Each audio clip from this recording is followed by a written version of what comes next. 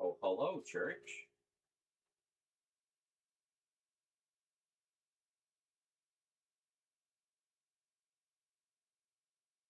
Strange noises. Rose got a crystal drink dispenser that has changed hands many times over the years because, well, they're pretty sure it's haunted. So we're keeping our eyes and ears out for strange goings on. Anyway, welcome everybody. See if I can get Twitch up here. So, that's not me. That's the analog man. Your IP address has been blocked from editing Wikipedia. What did you do, analog? What did you do? All right, hold on. I gotta go to me. We love analog. Here. No, no, no. Shush.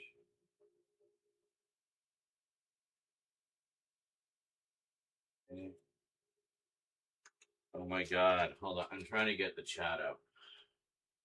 Ready for caught messages? Yeah, I don't fucking care. Can we just get into the chat, please? Thank you.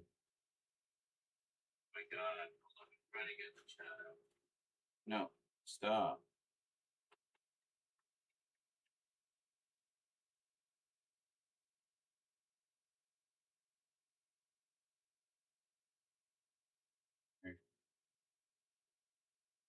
I don't know if there's. Did they not have a chat only? I can make the chat bigger. Anyway. Can you just get all your fucking ads out of my face? Jesus. Hello. Hello to Nihilist and apparently Jet Blast. Thank you for the sub. Appreciate that. And, yeah, so we're just going to, I'll put this here so I can read it. And I don't know where I'm going to put, I'll put this stuff here maybe. Get up there? Yeah. Okay, good. So, speaking of the Costco haul, that's what we're going to be dealing with Now,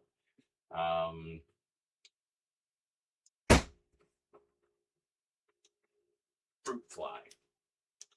You just fuck off, you little shits.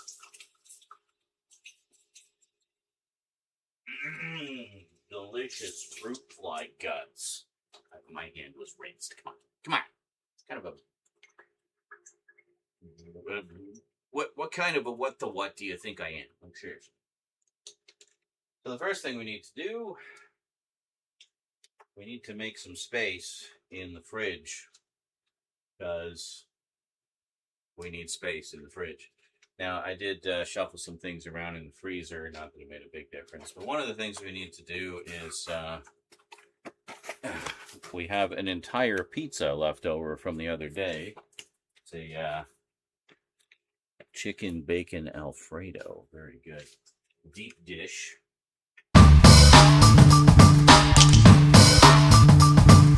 Rose wasn't feeling like pizza, so she hasn't even touched it. JetBlast68 just resubscribed for 62 months. I'll be sending the next timey-wimey package tomorrow or Thursday. So we're going to portion this off first. What was that?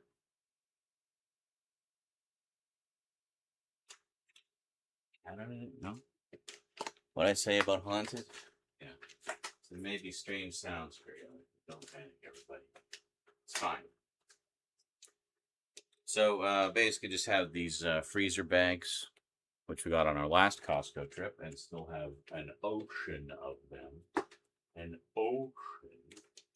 Hey, thank you for the sub. And yeah, I thought just, you know, as just for fun, I'd do a little video of the Costco madness. So we got your 8 slices. We do 2 per bag. That's one of the cats. The cats got a catnip treat earlier, and they've been periodically going bananas as they find more remnants of it. Little stoners, I tell ya.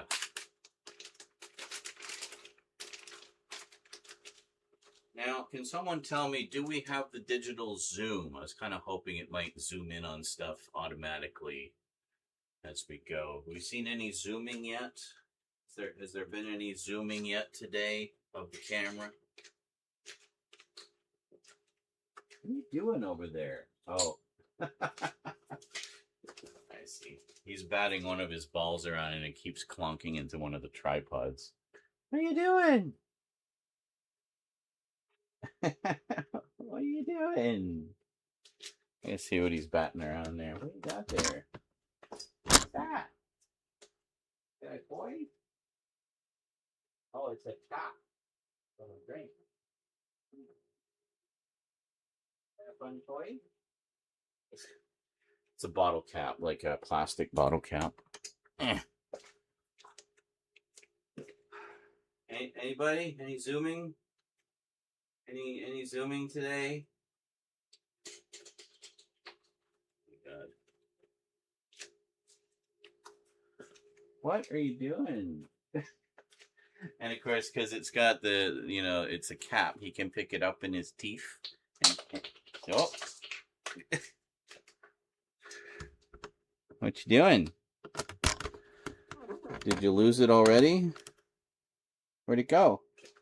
Where is it? Oh, it's right in front of you. I'll lose it under the freezer.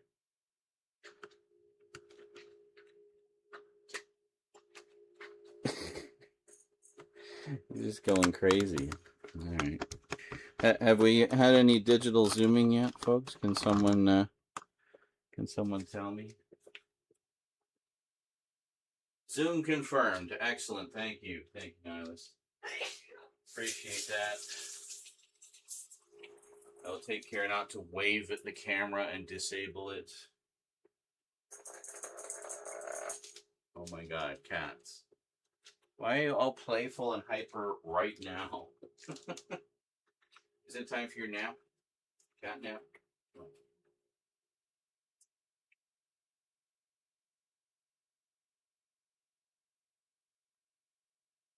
Yeah, this, I'm really loving this deep dish from Domino's. It's very good. So much cheese. Just the way I like it. Yeah. Good stuff. Reheat's really nice too. I do the reheat in the toaster oven, so it's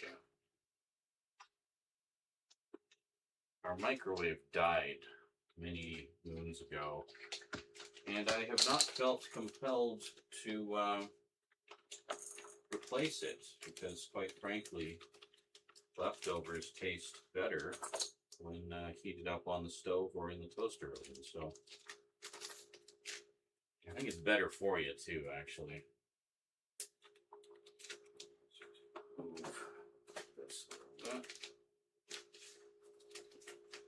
So, just going to portion this off, a couple slices per bag.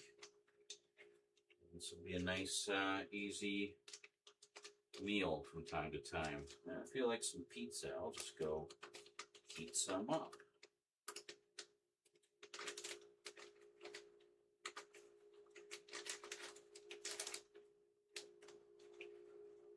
I figured this is a process that generally takes hours upon hours, so might as well stream it, right? I get to hang out with you guys and not be so bored as I'm doing all this. Hey, greetings, Jordan. How's it going? Any new time travel adventures to share? I know you were recently saying you were going to watch Primer for the first time. I actually watched my Blu-ray of it not long after that, and I ended up watching it 3 times. Once just normally to rewatch because I hadn't seen it in literally 20 years, and then 2 more times. One with the director's commentary, who was also one of the stars and the writer, and then again with the commentary by a sci-fi expert guy, and that one was really interesting. It actually, you didn't just talk about the making of the film because that's pretty much covered in the other 2 commentaries by the filmmakers, but he had a lot of interesting things to say about the story and sort of the twisty-turny, timey-wiminess of it, and pointing out things that you should pay attention to and stuff like that. It's really quite good. Oh my goodness. You want to maybe take that somewhere else, Church? Here. Take it over here, buddy.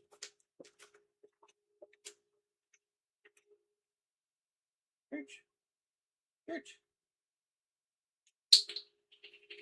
There you go. Right there. Just so he's not, like, right up in all the wires and shit.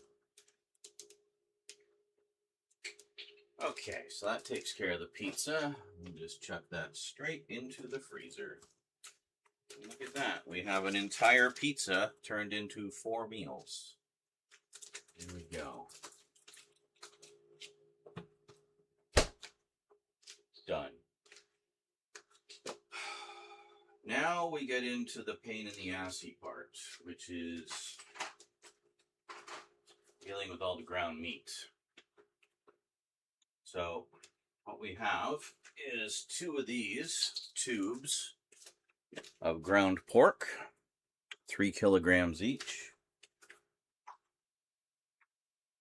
And then 2 of these tubes of ground beef, 4.5 kilograms each. If you're wondering what that translates to in freedom units, I don't know about the 3, but this one, the 4.5 kilo is 10 pounds. It's 10 pounds of ground beef. So it's 1.5 times the amount of the ground pork. So with the 3 kilogram tubes, I usually separate them into 4 portions of 750 grams apiece, which means these ground beef ones are not quite double. They're 1.5 times the amount. So 3 kilograms will give us 4 portions, and then we have another 1.5, so that's 2 more portions. So we'll have 6 portions for each of these ground beef tubes. So 4 for each of the ground pork, and 6 for each of the ground beef. And the 750 grams I find is like just the right amount to make a good hearty pasta sauce for like meal prep or just a big pasta dinner. Or, like 6 burgers, like hamburgers or what have you. It's like the perfect amount. So, I'm just going to move. Actually, we'll do the pork first because it's the smaller one. And we'll do the beef after. So, what I usually do, because it's a lot of meat to deal with, is, where is it here? Is I'll use a big bowl to kind of help with the portioning.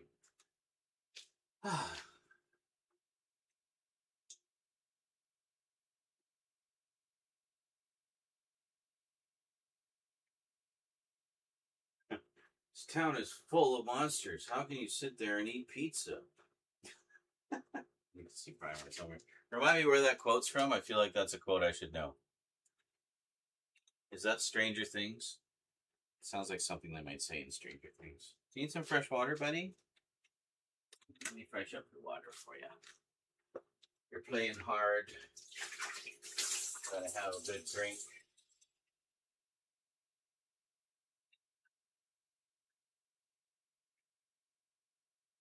Yeah, we increased the number of feedings from the food dispenser. We realized that the timing wasn't quite good because they were getting fed at like 1 o'clock and 9 o'clock every AM and PM. So that means like between 9 and 1, that's 4 hours between feedings. That's a good length of time. They usually don't need more than that. But then the stretch between 1 and 9 was like 8 hours. So by the time it got close to 9, they'd be going crazy. Like it would get around 5 o'clock, 5, 6, and church would be just like driving us nuts. So I was like, yeah, we got to adjust the timing there. So now we do one every 4 hours. So they get, what, 6 a day? But he doesn't dispense like a lot either. So that kind of spaces it out a little better.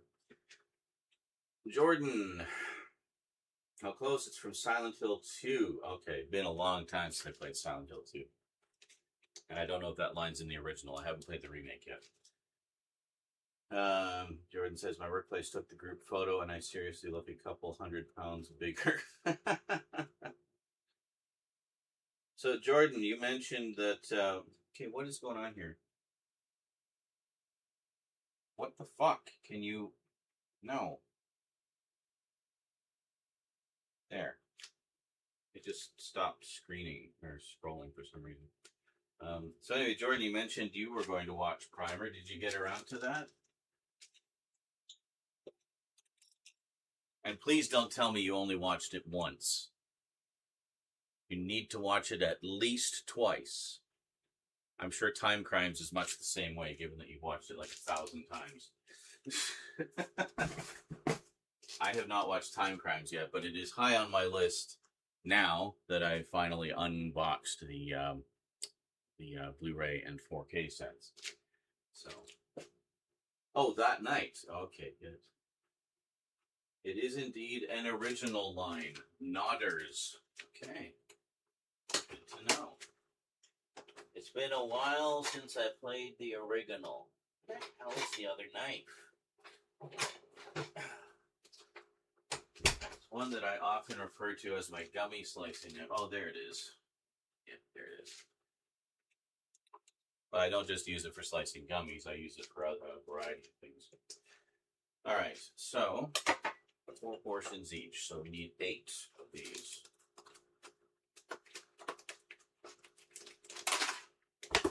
Is that 8? It's 5. I can counting.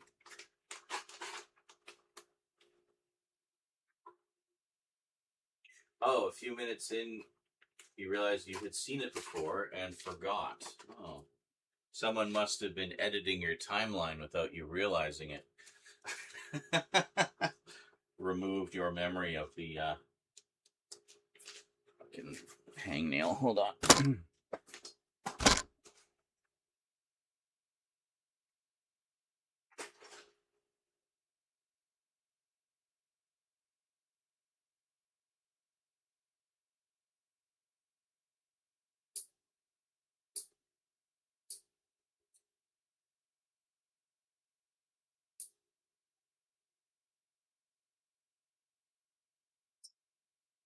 Oh. How's it going, sir? I thought you said, how's it going so far? Excuse me. I was about to say, well, we literally just started, so not much has happened yet, but it's going. It's going all right. Thanks for asking. Damn Thanos. Well, I think more like damn Aaron. But 4, 5, 6, 7.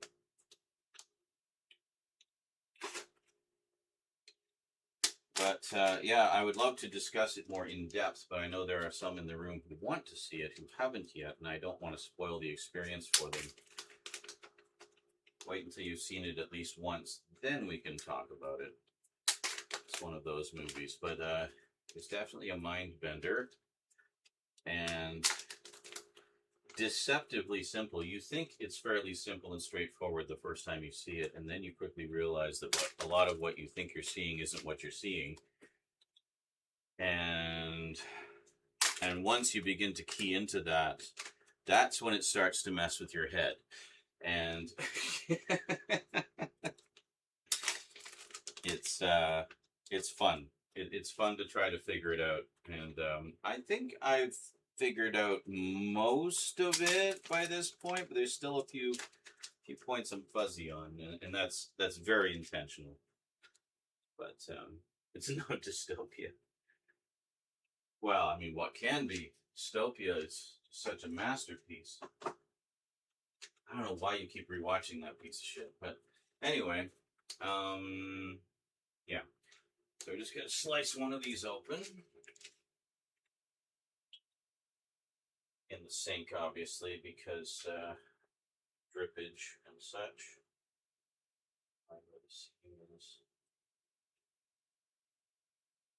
I would say best before or freeze by.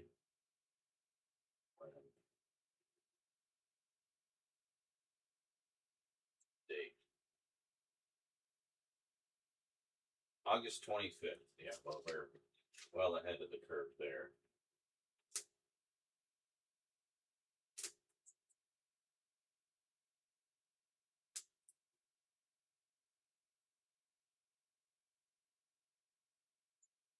Yeah.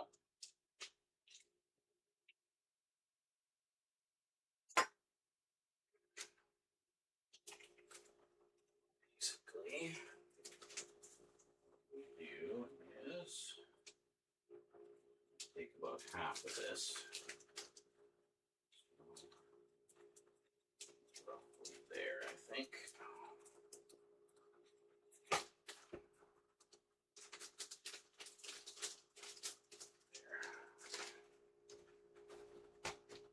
Yeah. So then we have two more or less equal portions. Doesn't have to be like perfect, but separate those.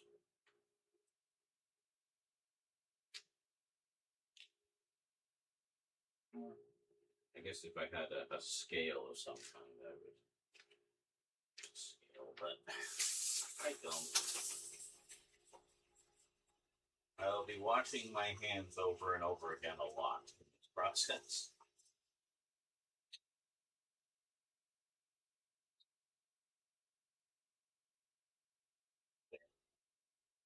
Just clean the sink, so don't worry. Things out of the sink.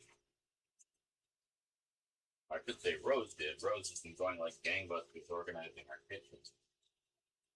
Awesome. And perfectly timed, too, with us doing the Costco run right now. But, yeah. Oh, ow. I'm handling meat. I love to use dish soap. Because it cuts the grease from the fat, you know.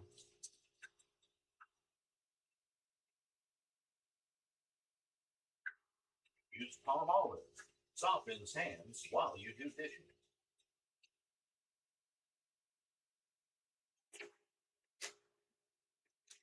Boo-ba-doo, boo-ba-doo. Probably should have figured out a way to cut up both of them. New shows on Netflix in October. Example: Nickelodeon, Hollywood Arts coming on October 15th, and other stuff. Okay, cool. There's 4 Popeye horror films that are interconnected, and they're less than 80 minutes, and 3 came out this year, 2 on the same day. Really? I thought there was only one, the Sailor Man. Interesting. In a couple days, GTA 6 Trailer 3 will be on Netflix. Cool. I have basically lost all interest in GTA 6, so I really don't care. In particular, how it's one of those things that they're forcing ads on people. I really don't agree with that practice at all. Like taking over PlayStation's XMB screen. Like, fuck off. That's my space. That's my personal area. Don't put ads in there. You know, I have it customized to my liking. I don't want to be forced to look at ads. I don't care what it's for. I just don't want to be forced to look at ads. You know? So, yeah. So, I don't care. There's another trailer coming. Not say I'll never play it. Probably will someday. But I was excited about it, but after all the bullshit that Rockstar's been doing, Sony's been doing, I've really just kind of become disenfranchised about the whole thing. And that's kind of it.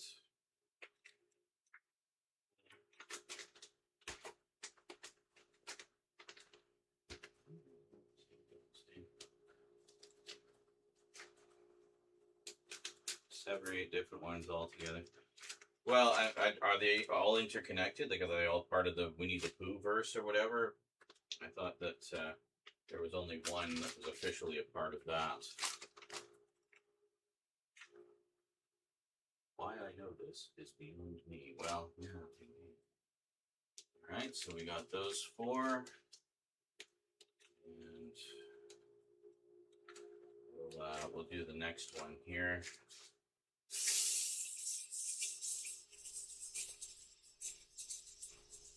Ugh. Cold water when the meat's in the sink, because otherwise it'll start cooking. We don't want that.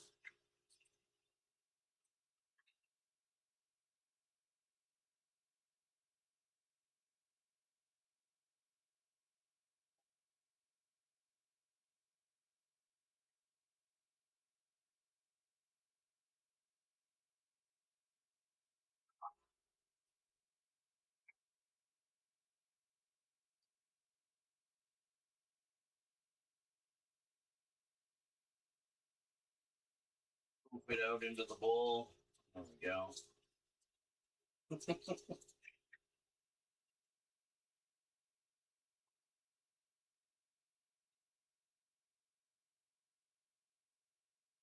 Very good.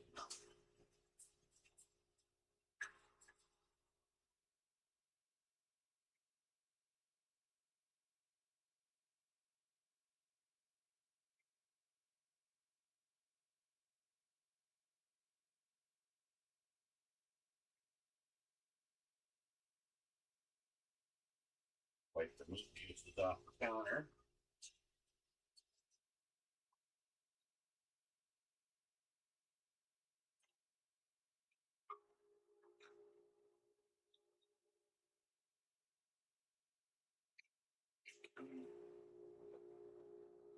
Pooniverse. I think the Mickey, the Minnies, and Popeyes are separate from the Pooniverse. That's the Pooniverse, not the Pooniverse. That's the porn universe.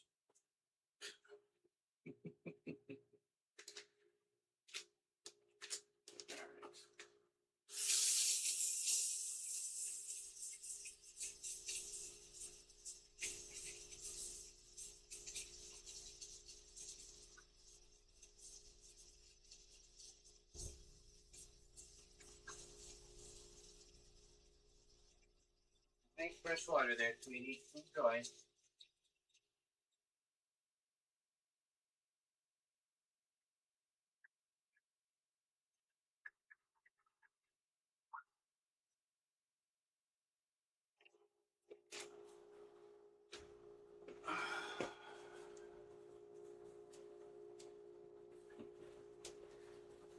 So cute when they lick up their water. Tongue going frantically.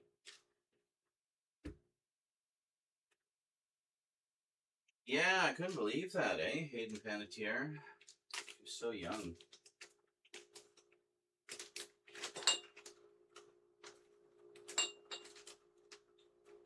But apparently she had a lot of issues that, you know, I didn't actually know anything about until after it was mentioned. So after her passing, the problems with alcohol and stuff. It's a shame. I mean, she was in the biz basically since she was a kid. I mean, the first I ever heard of her was Heroes. Save the cheerleader, save the world, right? But yeah, apparently she'd been acting and performing for most of her life. A little extra in that one, I think.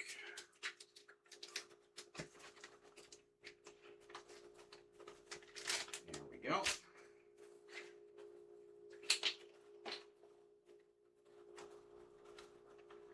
Make sure it doesn't get into the Ziploc part there. Okay, so I'm gonna wash my hands and wash the bowl. Don't have any cross contamination between the meats, right?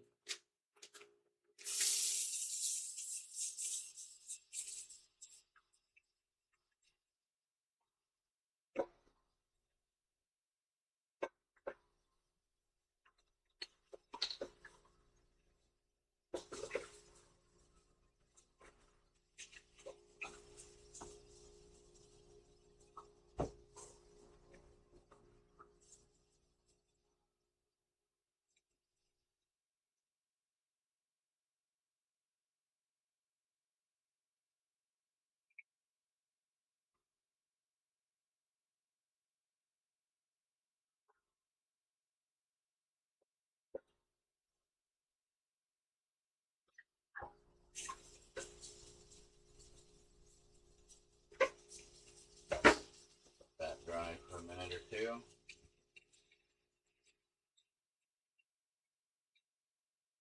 And a knife. My gummy slicing knife.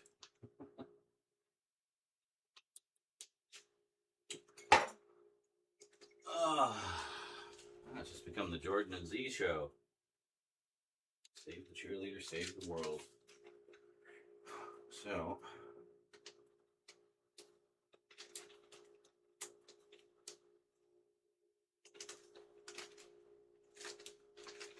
essentially what I do is I kind of squish them down before I seal it up. You want to have it all use as little space as possible, right? That's kind of the point of putting them in these freezer bags. Squish it nice and flat, basically.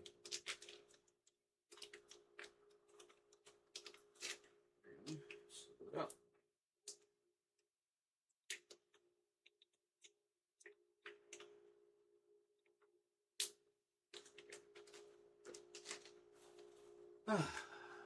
What could possibly top watching Z handle his meat?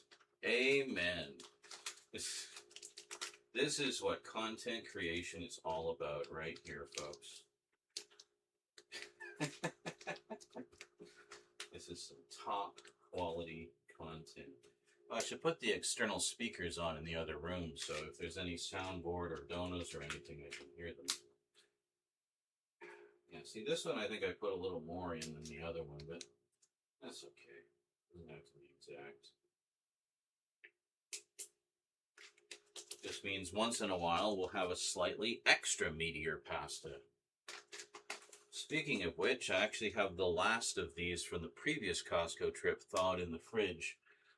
Was just using it up for, again, meaty pasta. So I think that's going to be dinner tonight.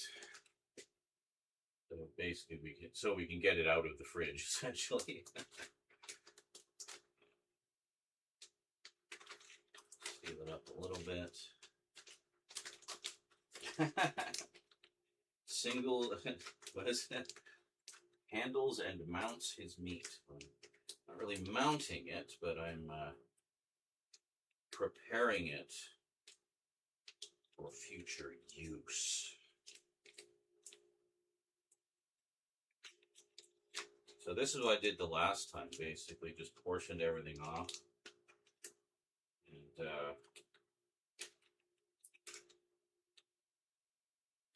that we can, so each one is essentially one meal prep or dinner or whatever. And that way you don't have to thaw. The first Costco trip, I made the mistake of putting one of the ground beefs in, or one of the chickens, I think.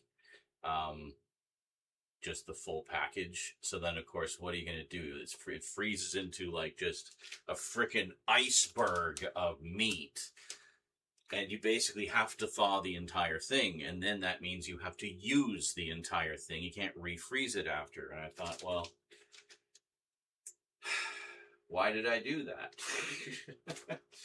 So the next time I told Rose, I said, okay, pick us up a big box of freezer bags. Because then what I can do is this. I can portion everything off into individual portions that we can just, thaw what we need as we need it. So, as it turns out, that worked out really, really well. And we were able to make far more efficient use of our freezer space as well. And, yeah, would recommend.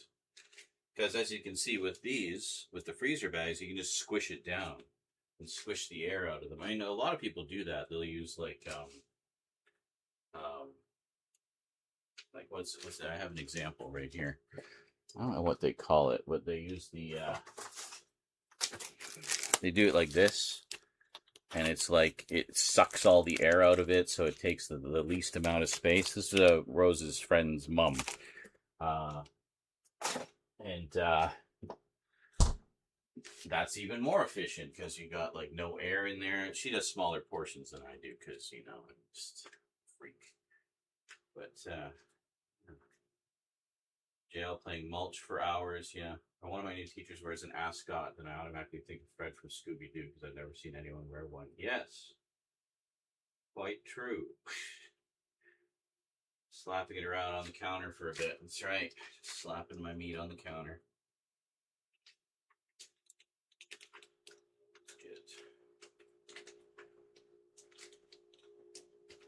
It's important not to overhandle your meat. I don't care. Handle it as much as you need. It's your meat, not the boss of you.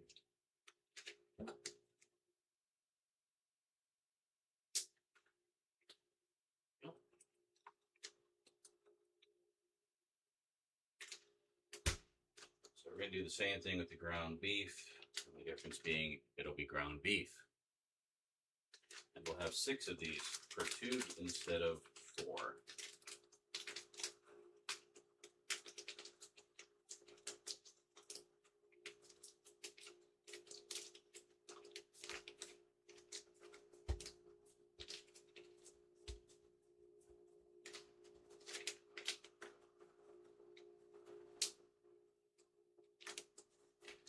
The other thing is when they thaw, sometimes there's like a slight hole or something in it or whatever, and you need to put something under it when you put it in the fridge to thaw. Because I did have one case where one of them had a little hole or something, and possibly even just from like pulling them apart, there's a little bit of moisture and they kind of froze together. Anyway, however that hole happened, it leaked all over the place. I had to like take the fridge trays out and everything, clean them, and God, what a mess that was. So since then, we just put a little tray underneath them in the fridge so they don't drip everywhere. That seems to work well. And it just all goes into the tray. Like, who cares? Just clean the tray out here. Oh.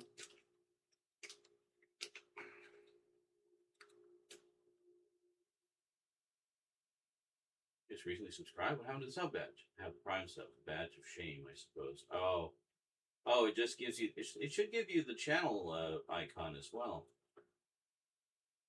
For things like chicken, I like to freeze them on a sheet tray and pop them in a big freezer bag for storage. Okay. Also a good idea for bacon, hot dogs, pretty much any meat you don't want to eat all at once. Yeah, I mean, that's essentially what I'm doing. The only difference is with the chicken, it's just going to go into freezer bags like this. I put usually, I think, three breasts per bag, or 2 if they're really big. Using ground meat in flat packs, that will also make it thaw quicker. Very true. That's another reason. See, Devin knows. He knows.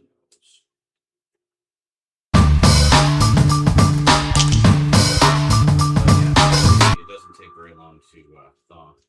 Right 96D just resubscribed for 24 months.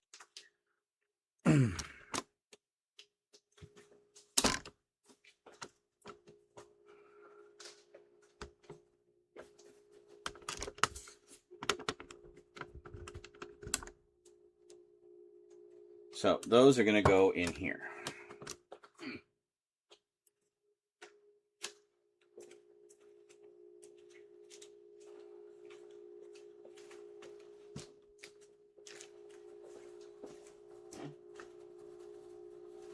Well, that's confusing. Oh, it got another sub thing? I'm confused. But not the sub badge, which shows you are my sub. It's fine. Just learning it's a Twitch glitch. Yeah, it should give you the Z badge.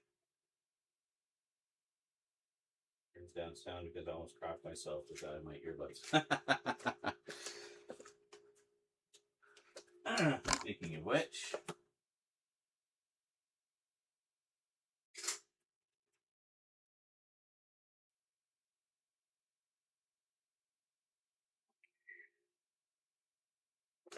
Yeah. So for now, just move these over.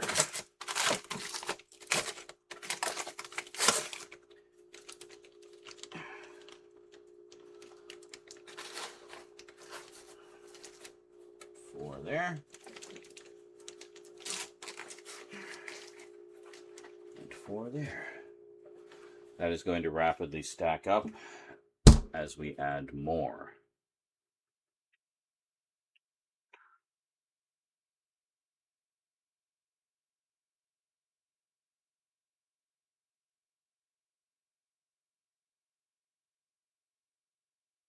Yeah, it's pretty tidy, isn't it? I like that. When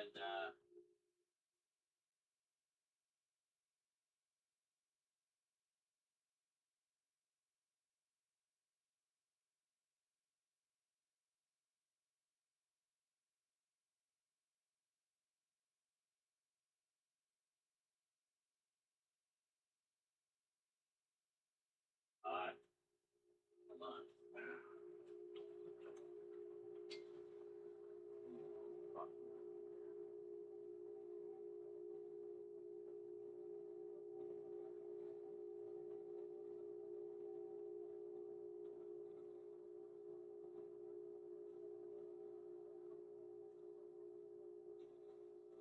There.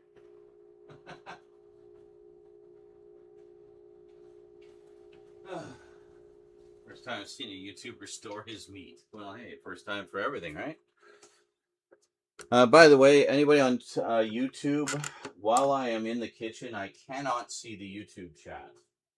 So, at the very least, if you wish to chat, you will need to be on Twitch, at least the Twitch chat. You can still watch on YouTube, but you'll need to chat on Twitch. Twitch has the better chat system anyway. All right. Oh, now my beef log.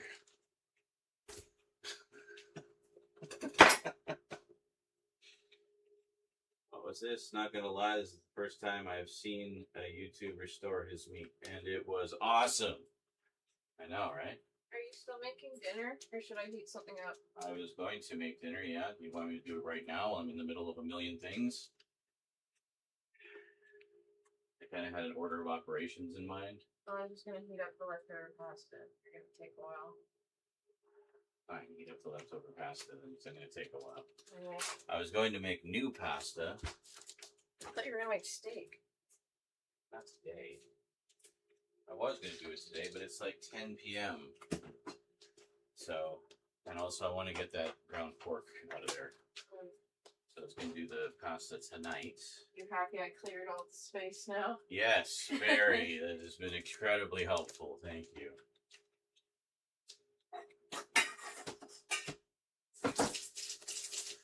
Alright, well while Rose has some food, I'm going to go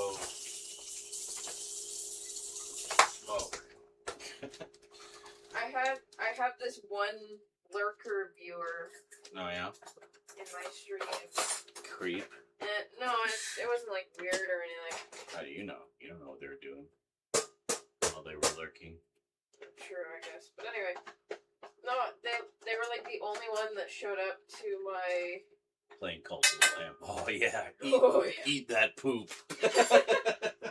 Oh yeah, Vermin's character made me make him a bowl of shit. And I completely forgot until it was about to run out of time. Oh no. So I make him the bowl of shit, and as he's eating it, the timer runs out. Oh no. So by the time he finishes it, he's like, "Why'd you make me eat a bowl of shit?" I'm like, dude, you fucking wanted. So he didn't eat it fast enough. Yeah, he got all cranky. And then he didn't like it. But isn't Vermin the one that told you to make the other guy eat a bowl of shit? I think so, yeah. Yeah, so revenge. Sure, it's on you. Running away with. He's got it's like a plastic bottle cap. Oh. No, he's been batting it around. He's been having a blast with it. I know, he just picked it up and ran away with it. Yeah, he's been playing with it for like the past hour. He's just been going nuts.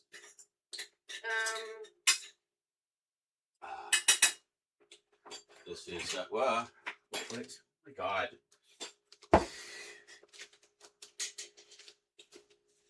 Pasta sauce all over the freezer bags. Anywho. I just can't take you anywhere. Put a dirty thing in the sink. Because then it reminds me to wash it. I'll rinse these out when you empty them. Anywho, the viewer, I'd see in like the who's watching list that they were there. And they were like the only person that showed up to my stream earlier today, this morning. I would have watched, but I was asleep. I know. But yeah, and then they like didn't say anything the whole stream. They were doing the little vote things for like when the Twitch. Oh, so they were participating. Yeah. Yeah. They were like participating and like helping me and stuff, and they're picking the good ones, thankfully. Good. Being helpful. Yeah. And then they don't say anything the entire stream. Mm-hmm. And I'm like, okay, well, I gotta go because I have an interview and blah, blah, blah. I might be back later. And then as I'm saying bye, they just go, bye. In the chat. And I'm just like, you can speak to me. I guess well, some people just aren't overly social, but they like to be in the stream and feel included. Interacting. Yeah, exactly. So that's I'll be back. Enjoy Roses. That's one thing that's nice about Cult of the Lamb is that it has that integrated community. That's why I like urged you to get that set up the first time. But yeah, I used that with mine as well. Everybody enjoyed it. So no, it's nice. Yeah, Nihilist says, true. You don't want to know what we do in your chat when lurking. You freaks. Hold up. Devin is managing his Plex server. Hey! Devious devious activity, yes. I'm on Chris's Plex server. Cool. Alright, I'll be back.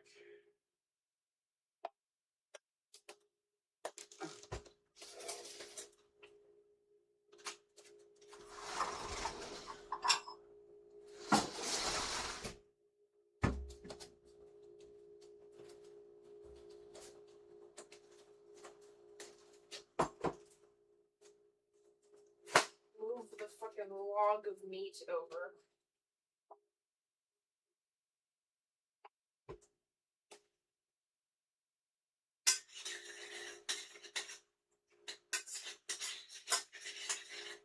It's just leftover the dinner we had yesterday. Because it was... My hair gets fucking everywhere. It's quite hearty. So, there's some leftover. I can't see the chat, so... Oh, actually, yes I can. I didn't realize that the phone was there. Hello!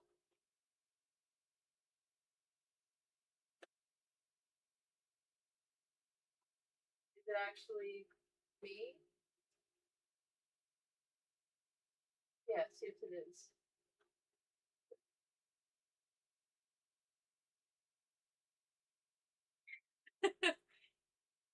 Always watching.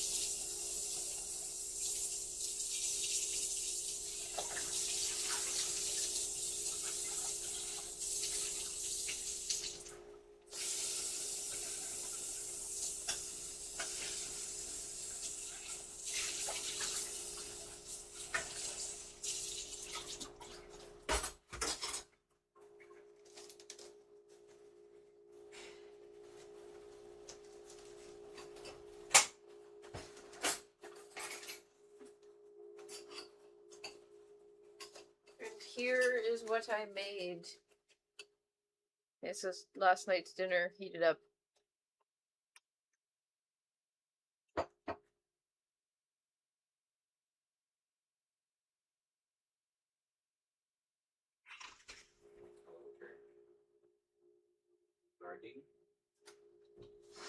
Hello, Thomas.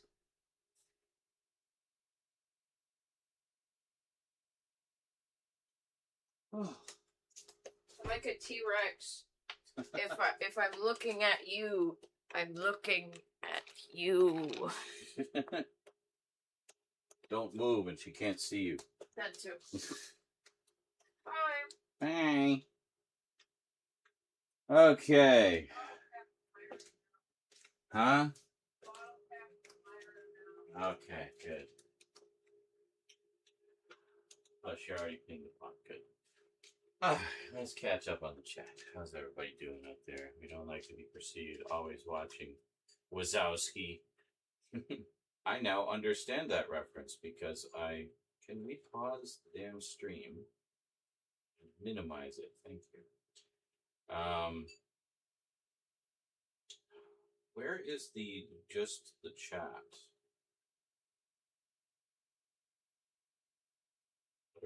What's this? No.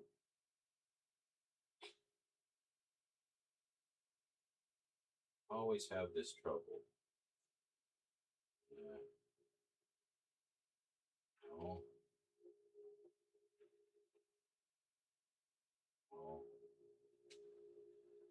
Fucking why now? There's all these ads that keep popping up. It's annoying. Greetings, Thomas. Oh, it's going. Get some stuff done here. Oh shit, I didn't put the dono link up. Thanks for reminding me. I will go do that. I knew I forgot something. I was just in such a rush to stream. I didn't prepare anything properly. Let me fix that.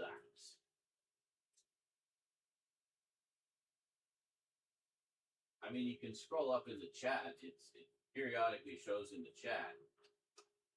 Yes, the Costco protocol. That's what we're playing today. Give me a second here.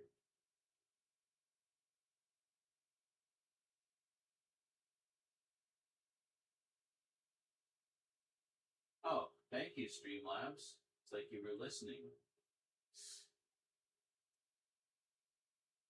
Oh.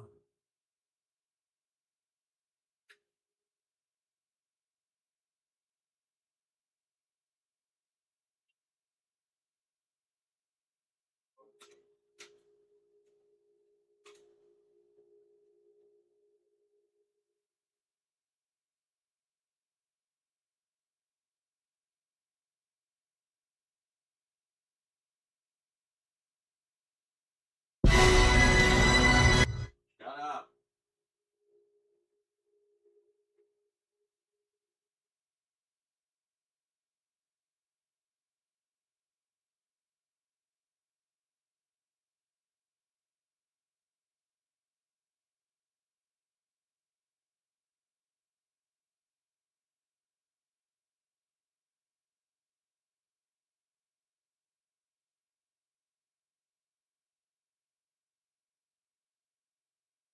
There.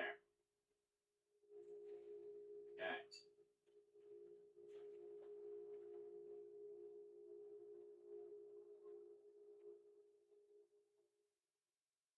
You don't move, they'll think the camera's broken.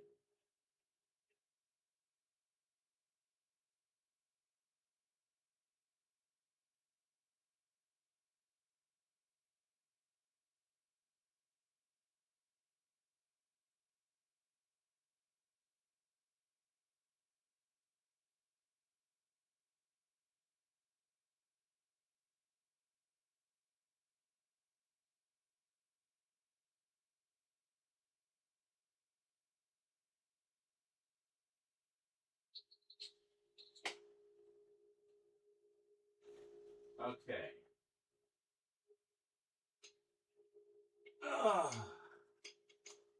So just a reminder to all my YouTube peeps, I cannot see the YouTube chat. I am only chatting on Twitch tonight because we're in the kitchen. So if you ask me any questions, I won't see them. So I can't answer them. But no, I haven't seen the Masters of the Universe movie yet. I'm going to pick up the Blu-ray at some point in the foreseeable future. I just haven't quite decided when yet. There were other things that took priority this month, like a lot of big, expensive pre-orders and stuff. I'm balls deep in Halloween prep at the moment, so I'm very much in horror movie mode. So I won't be looking at or talking about much else probably till the end of November. So that said, I'll probably pick up Masters of the Universe before the end of November. Anyway, I also want to get the Netflix series. Yeah. Revelations and Revolution. Good shit.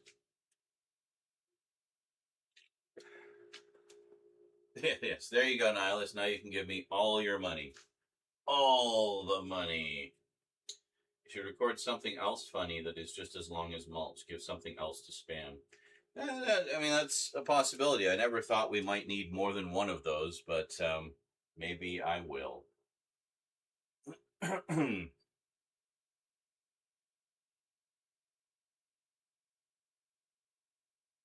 don't know what could possibly be as funny as... How the fuck do I get this to be just chat only? Well, that didn't do it. I just lost the entire stream. You just stop trying to play the stream.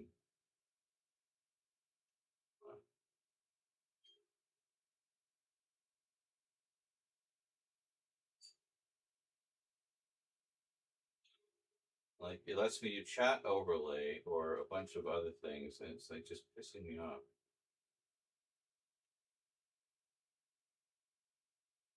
Where is just chat only? Is that not an option anymore?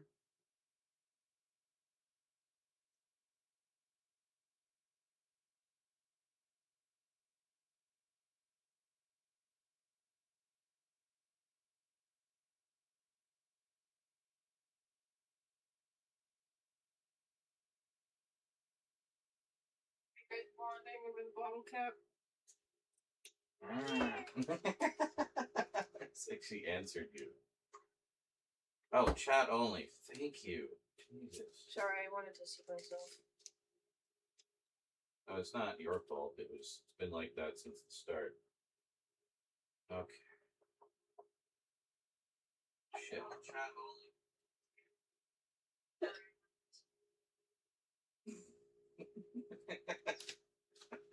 Hi. All right. Where's everybody going here?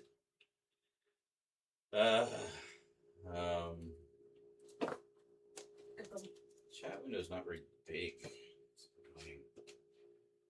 Anyway, Donos, Twitch chat is Z's favorite chat in the Citadel, and just started watching Batman Caped Crusader on Prime. It's very good. I think I watched like the first 5 minutes of the first episode. I was like, oh, yeah, this looks pretty good. And then never watched any more. I'll watch it eventually.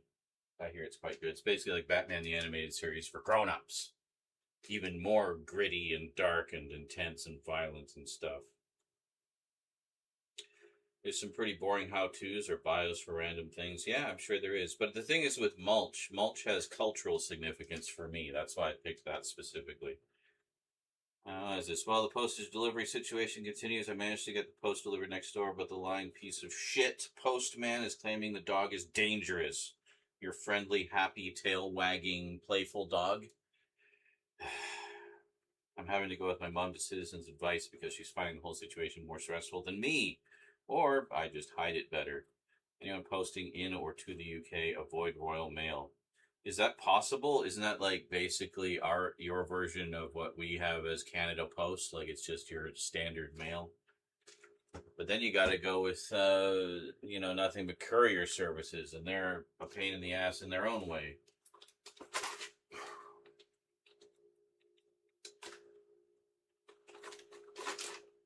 But yeah, you got to like put in a complaint about that guy. I think like this is getting ridiculous already.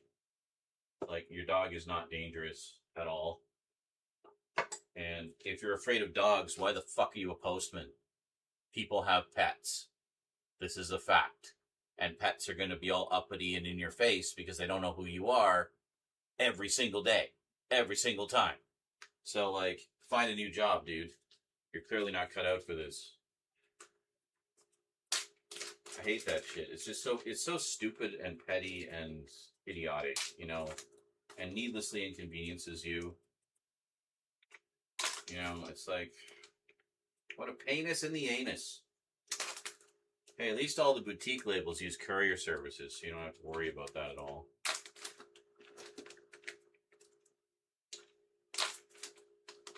Speaking of which, I have some things coming from Umbrella Entertainment, which I think will be arriving possibly by the end of the month. So, yeah.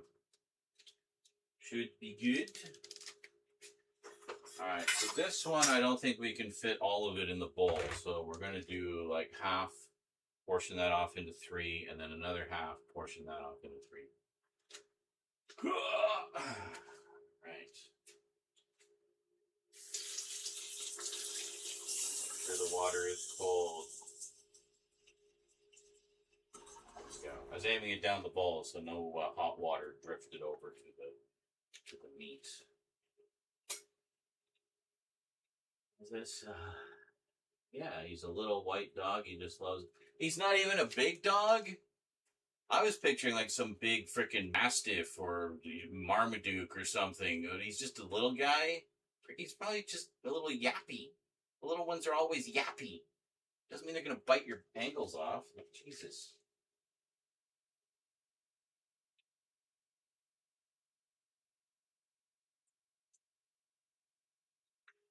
If you have a problem with animals, do not become a post person. Just don't do it. That is a poor career choice. Like, everyone knows the trope about, you know, the dog chasing the mailman. He's claiming that he's living the trope. Now, roughly half.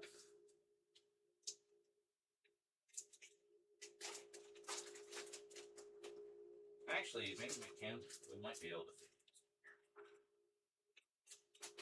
Fuck's sake.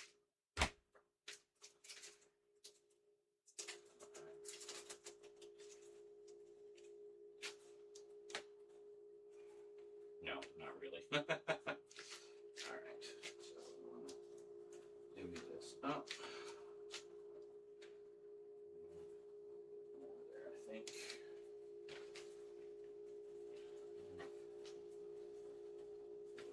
This one, too.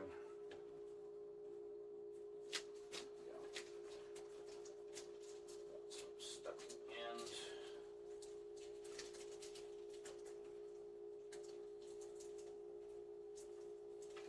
Last scrap of meat. Okay.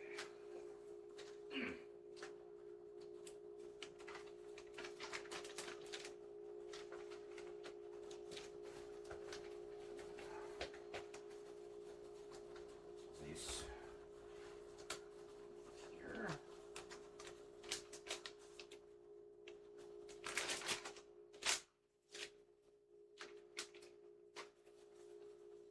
Claiming he had to have stitches on the good. What?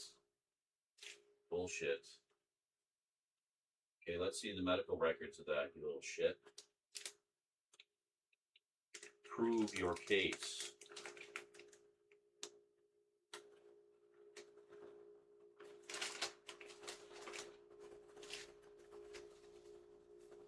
I found this online and thought it was funny from the perspective of the xenomorph in 79 Alien. It's basically Die Hard.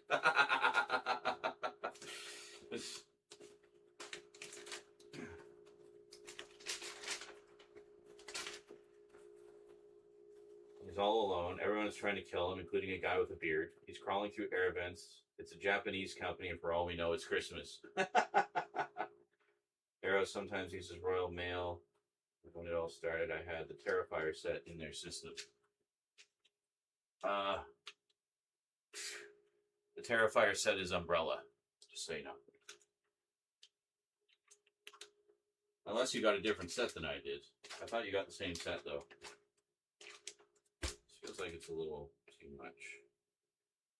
Let's add some there. And add some here. I think that's about right. Rock you like a hurricane. Do. That's the song, right? Rock you like a hurricane. Do. Rock you like a hurricane. Do.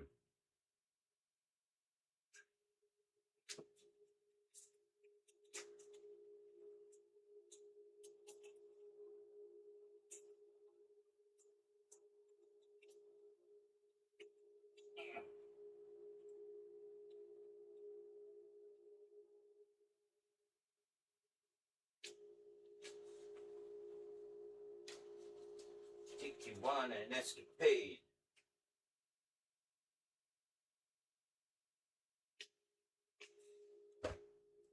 Okay, so there's a little more there. We'll put that there. These other ones are okay.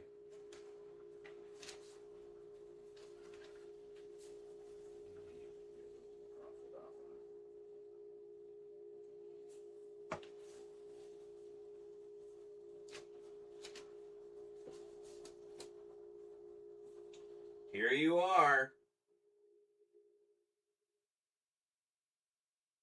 Jonkler, I don't speak ill of anyone, but I want all the bad stuff to happen to that postman. Yeah, no doubt. It's been an ongoing heinous in the anus.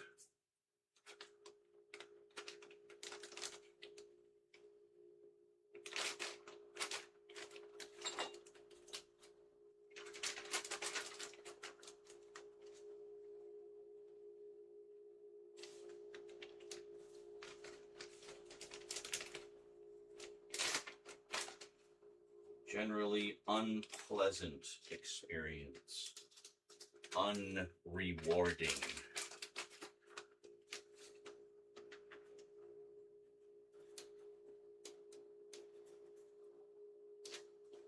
That's a big testicle. All right.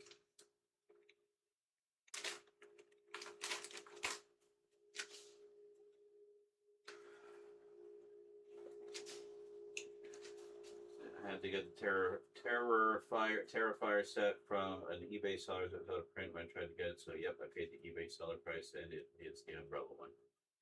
Yeah, I mean, I've had to do that with a few sets, you know. The Twin Peaks set. I think the Twin Peaks set was about $500 all told. And it came broken. I could have just got the re-release in the slimmer packaging for a fraction of the price. But no, I had to have the big box. What I was thinking of that one.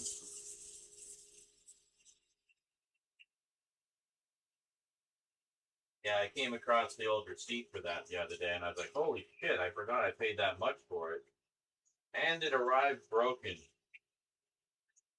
And incomplete. It didn't have the standee of Cooper and Laura that it's supposed to come with. Little display piece. So, yeah. Live and learn. But another one I had to buy on the aftermarket, the Al Adamson Masterpiece Collection from Severn Film. Paid about $600 for that. Used. Perfect condition. Canadian seller, by the way. So it arrived really fast. Absolutely pristine condition. And it had a replacement disc for one of the discs that was, had a problem at the time, apparently. So it was like the proper, complete, corrected set in pristine condition. And I know $600 sounds ridiculous, but bear in mind there's like 25 movies and a feature-length documentary in that set, plus, dozens of hours of extras. Like, there's a lot of value in that set. And I think when it originally came out, it was about like $250, $300 to begin with. And to get it on the aftermarket new was literally like $1,000 or more. And there's no fucking way I was going to pay that much. So, yeah, very pleased with that purchase and that seller. So,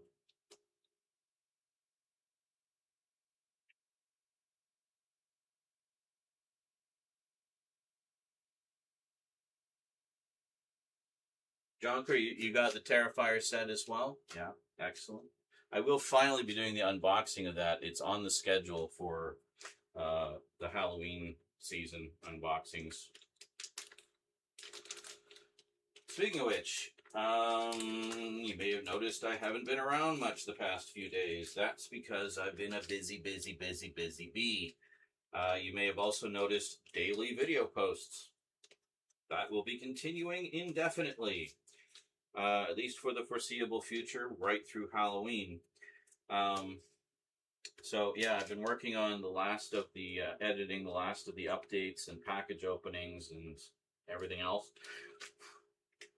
Got a few more closer looks to do, but otherwise everything's pretty much done, and I am about to get fully into Halloween mode.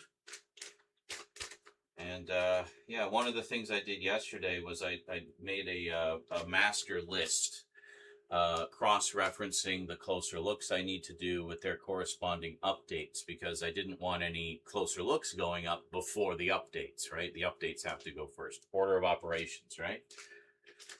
So, I realized with the sheer volume of them, especially with the horror update, I needed to plan things out a little bit. So that's one of the things I did yesterday. It took literal hours to figure out all the logistics of it, but I've worked out what I think is a pretty rock solid schedule for them. So every day throughout September and October, you'll be getting an episode of the biggest horror update ever. Well, first you'll be getting the omnibus editions, which is just everything in 4 mega videos. Good luck watching those, by the way. Each one will be about 7 hours long. But the episodic versions, as those are going up, there will be corresponding closer looks. So there will be something from that update will be in a closer look. Or if it's just a bunch of singles, I don't really do closer looks for singles. I mostly just do box sets. That'll kind of fill in some of the other ones from the earlier updates and so forth. So I worked out a very, very organized schedule. And I'm very pleased. The nice thing is with the new sort of format for doing the closer looks, they're all essentially single take. For the Halloween ones, I'm going to do intros at least, so it won't be all, off camera. But yeah, so there'll be, over the course of Halloween season, there'll be about 50 or so closer looks. Yeah, the horror update alone is 42 parts. And then in amongst all of that, there's also some additional package openings that will be going up after the horror update because there's stuff. Well, I put them up after the omnibus edition. It's not going to make you wait until all the single episodes are done too. And then any new stuff that comes in along the way. So yeah, it should be quite a lot of stuff. And then also video games. Games. So, usually I would focus on the gaming videos first and do the Multimedia Chronicles second. And as a result, historically speaking, a lot of the times the Multimedia Chronicles episodes just never got done. Or not all of them got done. So, this time around, I've been focusing on the Multimedia Chronicles episodes instead. And it's going much better, actually. Because the game videos generally don't take as long to make. But, yeah. Challenge accepted, yeah. Rewatch Back to Earth, now that I've seen all that came before, it makes so much more sense. Yeah, exactly, see? But like I said, it does make reference to what has gone before, but in typical Red Dwarf fashion, the continuity is not flawless. But I love the fact that they basically keep alluding to this Series 9 that never happened, like that we never saw. And I just say like, oh, it was the best season ever. It was so good. And like, oh, I can't believe you didn't see it. And look, the way they resolved that cliffhanger, just brilliant. I love it because if you had been there at the time, like you got to understand those later series of Red Dwarf, there was like long gaps between them. So when Series 7 ended with its big cliffhanger, well, Series 6 with its big cliffhanger, it was forever before we got to Series 7. And we actually got something of a resolution to that in Lister's little video blog at the beginning. And then Crichton telling him, like, it's too boring, just don't even bother, nobody cares. And then with the cliffhanger at the end of Series 7, it was forever before that was resolved. And,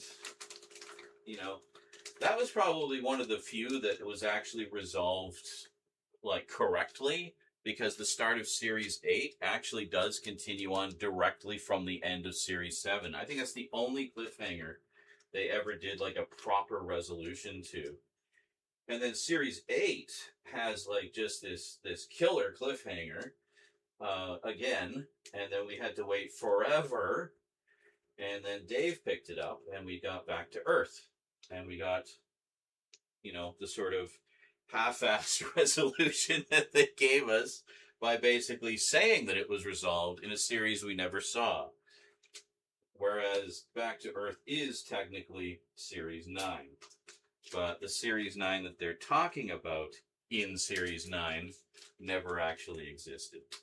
So, yeah. the channel Dave is named after Lister. Although that was, I remember when I was hearing that the channel Dave had picked up Red Dwarf. I'm like, well, that's perfect. It's the Lister channel.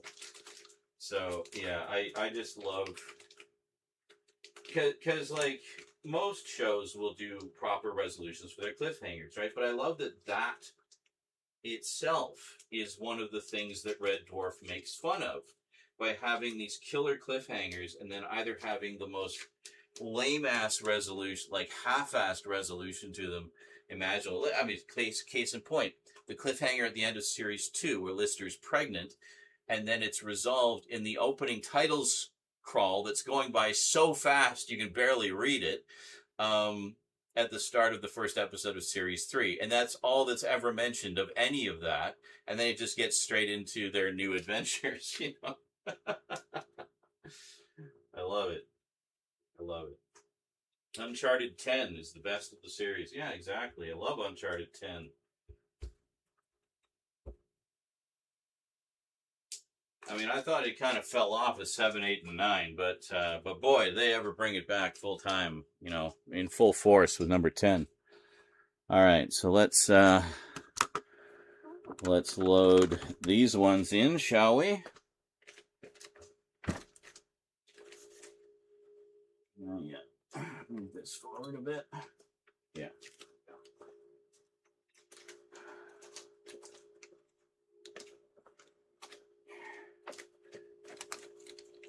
Okay.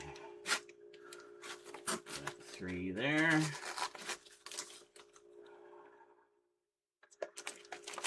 And 3 there. I probably should have written which ones are pork and which ones are beef, because you can't always tell. I'm sure it'll be fine. It'll be a surprise. All right. So that's one beef tube down. Oh.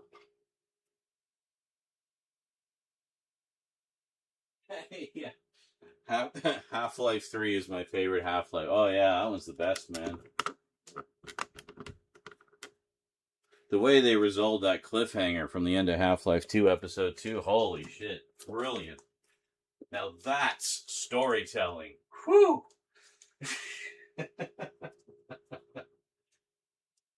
Ugh.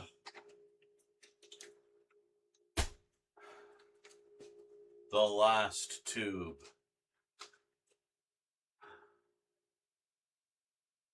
Oh yeah, no doubt. Series X. Yeah, Series X is pretty good. I feel like Series X is the one where they really got back onto, you know, it feels like classic Dwarf again, you know? And they really kind of got it back in shape. Like Series 10, 11, and 12, I think are overall pretty good. I need to rewatch them. I think I've only seen them once or twice. But, yeah, good stuff. Valve always knocks it out of the park with their third installments. Yeah. Portal 3? Huh? Am I right? Yeah. And after Portal 2 was so brilliant, how could they possibly top that? Well, Portal 3, ladies and gentlemen. Best Portal ever. My favorite Elm Street was Elm Street First Kills. Robert's best performance as Freddy. And there's no dream scenes. So grounded. And the adult actors were amazing. Jesus!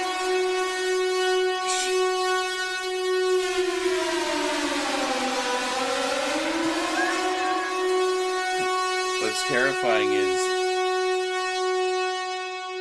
Okay, end already. That just blasted over my living room speakers.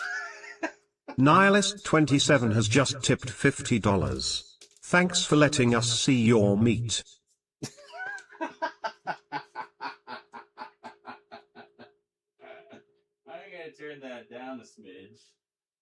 Holy guacamole, Batman. Thank you so much, dude. Helping to fund the next Costco trip. Yeah, I'd like to give actually a big shout out to, in particular, JL232 and Nihilist27 for going absolutely haywire with, in particular, the soundboard last month. because it was thanks to that this was possible. So thank you so much, guys. You're literally feeding us. Was that a mulch? No, God, it would still be going if it was a mulch. That was a dono. That was 50 bones from Nihilist. Dang. Yeah. And it sounded like, you know, the world was about to end. Like the fucking purge. Already working on the next 6-month Costco run. Yeah, basically. Well, this will help supplement this. Well, donos will help supplement this month because this Costco run was a little pricier than the last one. The last one was like 800, I think. The first one was like 600. This one was like 1,000.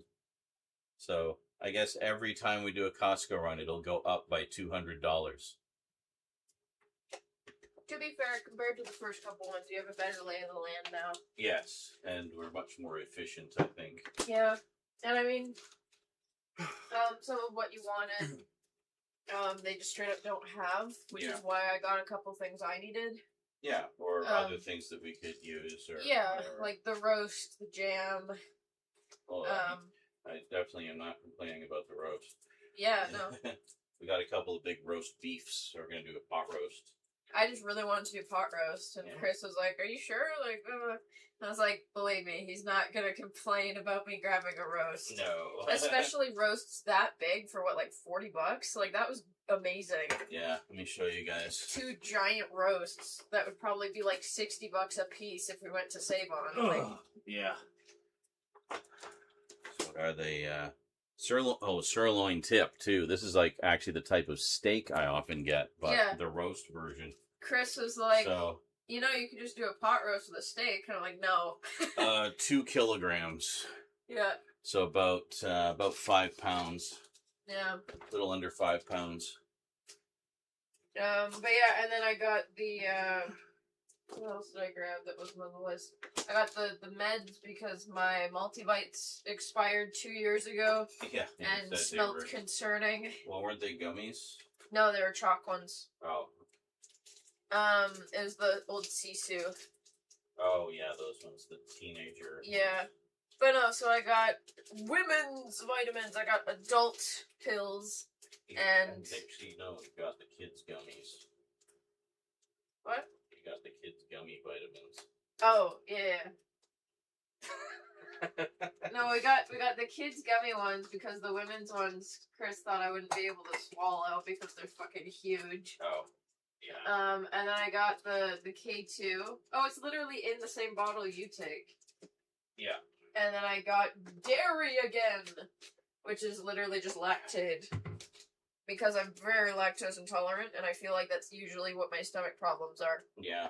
So I was like... You do like cheese. I was like, if Tums doesn't help, then I'll have a Lactaid, and that should theoretically help. But it's just a theory. A lactose, a Tum theory. Yeah. But yeah, and then I got the jam because we've been making bread a lot, and you were like, why can't you just, like, peanut butter? So... Well, yeah, it's like, I make all this bread, and you never eat it, so I end up having to eat, like, an entire loaf in, like, a day. Well, my thing is... Speaking of which, I was gonna make a loaf of bread while we're doing all this. So. Good idea. My thing is that I like to use butter in things, not just on a piece of bread. Yeah, but when it's fresh, it's so good with the butter. I know. Shit. I have done it a couple times. Yeah. But no, I figured the jam would make me eat it more. Yeah, no, that's good. I'm gonna go have a bath. Okay. Have a good bath. Well, hi, sweetie. I just wonder. I have another bucket.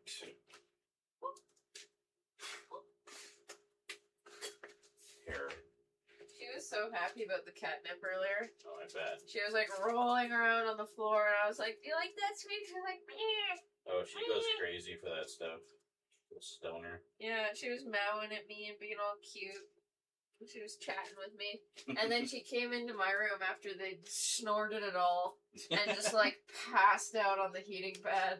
Oh, yeah? Because it was, like, still kind of warm from when I was using it this morning. Mm. And then she just, like, fucking melted into it. Here, I'll show them the photo. Yeah, of Stoner Kitty. Can they see? Well, you can see on the screen over there where the camera can see, so sort of position accordingly. There. Oh, there she is. Speaking of...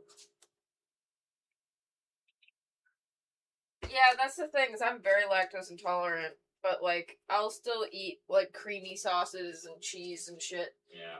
The only thing I avoid is ice cream and milk.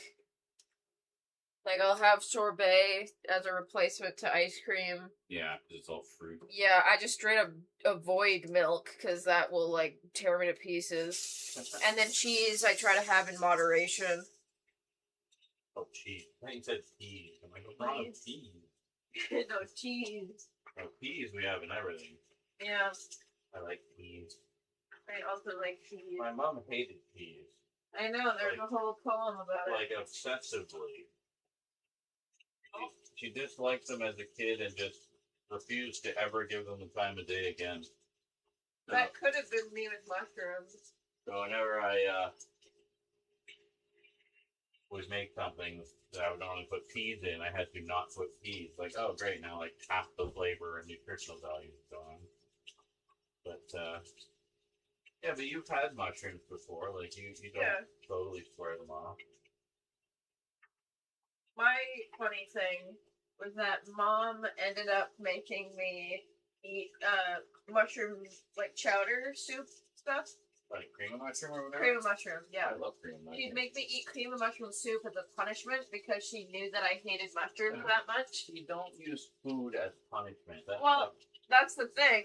That's what made me like mushrooms. Oh, really? And I never told her. Oh. So she kept using the cream of mushroom soup as a way to, like... Yeah, like... Excellent. As a form of punishment. But for you, it was a treat. And then I was like...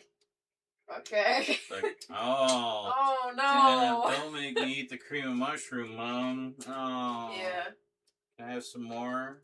Can I have seconds? I don't think I've learned my lesson yet. I need to be punished more. Yeah, but no, I think it was just because it was like a subtle mushroom. Yeah. Like it was more the cream, but it was just like yeah. I liked it more. And then I think she switched it to clam chowder, and that was gross. I love clam chowder too. But yeah, cream of mushroom is great. I mean, you can use it doing? as like a cooking ingredient, or you can just eat it. Yeah. Like as a soup. But no, it's just I don't really like it now. It's just a texture thing, but. But it's just a cream soup. It's like you like cream sauces. I know. I don't know. How about Pepto-Bismol with vodka? Yeah, now you're talking. My friend who's lactose intolerant just doesn't give a shit. They'll eat dairy anyway. Yeah, pretty much. My dad loves peas, but he absolutely loathes canned peas. Yeah, well, there's a difference. I mean, canned peas are like very mushy. So, yeah. The frozen peas aren't too bad. They kind of keep some of their crispiness, but, I mean, as with anything, it can't be fresh, right? Mushroom just doesn't like nihilist. Hey, good morning, birthday boy. It's Funk's birthday. Well, it was yesterday. What was it? Now it says, a man has to eat. That's right. Carlatin says, I wonder if I should make it a stipulation where every 100 mulches JL plays, I'll play one. Surely I'll have a little more time between 104 and 200. Yeah, you'll have like at least a couple weeks. So, you know, that should be time. You could turn that into so many steaks. Yes. Oh, the roast beef? Well, yeah, you could, but we also got steaks. We'll look at those after. You could make probably about 8 steaks out of one of those. Maybe 6, like good thick ones. The roasts. So, and that's something that I do from time to time. Like, I would sometimes get the roast beef instead of the steaks, like, because they're the same cut. It's just one is chopped into steaks and one is still in the roast form. and then I chop it up and make my own steaks out of it, just because then you can make them as thick as you want, right? So also tends to be a little cheaper getting the roasts than getting the pre-cut steaks, and it's the same. I don't love peas, but I'll take peas over bloody beans. Beans are the most mid of meats. Like, I can't do bean chili. Fuck you got against beans? Like, if you were to go vegetarian, nuts and beans, that's your go-to protein right there. Don't talk to me about tofu. Although, you know, you can do stuff with tofu, but, you know, that's fine. More beans for me then. I like beans.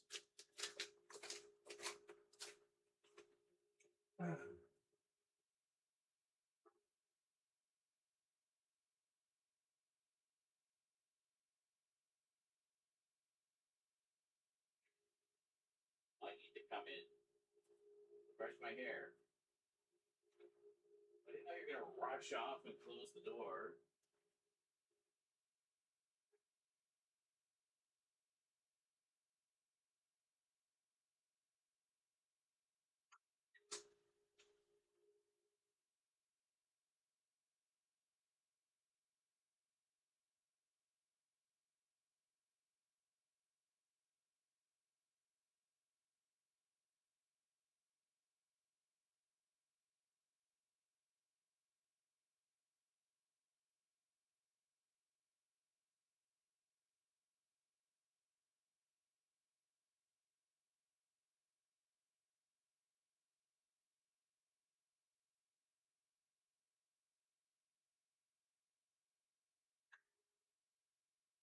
Have a good crotch shave.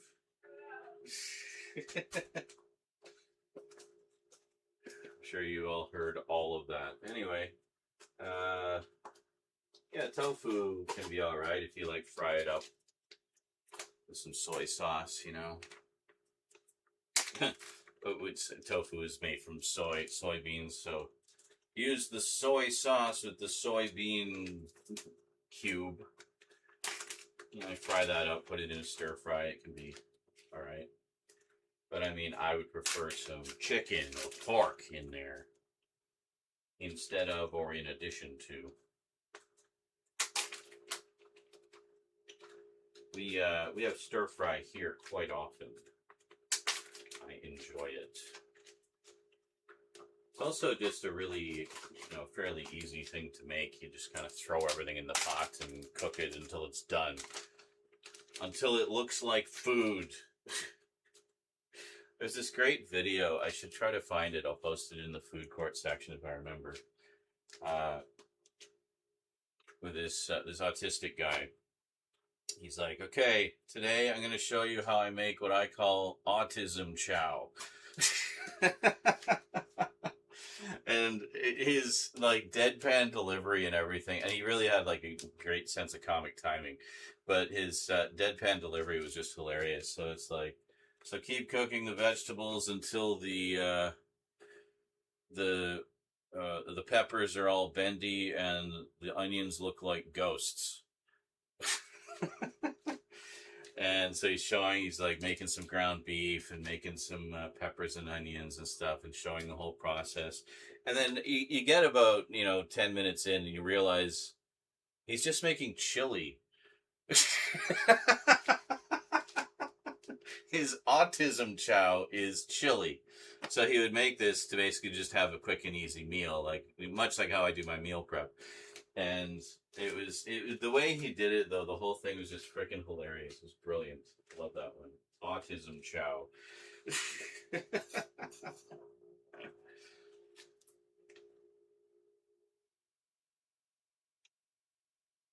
Your music? Oh, Rose has music going. It's not ghosts this time.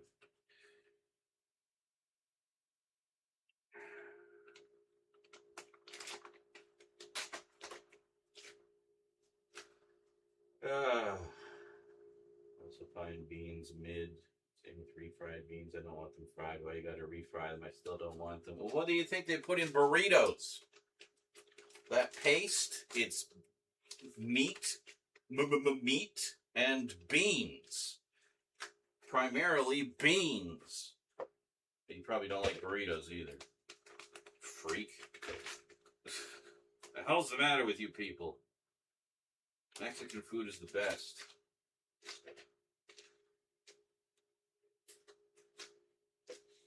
It's full of beans. But you know, chili, kidney beans, very hearty, very good for you. Make you fart like a champ.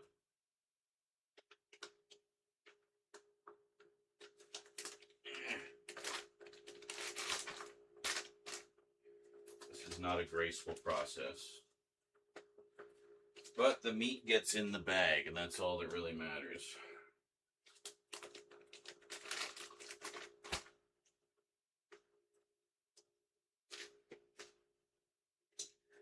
Nuts, beans, and mushrooms packed with more protein than meat, apparently, according to Linda McCartney. I had a cookbook by her that had all this info on why vegan is better. Like, I bought the book, stop selling me on it, and give me recipes. Yeah, I don't mind eating vegetarian or vegan stuff from time to time, but I mean, I still need my meat. Never giving up my meat. Come on. I mean, most of our Costco trips are for meat, so we can just have a good stock of meat on hand, you know.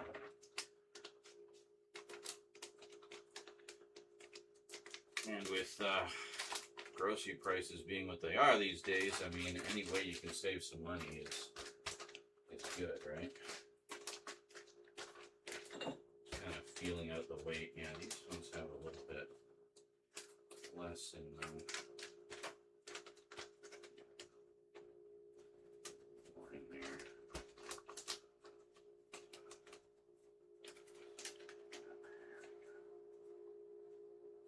This one I'll never understand is beans on toast.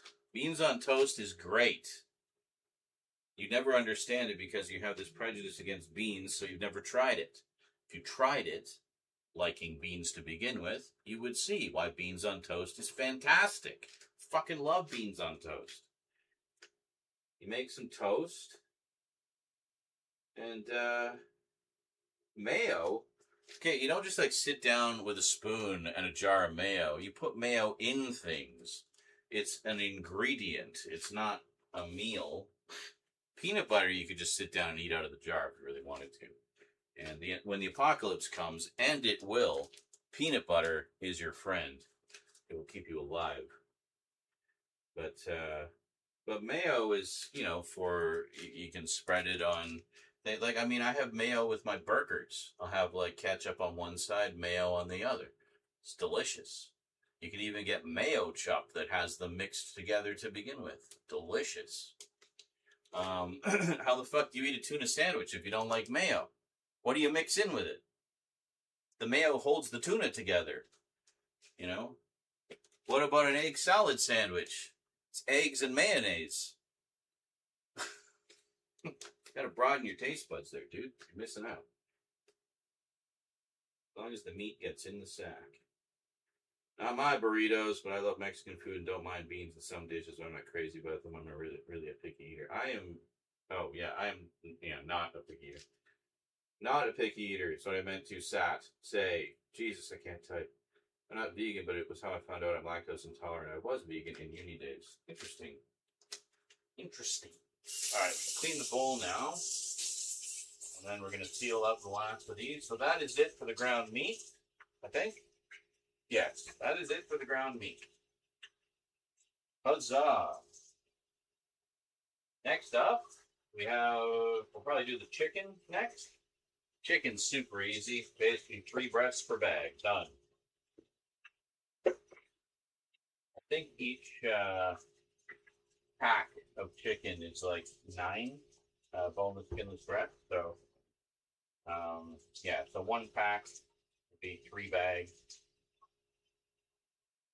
Very easy. Easy peasy. Lemon squeezy.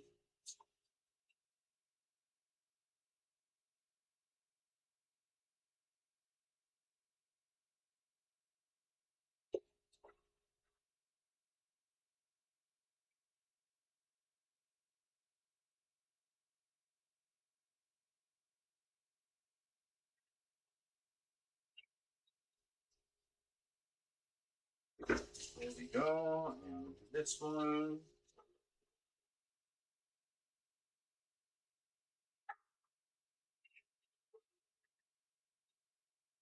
Being sponge is already saturated with soap. Soap.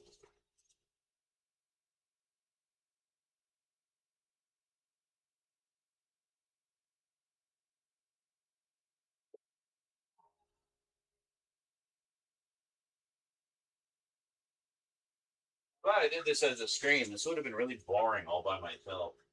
Thanks for keeping me company, guys. And gals, if there's any gals worth watching, not to, you know, not to be a sexist fuck.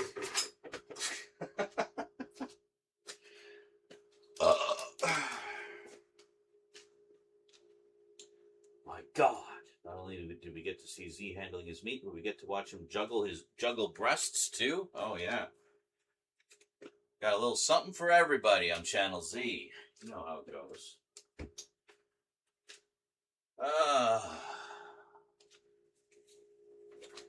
So in a few days on the videos, you're going to start to see a countdown appear. We talked about this the other night. I added a day 0.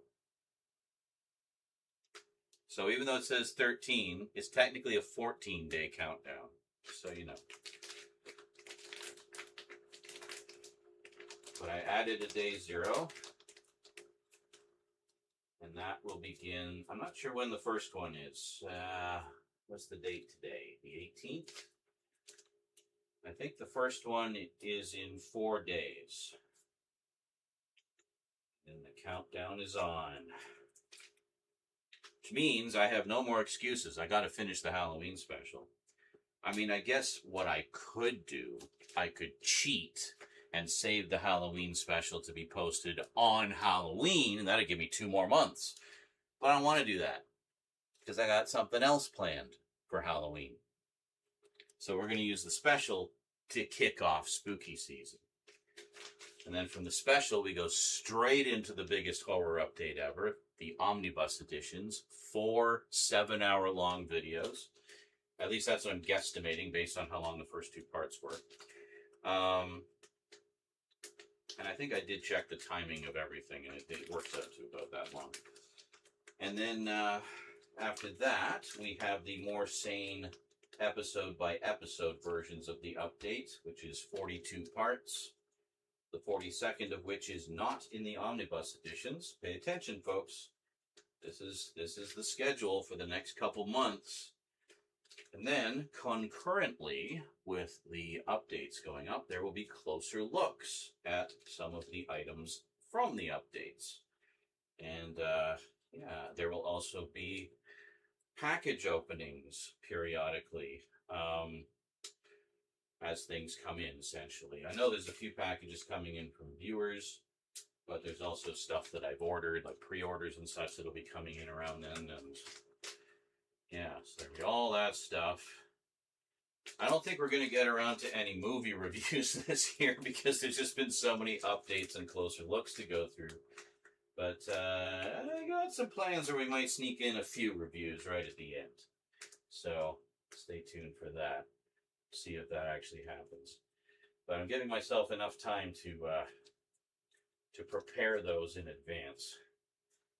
And then it doesn't end there, because at the same time as all those other videos are posting, there will also be video games.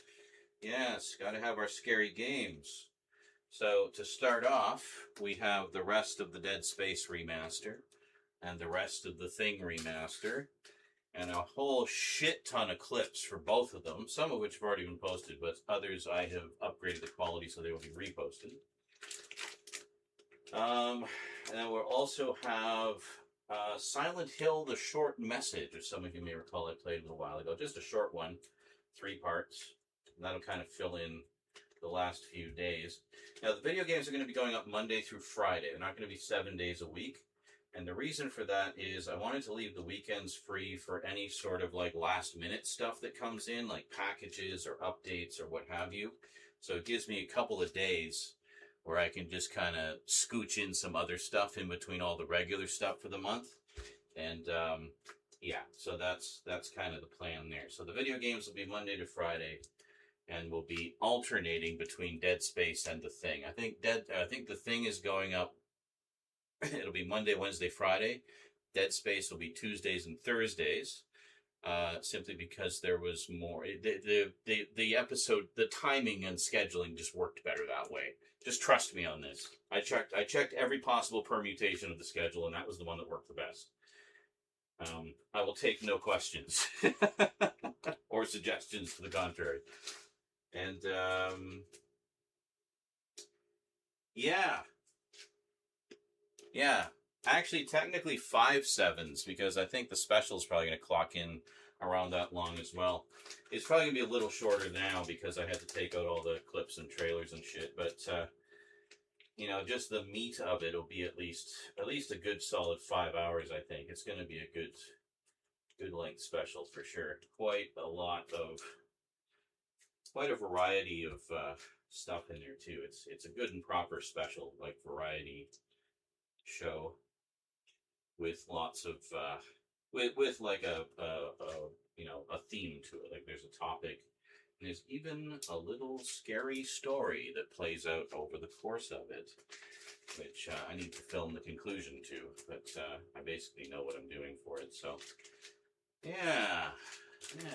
So that's your little preview of what's coming and what I've been working on the past few days. So if you don't see me for several days at a time, which is entirely possible this month in particular, because I'm going like gangbusters to have as much done by the end of this month as I possibly can. The less I have to do in September and October, the better, and the more time we can spend hanging out on streams and playing games and stuff like that, right? So I want to leave all that free as much as I can for streaming. And then going forward, I was looking at just the number of closer looks I have to do. Those are going to carry over right through November, basically. So with all the stuff we've been working on over the course of this year, we basically have stuff planned almost right to the end of the year. So, yeah. You be eating good. All right, let's pack in the last of the ground beef, shall we? You guys able to see what we're doing in there? Yeah, pretty nice, eh? All right.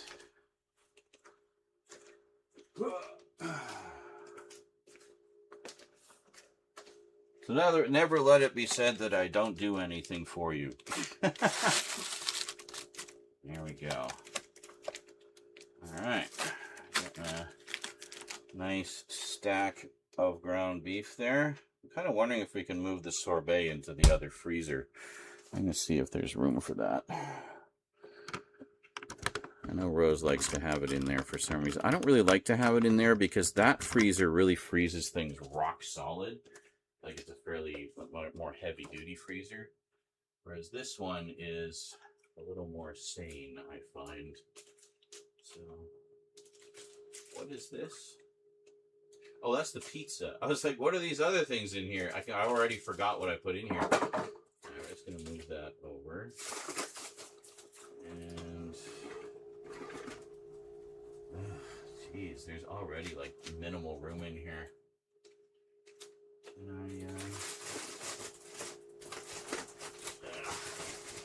Now, there's some stuff in there. I don't know if it's actually good anymore. I mean, even a freezer won't keep things forever, right? You get some so-called freezer burn when things are in there too long. And, yeah. Oh, I show you the muffins we got.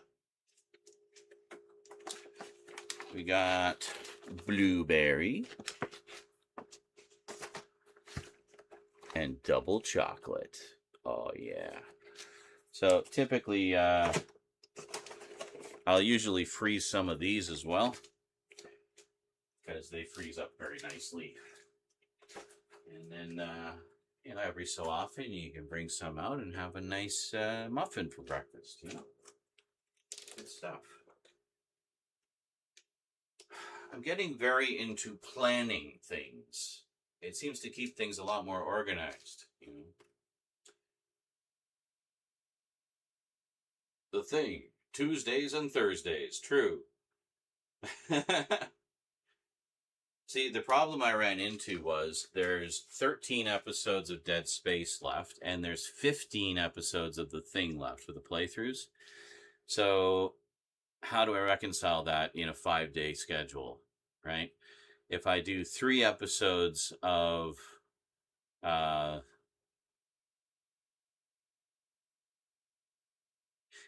do 3 episodes of The Thing a week, then it's 3 episodes over the course of 5 weeks, right? And then do 2 episodes of Dead Space. That's 2 episodes over the course of 6 weeks. So here, follow me here. So the last week of Dead Space, there's only 1 episode that week. Okay? But then that's also the week that The Thing is done. The Thing is done the previous week. But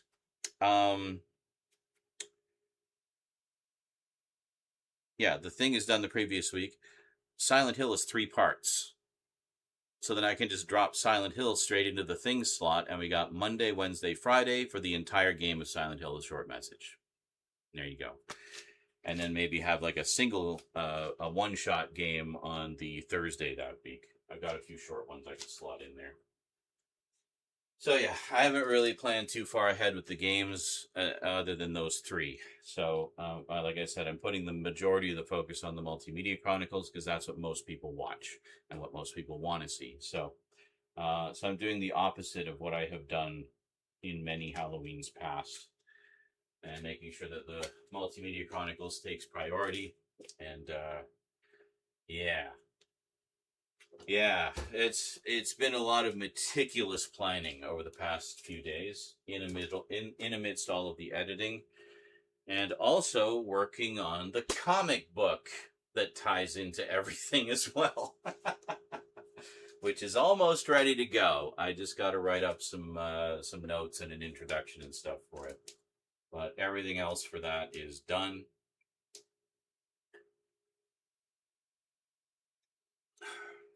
And I got Vermin Art helping out with the final layout. And I don't think it's gonna be ready for when the special drops, but it will be ready before Halloween. So, and I don't know what the price will be. It's a print on demand thing, so it could be like $50-$60 for all I know. But it's a very nice edition. Here, I'll show you. This is the pre-version. It's this. Sean McLean's Fright Night.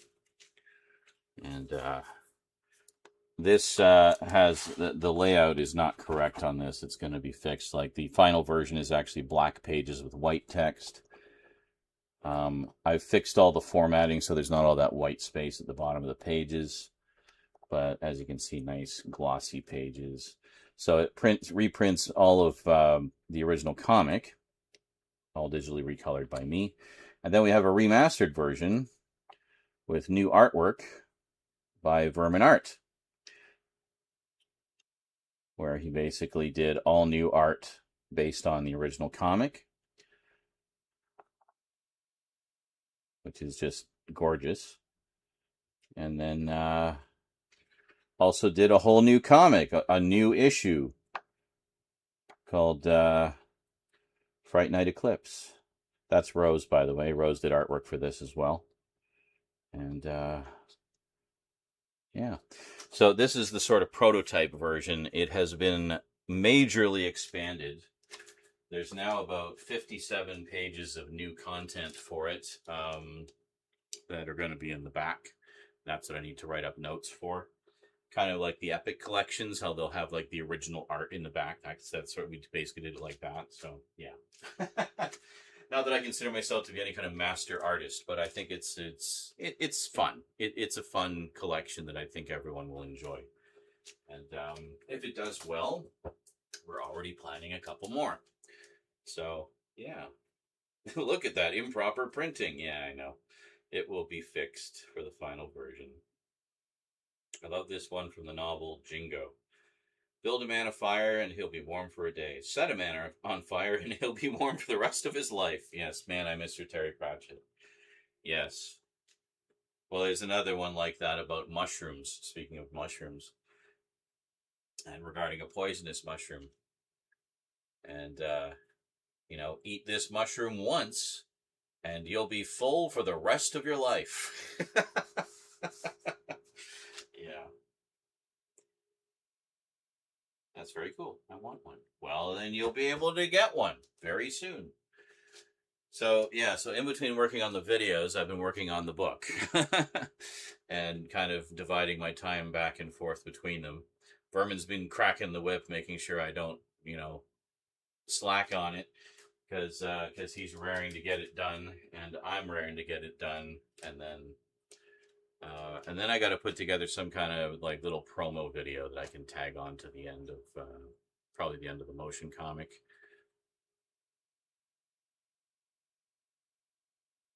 And the special, yeah. I gotta edit intermissions for the special. The special will have 2 intermissions.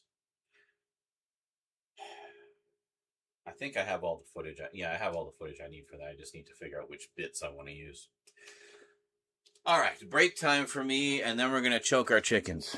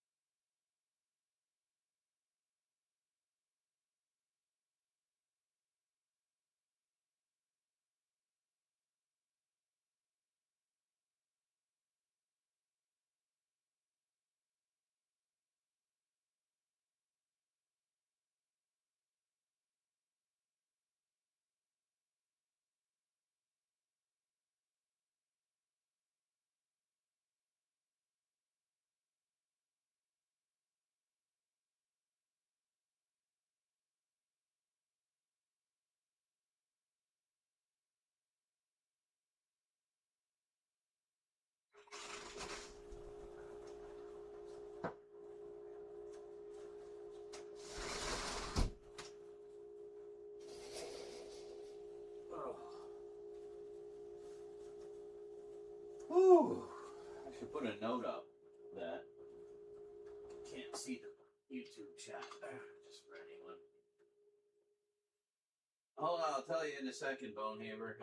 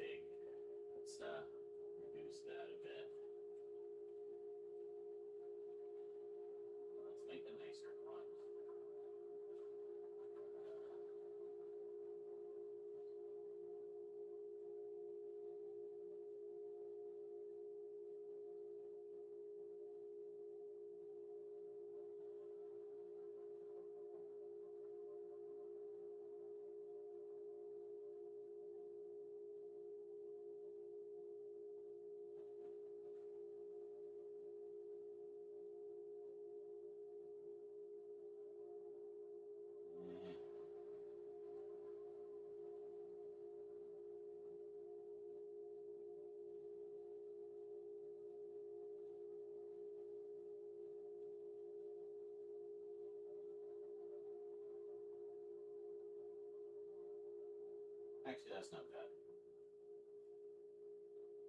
And outline is visible.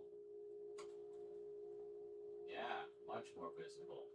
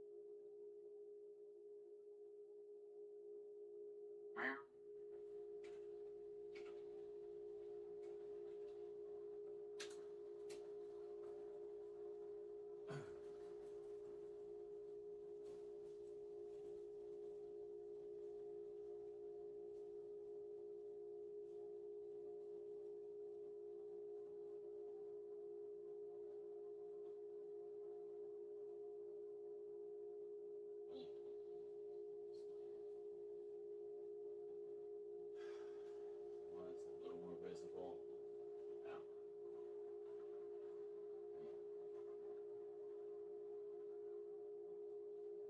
There. Yeah, yeah.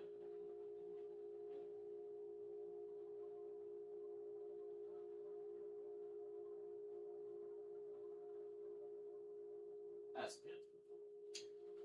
Okay.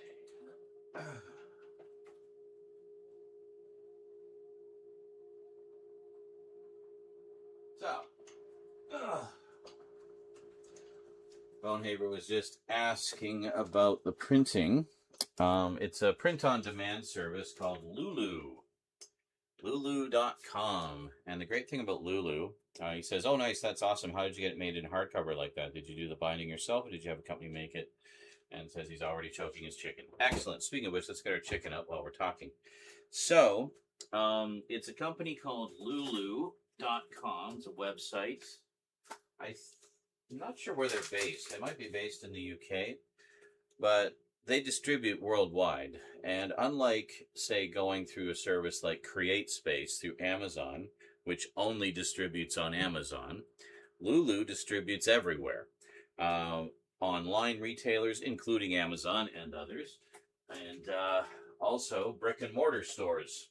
So if brick and mortar stores want to carry your book, they can, which is pretty cool. So that sounded like the best option to me. So that's the one we're going with. Trying to get as much, distribution as we can. Also, it's kind of a test run because it's something that we were able to put together fairly quickly. Well, other than all the new art that Berman did, which took months apparently, but it's something we can put together fairly quickly and get to market and see how the distribution goes and stuff like that. Because, of course, the other big book project is my mom's book, which we want to publish as well. So,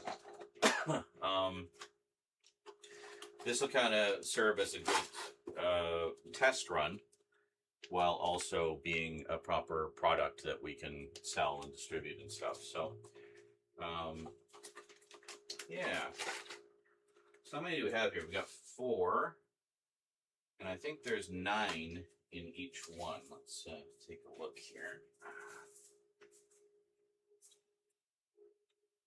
3, 4, 5, 6. Yeah, there's 9 in each one. So, perfect. So each one of these will be 3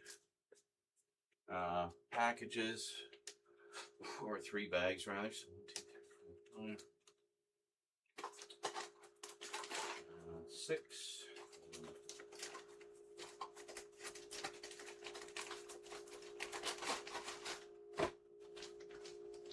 7, 8, 9, 10, 11,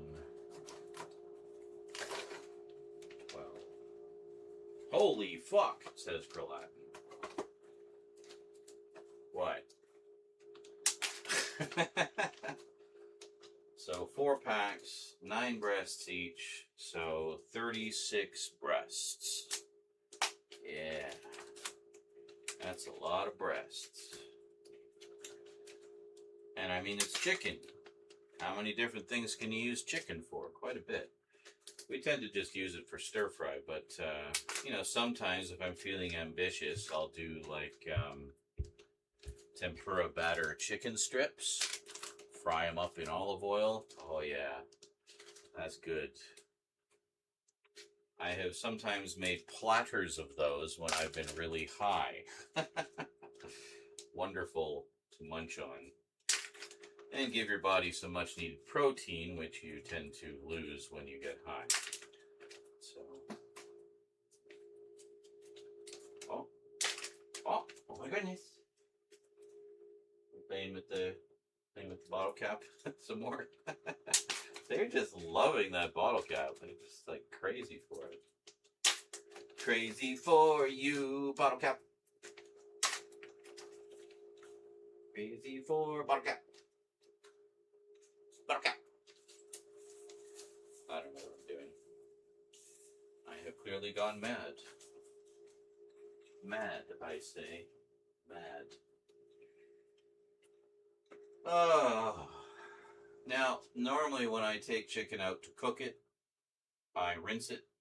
I don't rinse it when I put it in there because it's just too messy. So we'll do that when we make it later.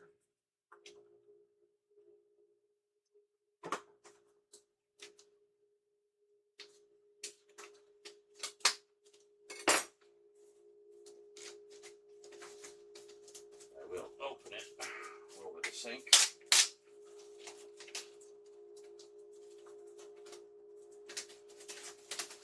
Just in case there's drippage.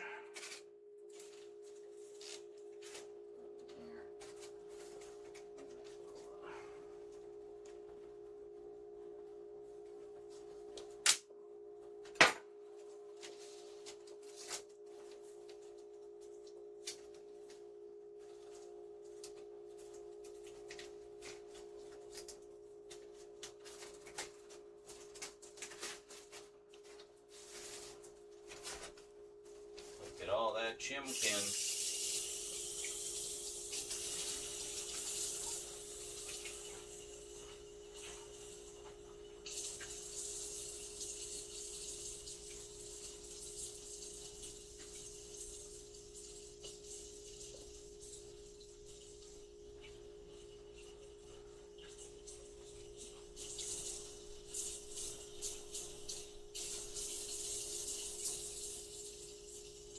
Oh yeah, I was gonna make some bread. Well, the bread maker is blocked in again at the moment. Just give me a sec here.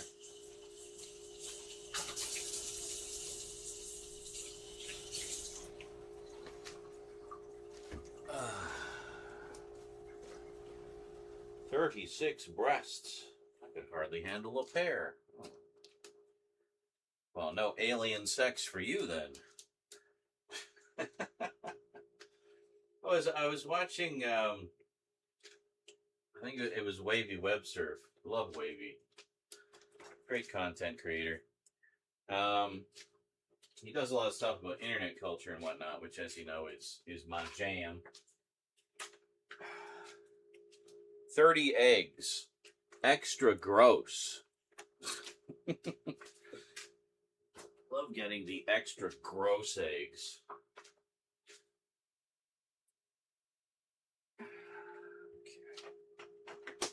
Ah. Speaking of chicken,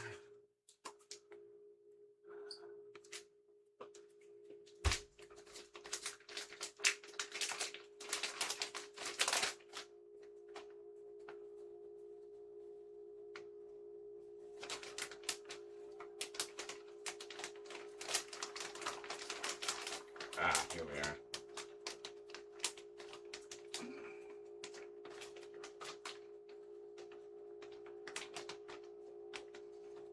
This string go. There we go.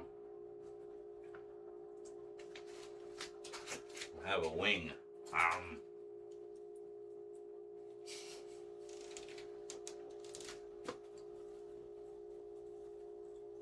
Whenever you go to Costco, you got to get one of their rotisserie chickens.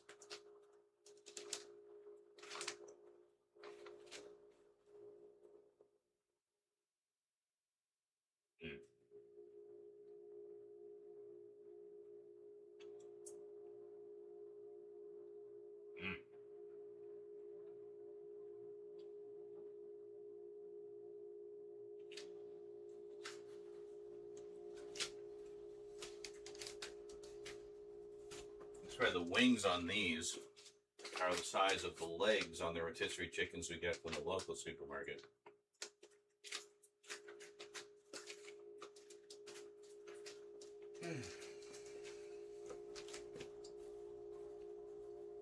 You know, the little drumstick part of the wing. Maybe not quite, but they're definitely bigger.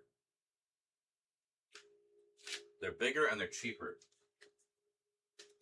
I think the I'll have to check the receipt.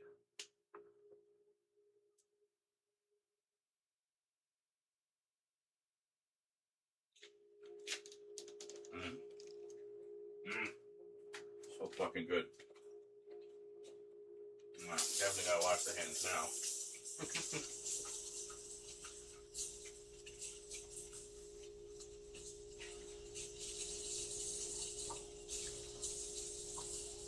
I thought the dish soap was good for it.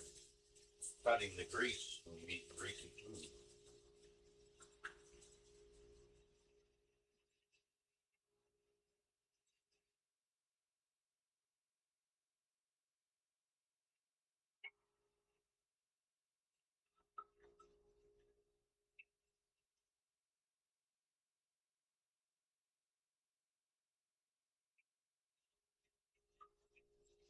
So yeah, if you don't see me for days at a time in you know, over the course of this month in particular, hopefully now you have a better idea of what I'm doing. I'm working on stuff for you guys.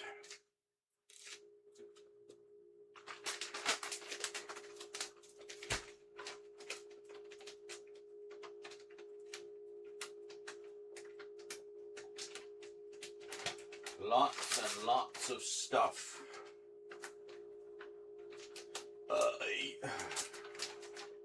I don't have room in the fridge for that yet, so we'll get there. We'll get there. All right, so let's start divvying up our breasts. Can I don't know if I can get you guys much closer. A little bit. That's it.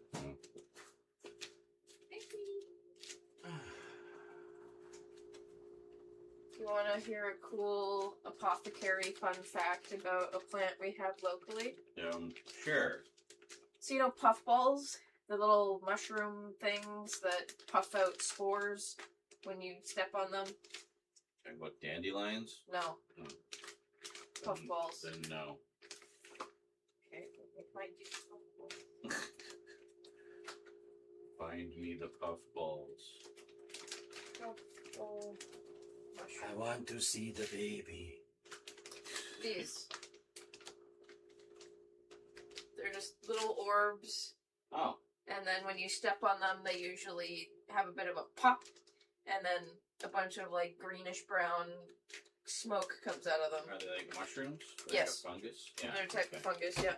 And when you pop them, their spores spread and make more. Yeah, that makes sense. But anywho, did you know that the spores from that can be used to treat bleeding wounds? I did not. Well, considering I didn't even know what they were until 2 seconds ago. Really? So it's like a natural sort of healing aid, whatever. Like first aid thing. Yeah. That's cool. It's called a styptic agent. Used to stop bleeding, absorb moisture, absorb moisture, cover minor cuts, abrasions, or nosebleeds. Hey, get out of there! Get out of there! Clips. I see you in there. Get out of there! Psst. Hey! No, I think there's another one back there. Church? Is that you back there? He's coming out. Trying to... Church! Can you get him out of there? Like, I don't want him in there. For fuck's sake. Like, cats. Stop being cats. Church! Get out of there! For fuck's sake. So stubborn.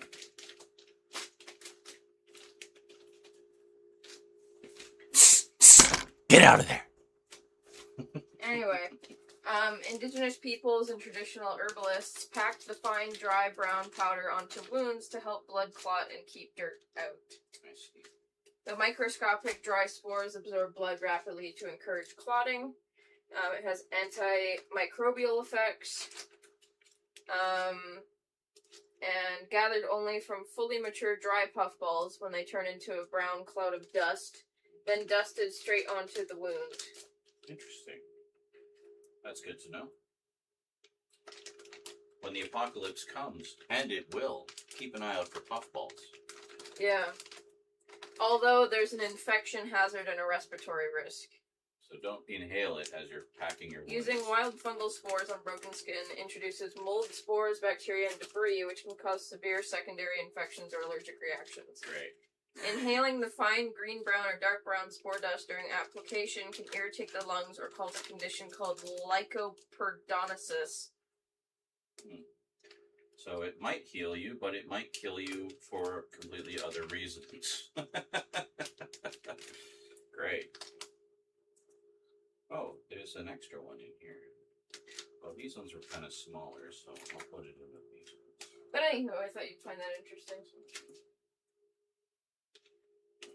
3. 1, 2, 3. 1, 2, 3. Yeah, there's like one extra one, so we'll know. Yeah, put that in here. No? Well, if you're gonna die anyway, yeah, take the chance.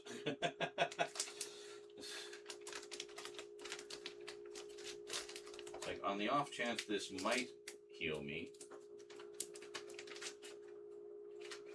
worth the risk.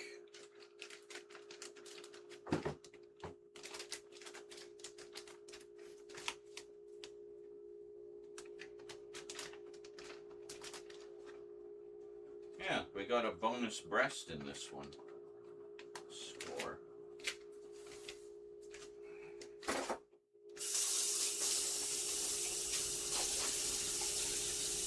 Stop being a little stinky, you. He was going around the bottom of Emily, and like, yeah, we don't want you messing around with the animatronic. Please and thank you. No reason for you to be in there.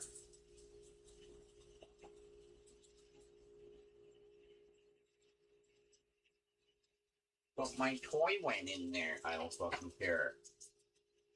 Then you lose your toy. You know.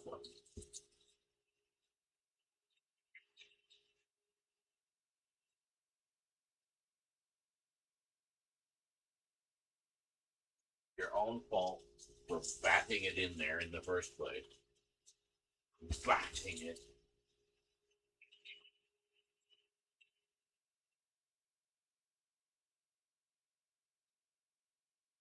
What's my toy? Face the toy.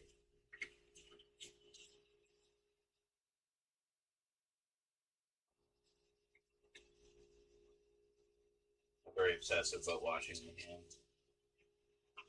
I'm not like a germaphobe or anything, it's just, I don't know. It's an OCD thing. And probably not a bad OCD thing, because it means my hands are always clean. Take note, ladies. I also trim my fingernails quite frequently and make sure those are clean too.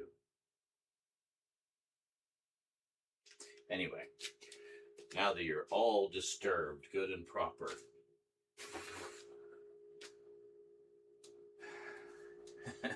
should have made it a little noise. Yeah, there we go. I could have done that noise better, but whatever. Oh, I touched one of the breasts.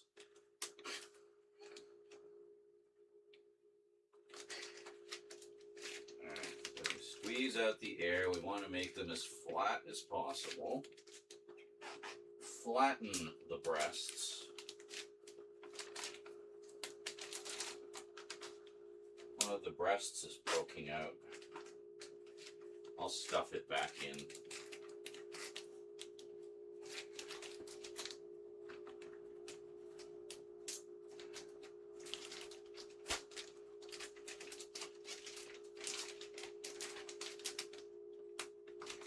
Posted a pic of the dog the postman is claiming is dangerous in fur babies on Discord for those who want to see. I'm guessing he's the most not dangerous looking dog in existence. Like, how can you be afraid of this adorable little beast? He only wants to eat you. No, that's not correct.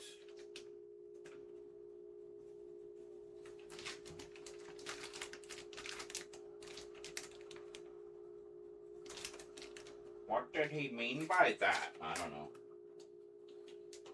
I'm just very random. Nothing I do actually means anything. There we go. Put the breast back in.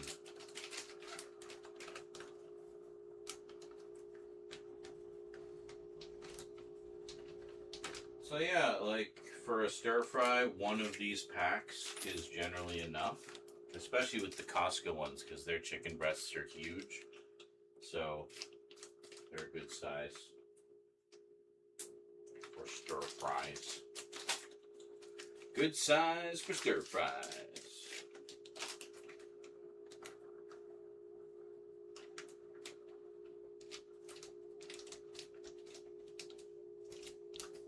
I honestly thought more people would come to this stream. I thought people liked, you know, homemaking streams.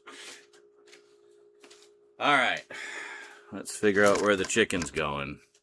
Probably right on top of the beef. The ground beef. Yeah, see, normally I would put the chicken in here. Let me see if I can fit this somewhere. In the freezer. Barely. Can I fit the other one in there? If I can fit the other one in there, that'll solve some problems. Yeah, let's do that.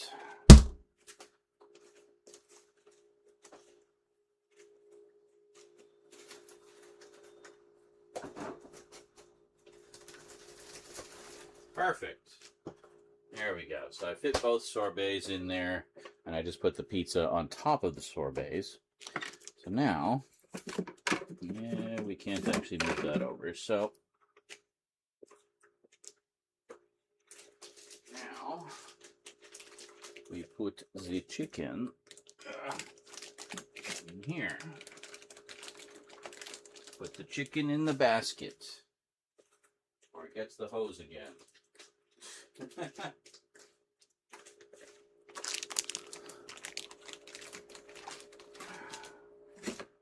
we go. And then we should have room for the other 6.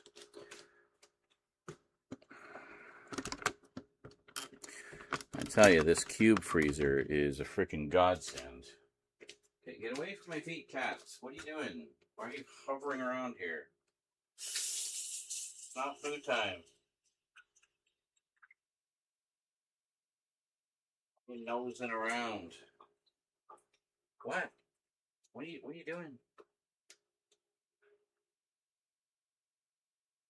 Cats are randomly milling about in the kitchen.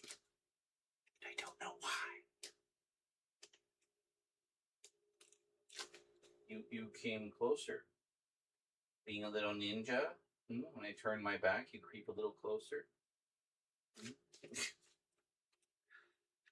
Oh, kitties. So much meat and poultry in there. It could last at least 12 days. I know, right? Oh, he's such a cute pain in the butt. I thought you said I'm such a cute pain in the butt, meaning you.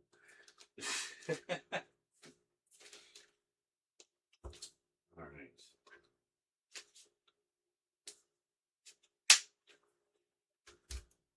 Cool. Get a start on both of these. Unwrap both. Guess I have to wipe these counters after. That's okay. It's alright. It's alright, love. No harm done.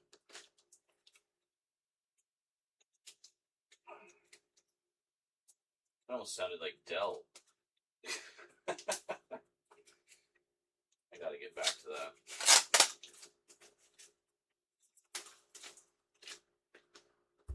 Only fools and horses for anyone who was just comments that didn't get that reference. I also got to finish British Empire. We've only got Series 7 and about half of Series 6 left, so I'll get back to that.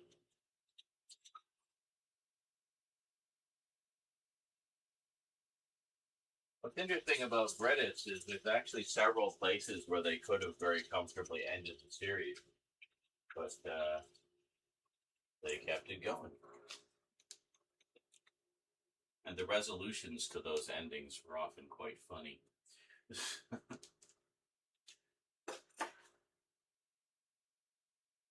Cow. Thank you for the cow, Latin. Cow Latin. Okay, so get the chicken done here, and then we're going to get the bread going, I think. That's a good idea. That is a small breast. Any chance we have an extra one in here? Should have put that one in as the extra. Another one.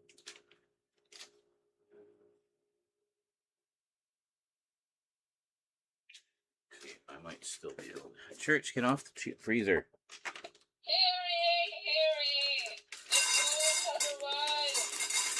The 4 was right on top. That's why they've been hovering around. And you guys already know the new schedule. The food has arrived. Kitties, come and fill your dummies. Open this with one hand. There we go. That was so fucking loud. Alright, let's take this one maybe. Yeah. We'll put this other small one in here. That's better. That's a little more balanced, I think. Yeah. Good. We'll reseal that one after.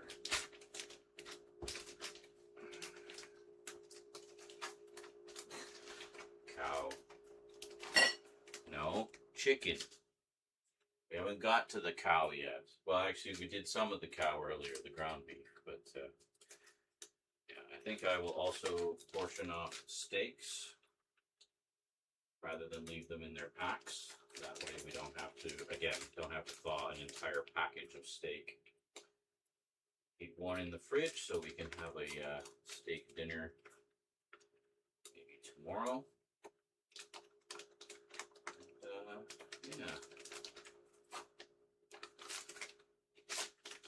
What's a little depressing is sirloin tip steak was on sale at the local supermarket recently, but it was before my payout came in, so I couldn't get any.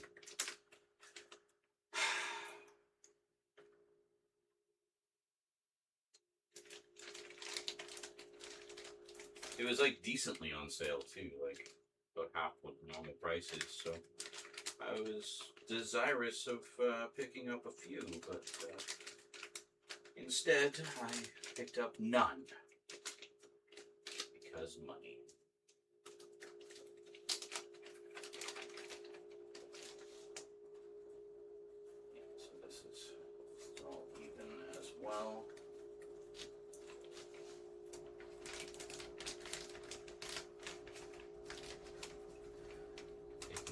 not to get any chicken juice on the outside.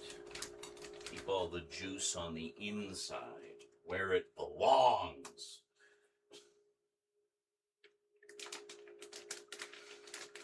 Oh, I am just awful. Awful.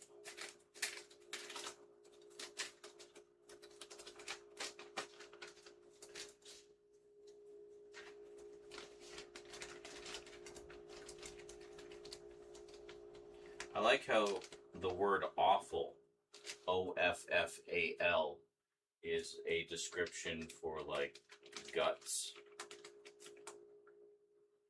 And it's like, oh, that's a lot of awful. Yes, it is awful. It's awful. Just an awful guy. Yes, I am full of guts. It's how I live.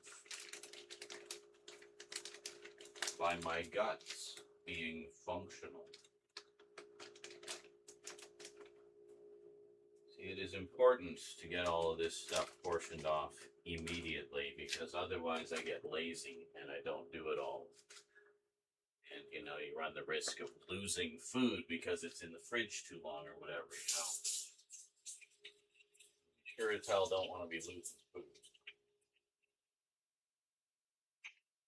I've not had that happen many times in my life. I generally try to be good about these things, but there have been times when certain things have been pretty close to the wire. So,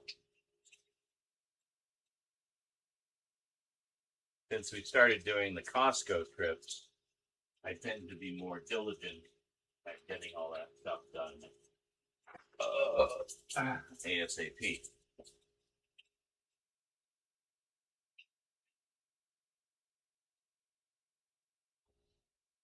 All right, that is it for the chicken, folks. So we've done the ground pork, we did the ground beef, and now we did the chicken.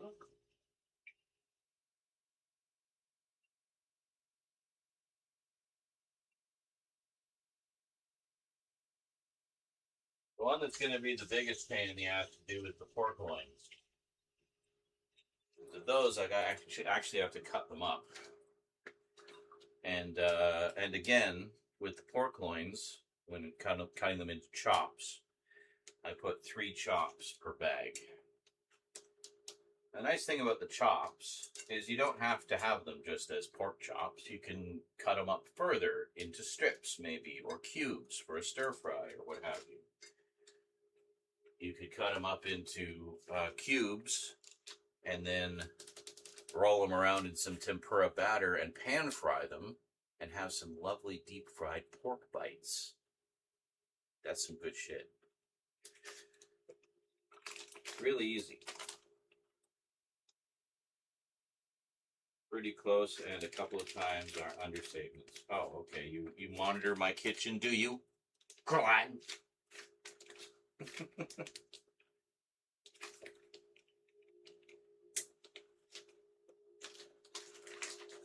A falafel? Yes, a full awful. Fully awful.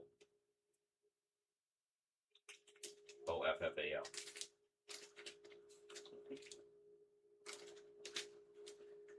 Anyway, regardless of my mistakes of the past, and regardless of how many times those mistakes may or may not have been made, I try not to do that anymore.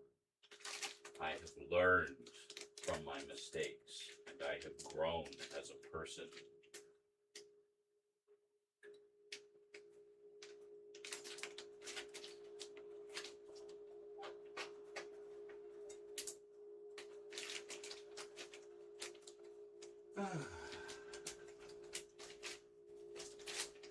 Yeah, it feels good to be stocked up again. Holy shit.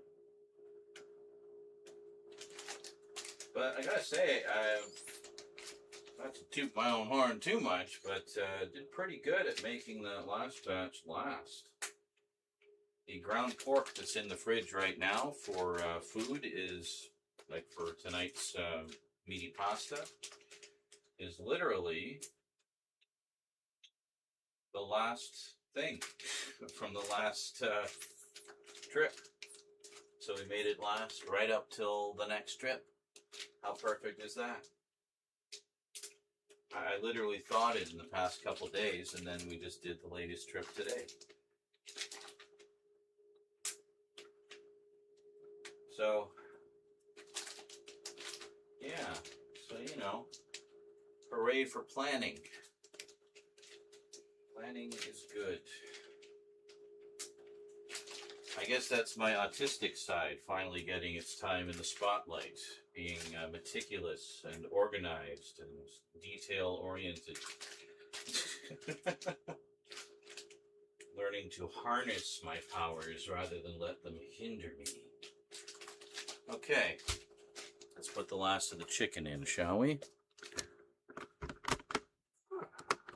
Okay, you're gradually seeing the freezer fill up with stuff.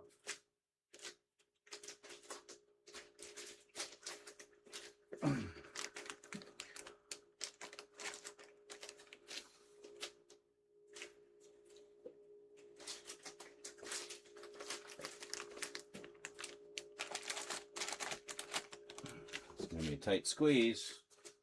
That's good though. I like when we're hurting for space. It means there's a lot of stuff in there. Good.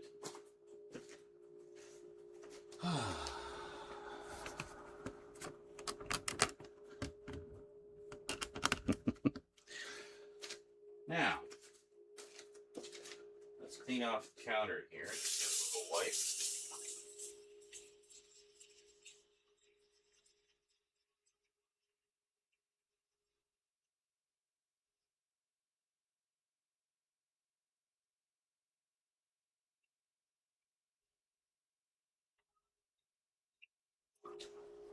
And we'll just see how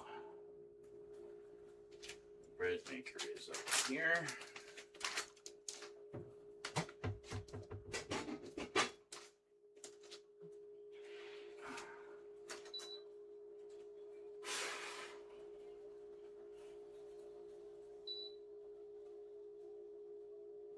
Oh yeah, no, it's fine.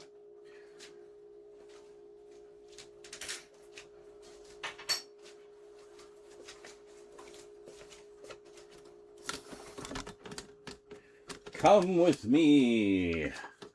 It's a fantasy.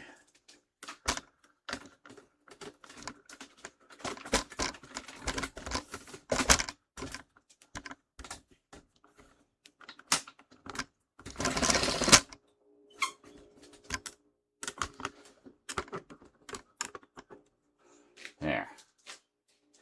Can you see the bread maker? Let's check. You go over here. Yeah, excellent. Okay.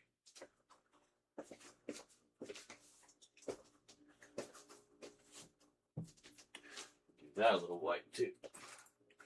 Being right next to the stove, it does pick up some grease. Time to time.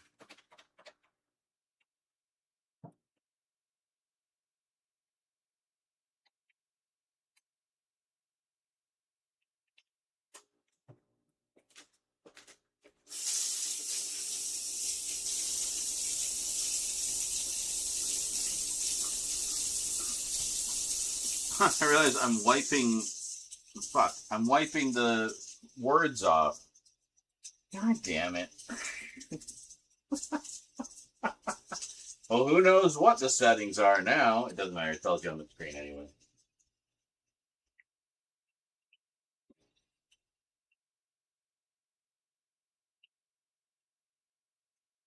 Cheap ass printing, man.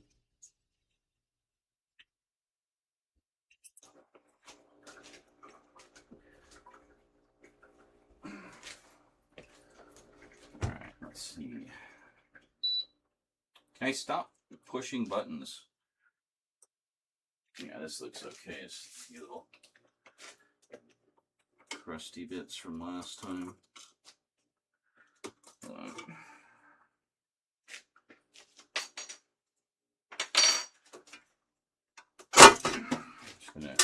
this little wipe.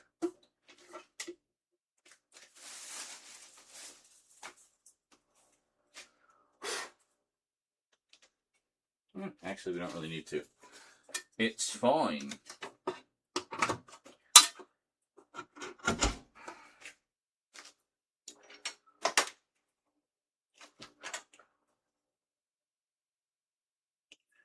So we have our little mixing paddles that go in there.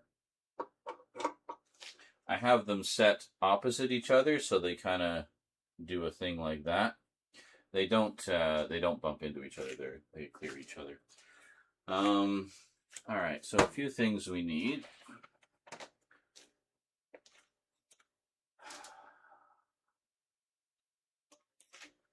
Where the hell did Rose put the recipe books?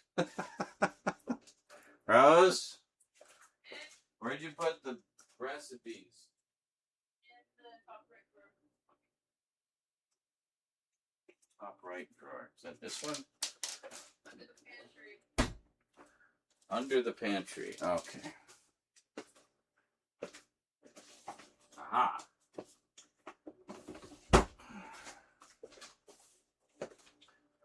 So, when I bought the bread machine, I also got a bread machine cookbook.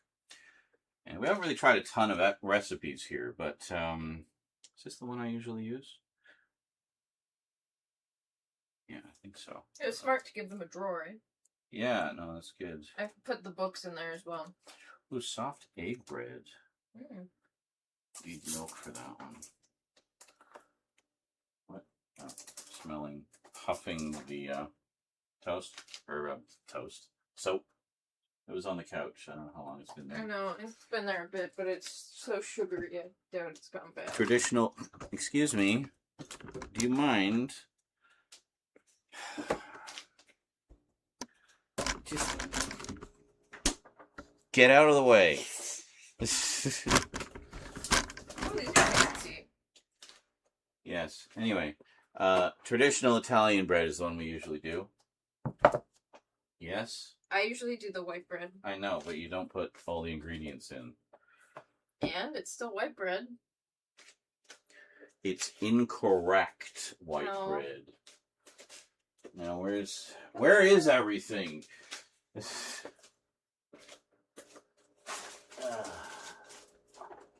Need measuring cup and spoons.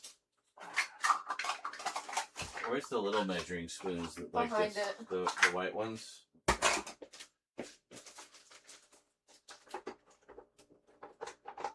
Also, did some of them like come off of the ring? No, I took them off to clean them. Oh. Where the hell is it?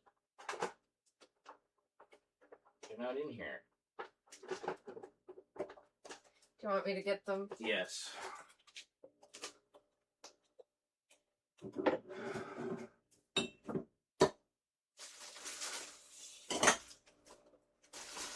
you move this for a sec? Oh, behind, as in not on the unit. Well, don't put them there. They're impossible to get out. I Thank think you. they might have fallen. That's not all of them. Yes, I know, because the other two fell. And I don't know how to get them back. Did they fall behind it? Yeah.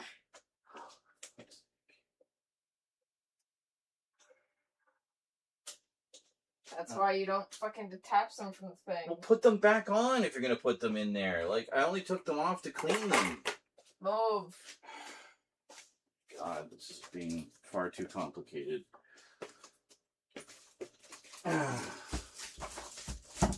So, they come off this ring so you can clean them, right? And How the fuck do I get back there? fucked if I know. You probably have to pull the drawers out. I don't even know if they come out. No.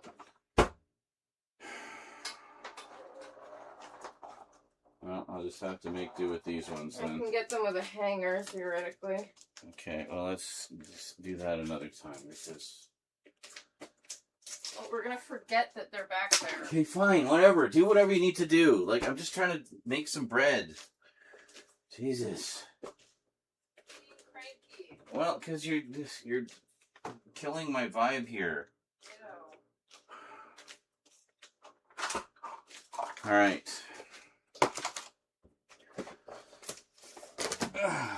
We'll figure it out with the ones that we have.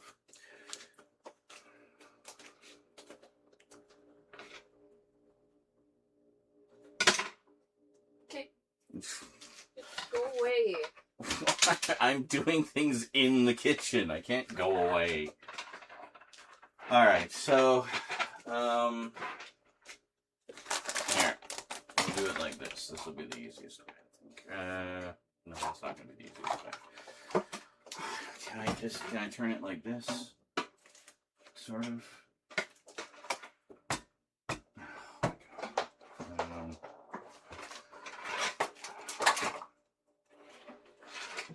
We can do it. Let's sort of do it like this. Alright, so first thing is we need 4 cups of flour. The other reason I detached them is to be able to get into the bags.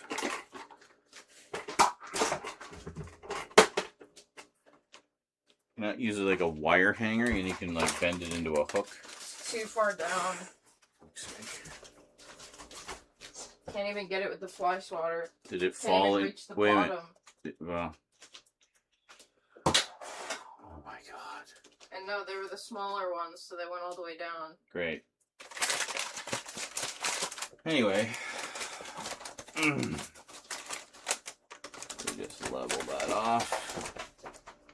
Oh my god, get out of there! Church, get out of there. Don't want you playing around the bottom of the fucking animatronic.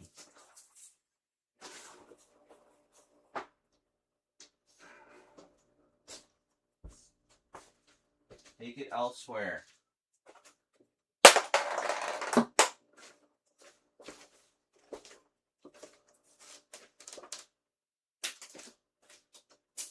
There. Your toys are over there. They batted one of their balls underneath Emily, like that corner of the horror area, and like, yes. Please play with all your toys around the $500 animatronic. Fucking hell. Anyway. Carrying on. I like to make big loaves. So, we need 4 cups of flour. You just dump everything straight in, basically.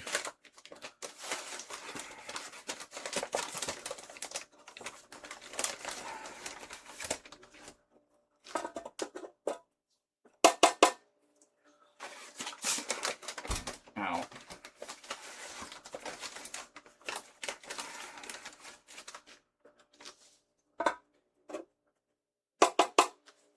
There we go. You don't need to worry so much about spreading it around because it'll all mix anyway.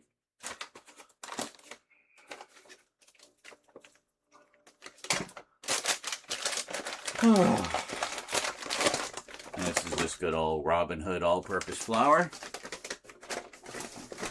Brave, brave, brave, brave Sir Robin Hood all-purpose flour.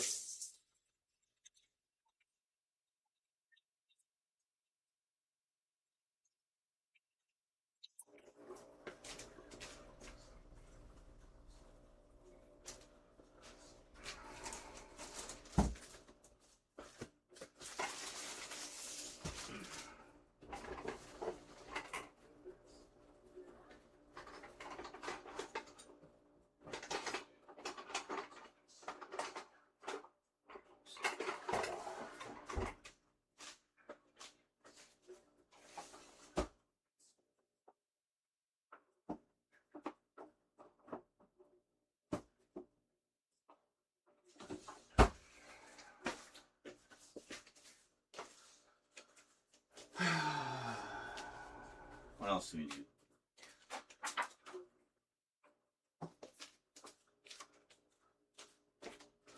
Is it crusty French bread? Traditional. No, wait a minute. No, it's the crusty French bread that I usually make. Yeah. Same thing. 4 cups of water. or flour. 2 tablespoons of sugar. Okay. Do we have a tablespoon left? No, that's one of the ones that fell behind the thing.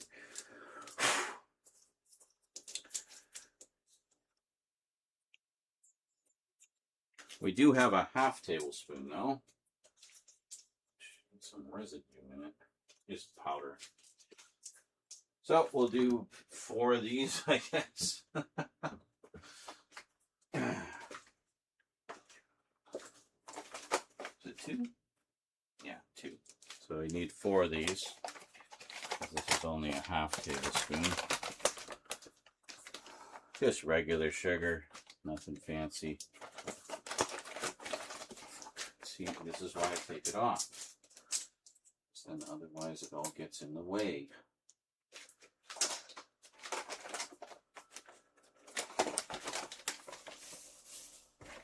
Alright, so 1,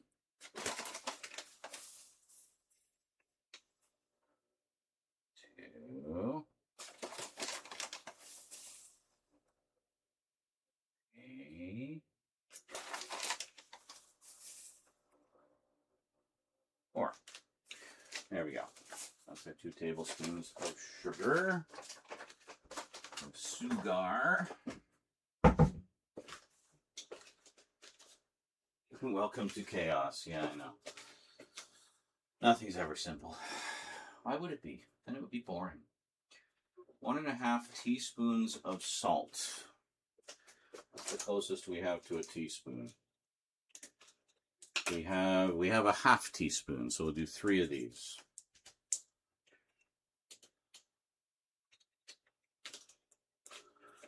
Now for salt, I have the pink Himalayan salt, which is kind of like sea salt. It's got a really nice flavor to it. I find a little goes a long way. You don't really need a lot of it, but with baking, I tend to just kind of, go nuts because it's partly, the flavor, So, it was 1.5, right? Yeah, 1.5.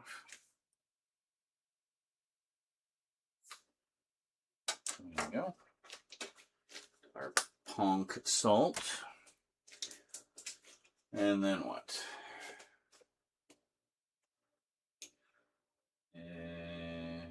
Yeast. 1.5 teaspoons of the yeast.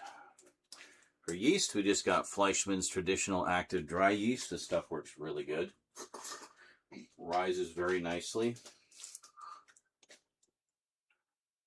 And it's just these little pellets, like that, you see? You smell the yeast, it basically smells like bread. That bread smell that you smell is usually the yeast that you're smelling. So generally you want to put your dry ingredients in first, obviously. Obviously. Duh. Okay, so that's our yeast. As you can see, we got, I don't know how you can see that, but we got like loads of stuff in there. Maybe I'll show you after. From today's Costco trip. And then I think we just have our wet ingredients left. Which is, no,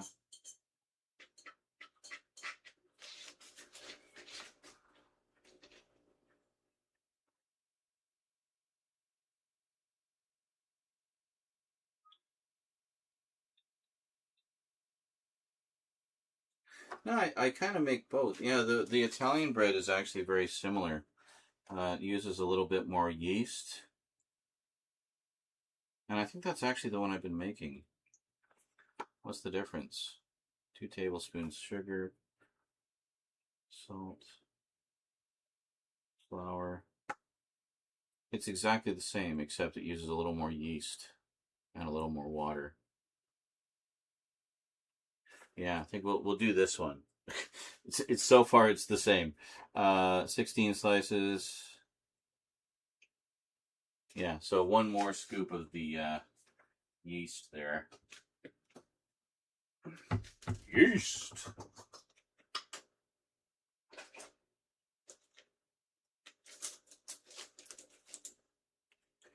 I guess it rises a little more. There we go.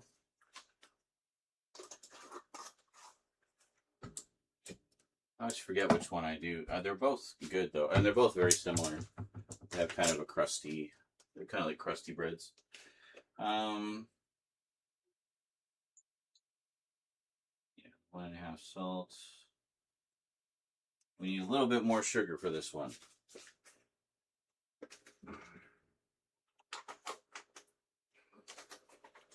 No, what threw me off was there's one of the ingredients, one of the wet ingredients, which I'll tell you after. Just kind of cracks me up.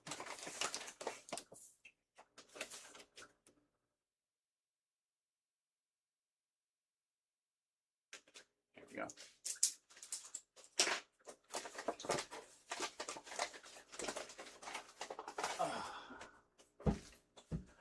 All right, next we need some olive oil. We got Filippo Berrio, which is a pretty nice, flavorful olive oil. We need 2 tablespoons. Okay, so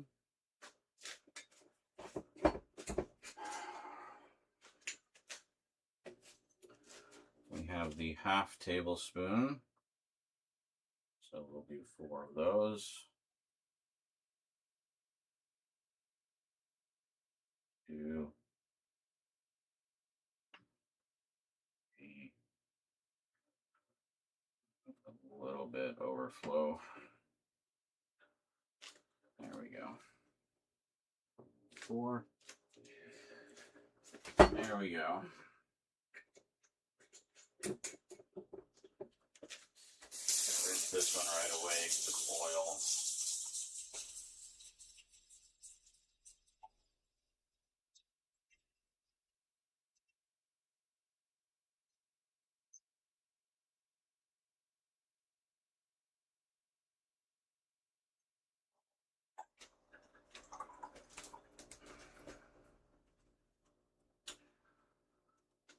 Okay, and the final ingredient is 1.5 cups plus 2 tablespoons of water.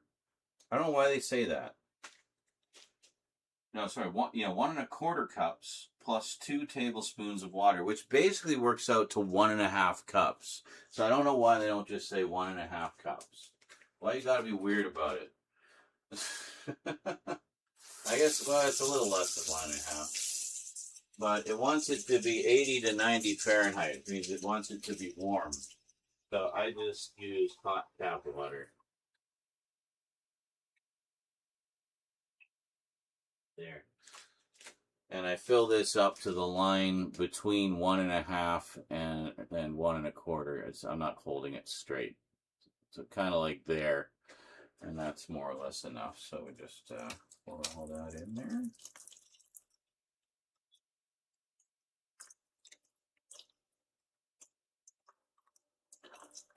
I do try to pour it evenly. But yeah, that was just water in the cup, so that's fine.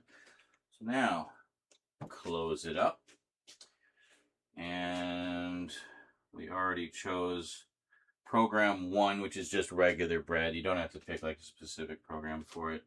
And if we ever need to check what these are, it says on the little display thing here, but there's also an instruction manual that has everything listed in there. So we want to choose our darkness, and I like to do a light crust. And then we also need to do our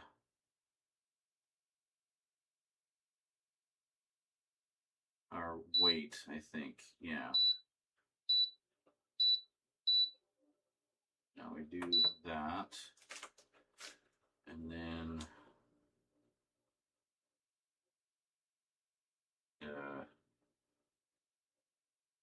hang on, which button? No, I need to set the God damn it.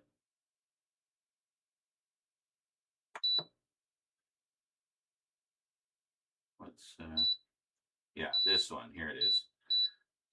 So this is how big it is. So you can go between 1,000 grams, 1,250 grams, or 1,500. Really just adjust the cooking time.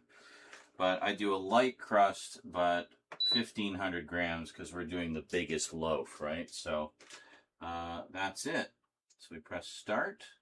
So it'll go for 3 hours and 15 minutes, light crust. And there we go.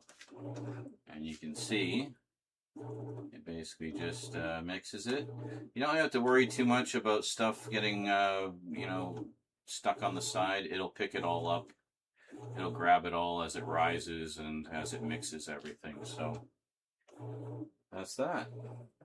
So now we just let it do its thing.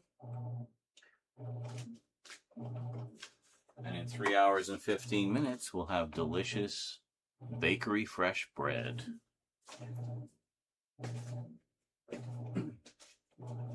Yes, church? Can I help you? Yeah, this is the instructions. It's a Neretva. I don't know. It seemed like a good one. It has 2 heating coils, so it's able to cook quite efficiently and evenly. And yeah, it's a good bread maker. We've been getting a lot of use out of it. Now, just going to rinse these out here.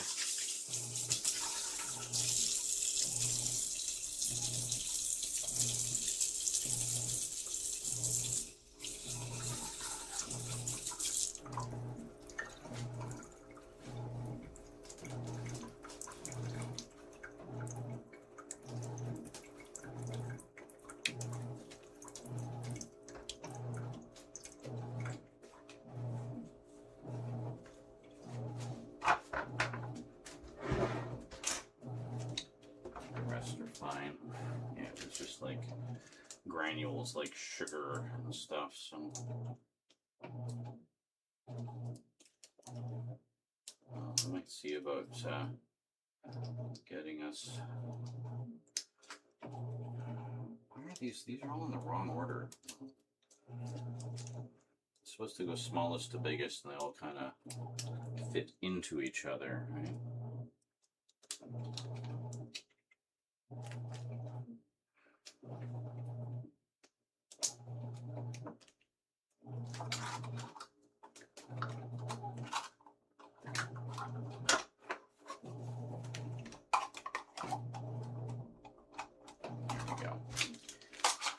All right.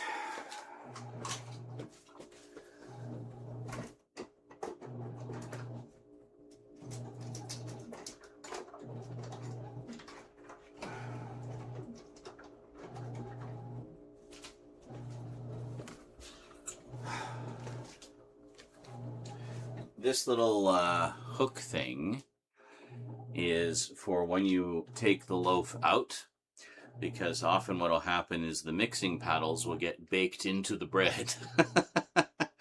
So they'll pop off when you take the bread out, and you use this to just kind of hook into them and pull them out. So you end up with a couple little holes in the bottom of your bread, but that's just the way it works.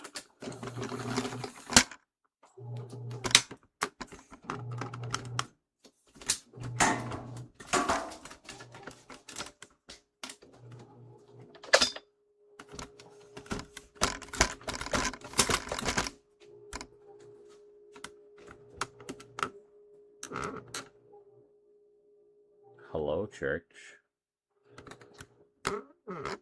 Please stop being fascinated by the camera cable. I don't want you to be fascinated by the camera cable. So, yeah, they were over here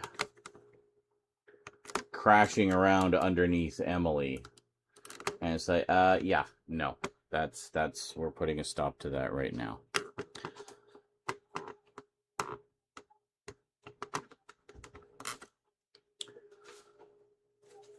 Okay.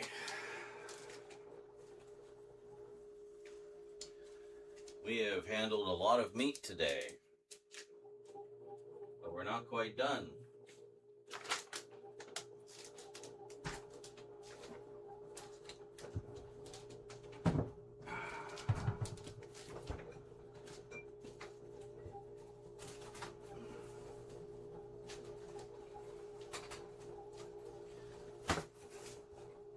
because we have steaks. Lots of steaks. Now, keep one out for us to eat. I'll go with this one because it's got a hole in the top. And so what is this? That's top sirloin. Top sirloin. Cap removed. Top sirloin. Okay. So these ones, looks like we have, like this for example, is three good sized steaks. So we'll do all three of these tomorrow. And this is another three. This is another three. And this one looks like 5. It's like 5 smaller ones.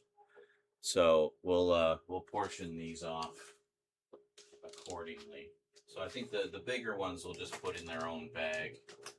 The smaller ones we'll portion off. Oh. So what are we looking at here? So 1, 2, 3. And then, I mean, if you just want a single steak, like to have a steak and eggs breakfast or something, then you can just pull out a single one. And you can pull out one of the smaller ones. And, you know, I might even do these smaller ones just individually. So we have like 5 small ones we can use for breakfast or just like a quick, easy dinner.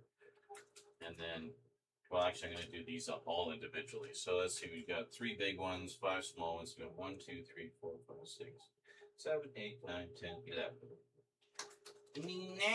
11.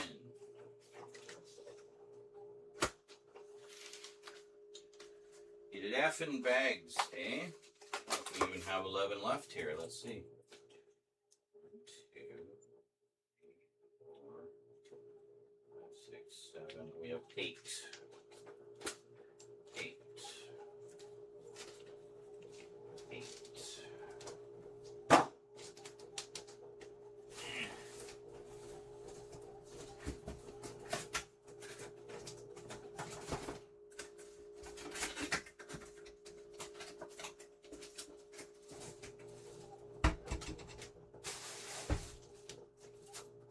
Fortunately, we have like three more boxes of these left over from the previous trip. So we might not even need to get any for the next trip. Well, we might need to get, yeah, we'll probably need to get some for the next trip. Because I think we'll run out. Like 6 months from now, when we do this again, I think we'll run out. What did I say? What did we have? 8? 8. 9, 10. 11. Chat die.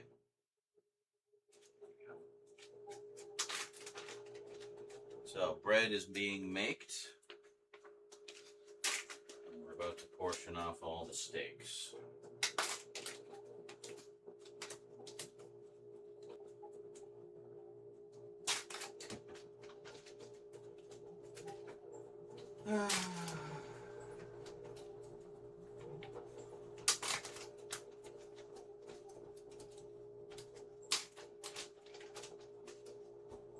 All things considered, it hasn't been too chaotic. Bread is bread. Indeed. I still have, I bought like a big thing of peanut butter too, which I always like to get the big one. At first you're like balking, like, oh, $12 for a big thing of peanut butter. It's like, yeah, but it's going to last you like a year. You know? Maybe not a year, but you know, it's going to last a long time. So, alright. This will be like the easiest. What? Huh? Sorry. Guess what? What? Spirit Halloween's open. Oh, great. Oh, I just spent all our money at Costco. I'm gonna see if it's actually open after chiropractic tomorrow. Mm-hmm. But I'll probably pick up a couple things. Cool. From what I saw, they have, because there's some people that were working there showing photos of some of the new stuff that they got in to do like a bit of a promotional thing. Mm-hmm. And one of which is a really cute Coraline sweater that has like really subtle swirls on it to represent like the portal. But then it's like a blue with like a maybe just like a hue darker blue with swirls, and then the white stars. Nice. As like Coraline sweater. It's so cute. I wonder if they'll actually get that Elvira shirt in stock this year. Yeah? There was an Elvira t-shirt that Spirit Halloween was supposed to have last year, and it just never showed up. Huh. And I tried getting it through their website. Sometimes they'd say, oh, it's back in stock. So I go to get one, and it's like, oh, it's out of stock. And then I get another notice, it's back in stock. And then I go, it's like, oh, it's out of stock. So if it's there, I'll show you. Yeah, but... or just grab it for you. Yeah. But no, I've picked up a bunch of horror shirts from them over the past couple of years, which I will be well, you guys have seen most of them by now, but I'm also going to kind of showcase them in the Halloween special to some extent. And some of the other videos going up. Yeah. You know what I would really like is a Tiffany doll to go with my Chuckies. But I want like a very specific Tiffany doll. Like I want the one of You want the gothy one? The gothy one where she's wearing the leather jacket and stuff. And she looks and she has like kind of an evil grin. Yeah. That's the one I want. And they have one like that, but it's a talking Tiffany doll, and it's not just like a regular one like the Chuckies I have. Yeah. And it's also not quite the same size. Like I want them to be the same size, but I don't know. They have a Glen doll. Their kids. Their kid, Glen/Glenda. Yeah. I thought that was really cute how, Which is actually a great little Ed Wood reference. I love that. I thought it was cute how even Chucky used their pronouns. Oh, yeah. And he was like, I may be a killer, but I'm not a monster or whatever. Yeah. It was so sweet. Yeah, no, Chucky is very, transportive. Yeah. I just thought that was kind of fun. Well, so it's his own kid. Like, I mean, because even Chucky fucking gets it. Like he cares about his kid. You support your kid, you know? But, yeah, no, that's definitely a franchise I want to watch this. I mean, I've only seen the first one, haven't I? Probably with me. Yeah. I've also only seen the first one. But I have everything. I bought the whole set of the movies and the show and everything. I don't know if you saw, but I organized them between the good and the bad forks/spoons. Oh, did you? So you have your big spoons and your big forks, and I have my little spoons and my little forks. Oh, is that what you did? Okay, I wasn't quite. I could see that you'd done something. I wasn't sure what the logic was. But now I don't want to keep having to like lift all yours out of the way to get to my fucking forks. Because you put the ones that you think are good on the top, but then the ones I think are good are always on the bottom, so I have to like dig around for them. Well, yeah, that's my point though, Thomas. Like, there's a talking Chucky as well, and they're both the same size. But I have the non-talking one. I have like the good guy's doll, and then I have the Chucky that's like Hannibal Lecter. He's all tied up and stuff.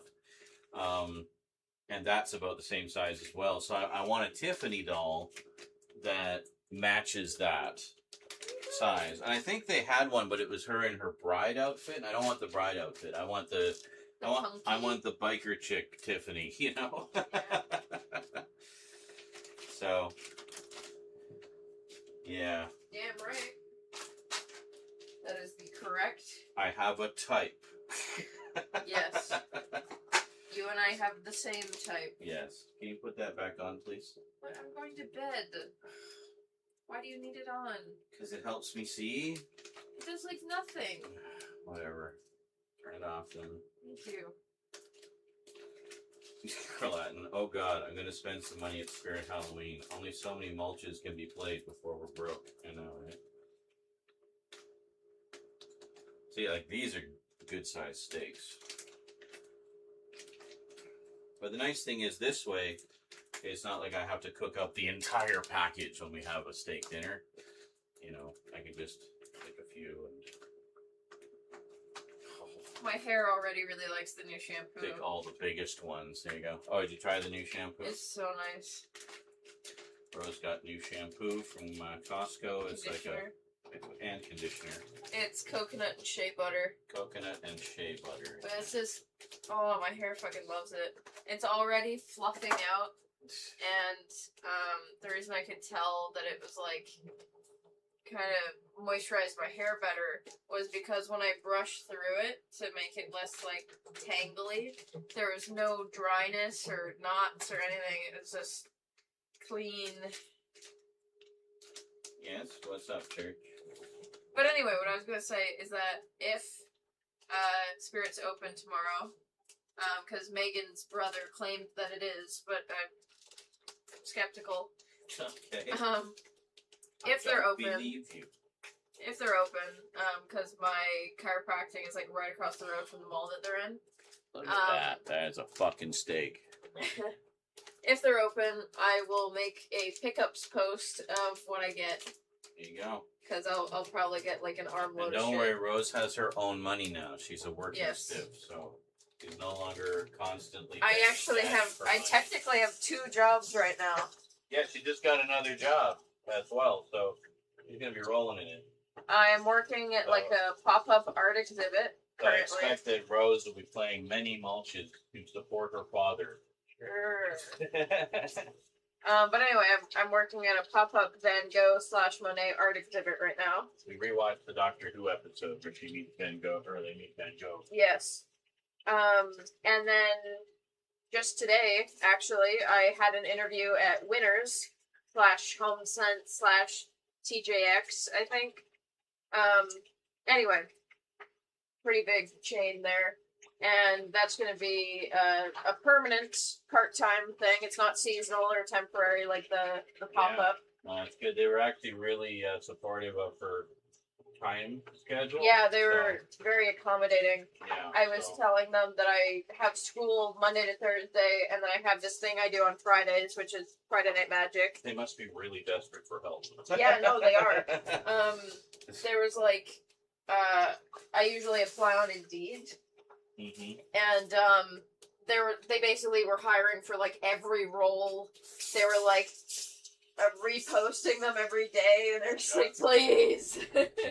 We need people. But no, I mean, the only thing is the discount's kind of You get like 10%, which isn't really worth it. But I don't shop at Winners anyway. No. You might. There's actually some good. What the fuck? Why does he keep going in there? Both of them, they're plague.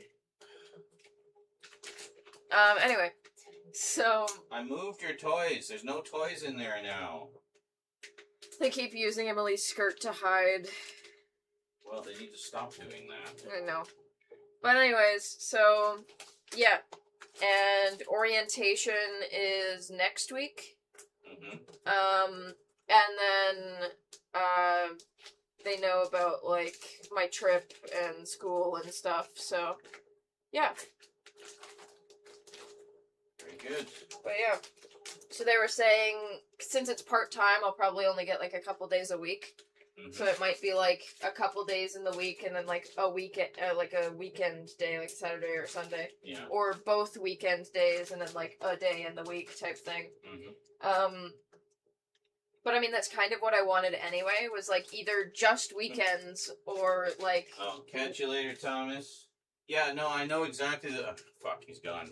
But anyway, I know exactly the one Thomas is talking about. There's a set of a talking Chucky and a talking Tiffany. And yes, they match. They're the same size. But that's not the one I want. That's my point. I know the one. The Spirit Halloween carries it. Carry on. Anyway. So I was telling them my school schedule and stuff, and they're like, oh yeah, that's totally fine. I think the thing is not a lot of people want to work evenings or weekends.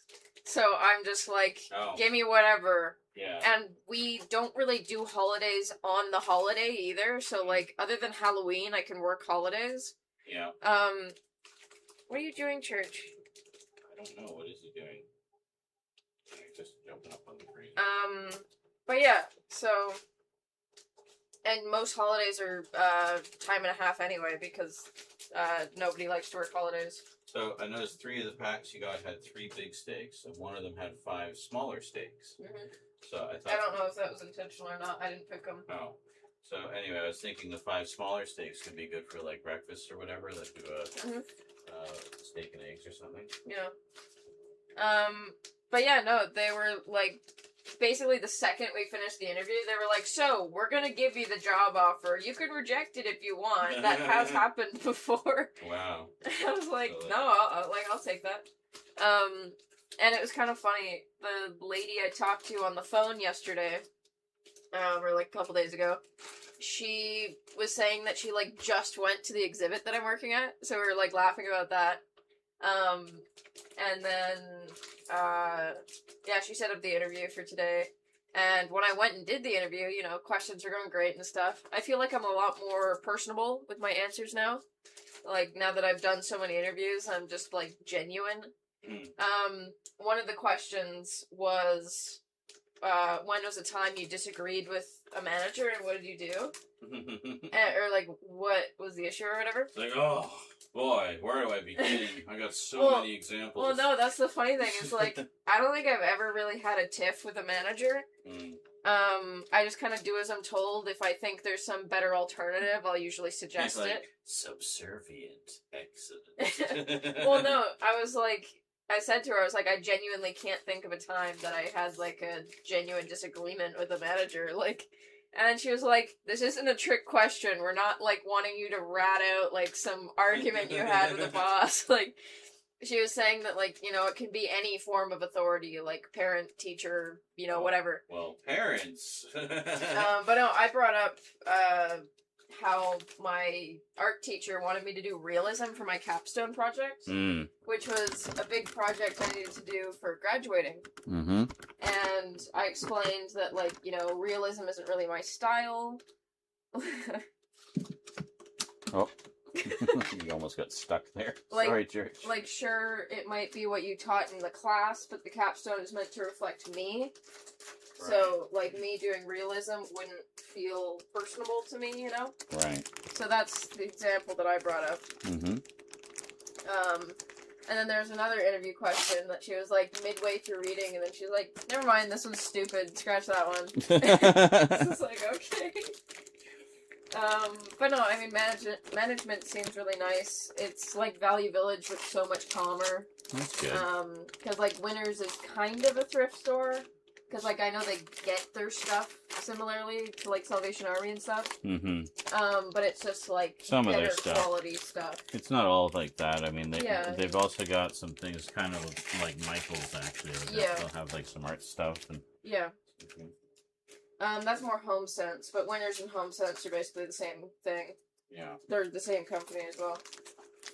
But, yeah, no, it'll be nice. They have nice AC, they're right next to a Timmy's, like... That's Tim Hortons for anyone who isn't Canadian. Yeah. Or doesn't know the terminology. But anywho, and they know about, like, I only have 3 shifts left at Van Gogh, so, I'll leave one out for breakfast. It's okay. Excuse me. It's just nice to not have to worry about the buffer in between jobs. Yeah. Where, like, they don't, like, shifts aren't gonna overlap. Like, they know what days I work. And they're totally fine with that. And fuck, I mean, my boss at the Van Gogh exhibit was literally like, why don't you apply for Spirit? Like, you should have something lined up for when this ends, you know? Well, yeah. I think... And that's why she gave me her as a reference, so that I could get another job this year. You have applied for Spirit multiple times. I've applied every year. I got a call back this year, and of course it's the 1 year that I actually have a job again. But no, it's just so nice, because I got stuck in a loop of seasonal and temporary bullshit. Funk says, my most recent job interviews have just been casual chats, which are the best interviews you can get. Yeah. Yes, it proves that, like, the management isn't there to just, like, get trick questions and answers and bullshit out of you. They want to, like, get to know you personally. But yeah, no, it's nice to get out of the temporary loop and have something that'll actually last a bit. Yeah. For sure, like, man. at for least sure. until I'm done school, and then I can go and do my practicum and become a hairdresser. Mm-hmm. Because I don't know if practicum is paid. Church, get out of there. Church. For fuck's sake. What is your sudden obsession with that corner? But anyways, yeah. Excuse me. I'm gonna go to bed. I'm gonna block that in. Okay. Stay out of that corner. There's no reason for you to be back here.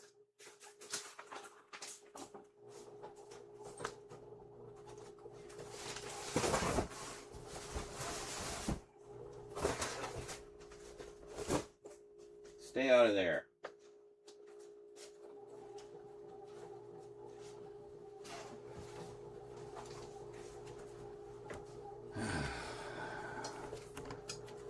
All right. Now.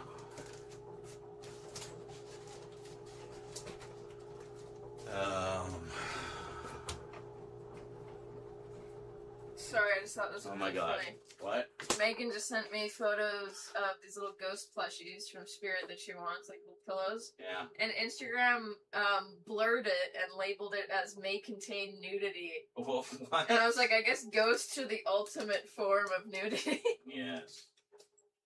I just came out to find a water bottle. Okay. So we got more razor blades. Gold Gillette Mach 3. We have 4 of these because they came in a pack of 4. Edge shaving gel for sensitive skin.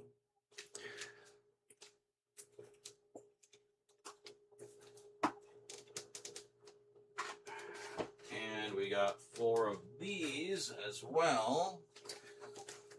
So, for making steak and Oh my god, it's right. barbecue chicken or whatever, we got barbecue sauce, hickory brown sugar, sounds very good, and we got this stuff, Japanese barbecue sauce, which says it's barbecue sauce, is really more for stir fries.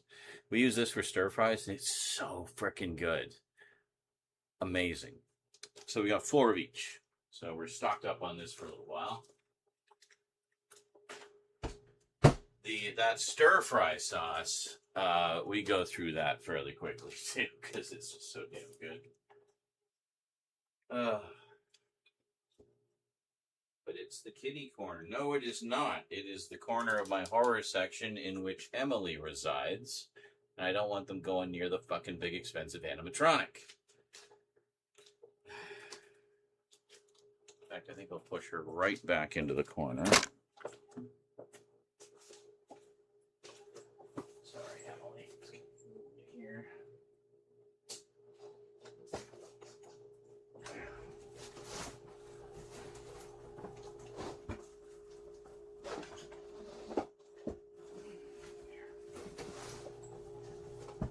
All right. Sorry about that. You all right? Okay. Yes, I talk to the animatronic, and I'm polite to the animatronic. I always say please and thank you to the animatronic. I say excuse me to the animatronic if I bump into it or get in its way. Because you never know. I've seen Five Nights at Freddy's. I played Five Nights at Freddy's.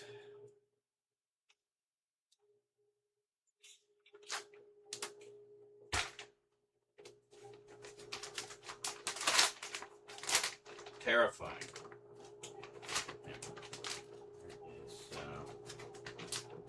Yeah.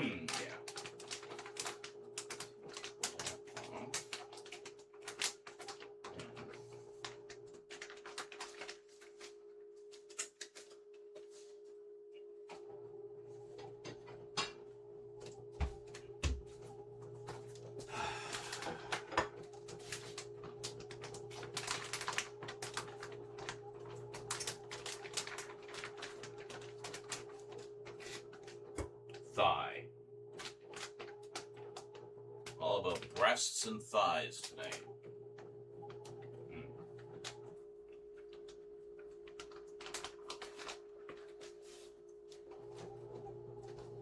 Oh yeah. Gotta love the Costco rotisserie chicken, man, I tell you. Make sure there's no sneaky bones in there. I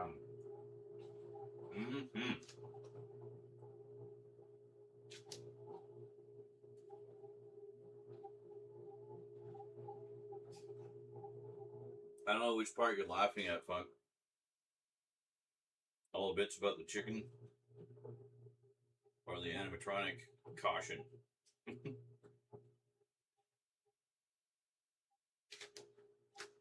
Maybe both. Why not both?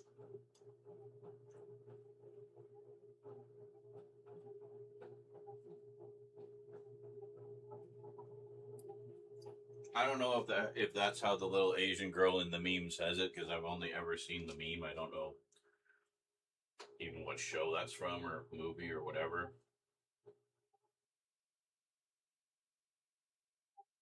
Purely going by visual reference.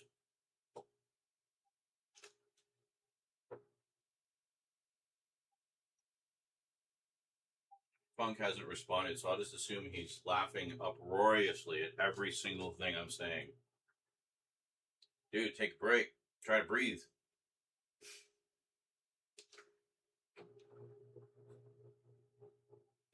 Hello, and the last comment in the chat is a lull.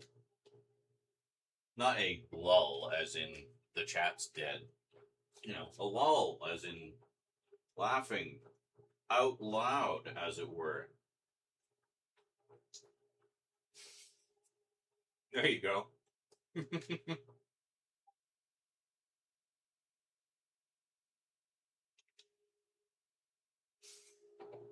Lol. Lol.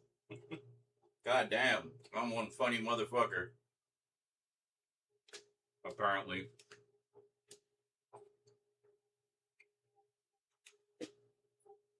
Because then, of course, I can just take that as the blanket reaction to everything I'm saying and doing.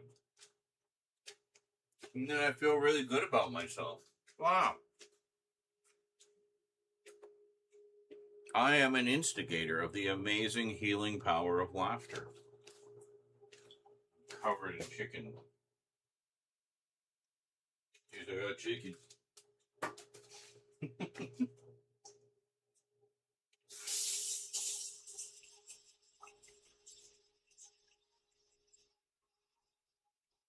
Those of you came in late, that's not the dishwasher going, it's the bread maker. We made bread earlier, and now it is being made.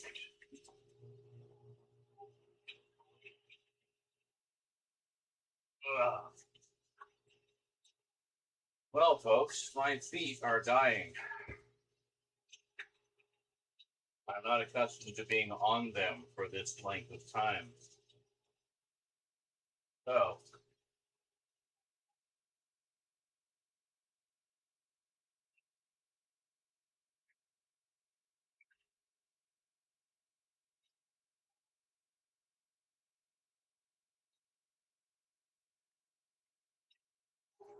I think we might grab all of my loins tomorrow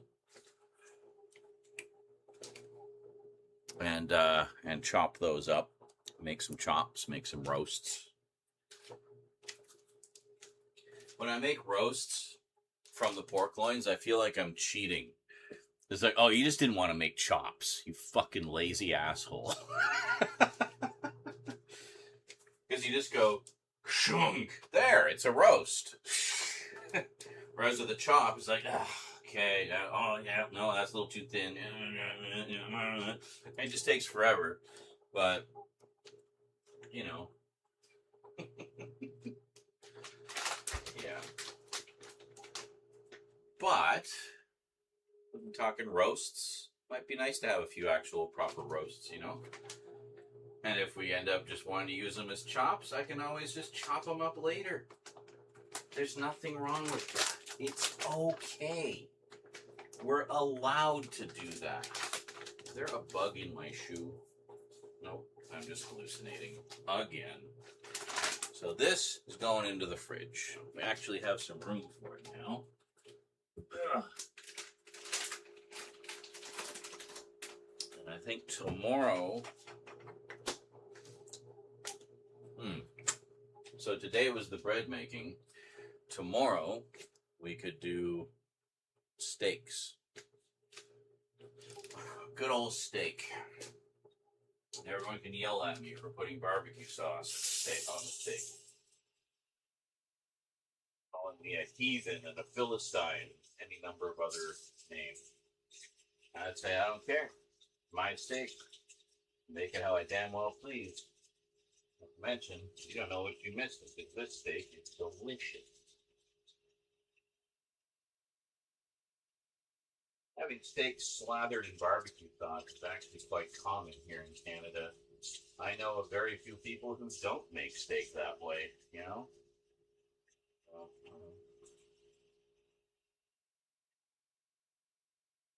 meanwhile, I guess I could make, I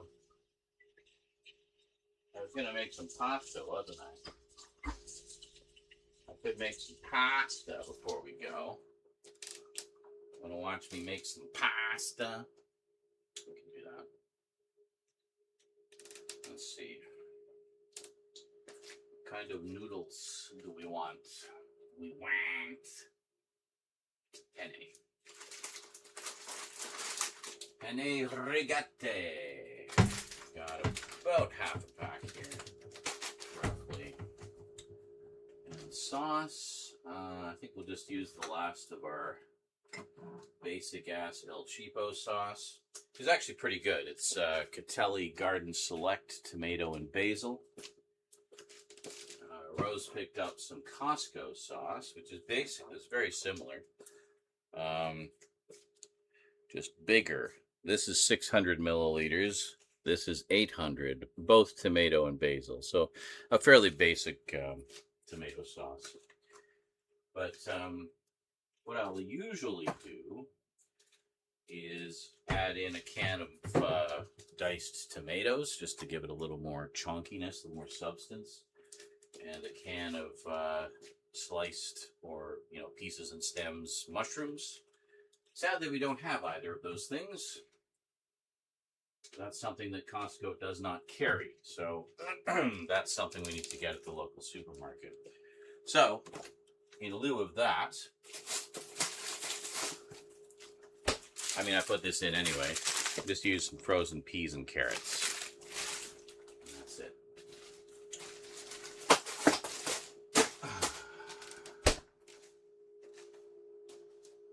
Oh, right. And then for the meat,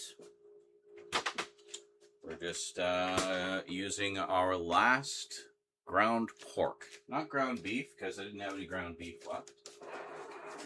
Well, until now. So just using the ground pork. It's fine. Meat is meat, right? As long as you got some meat in there.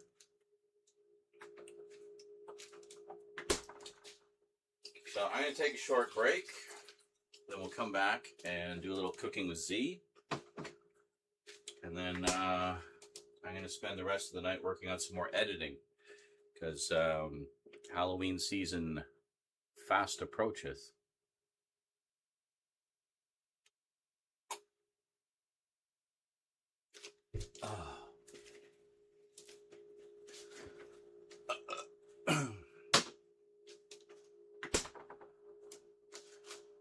Anybody alive out there? No.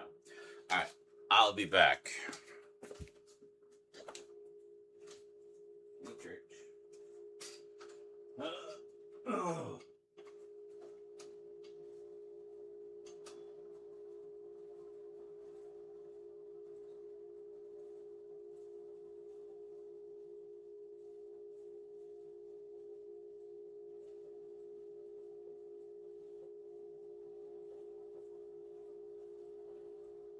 Wow, we only have 13 days left on that goal.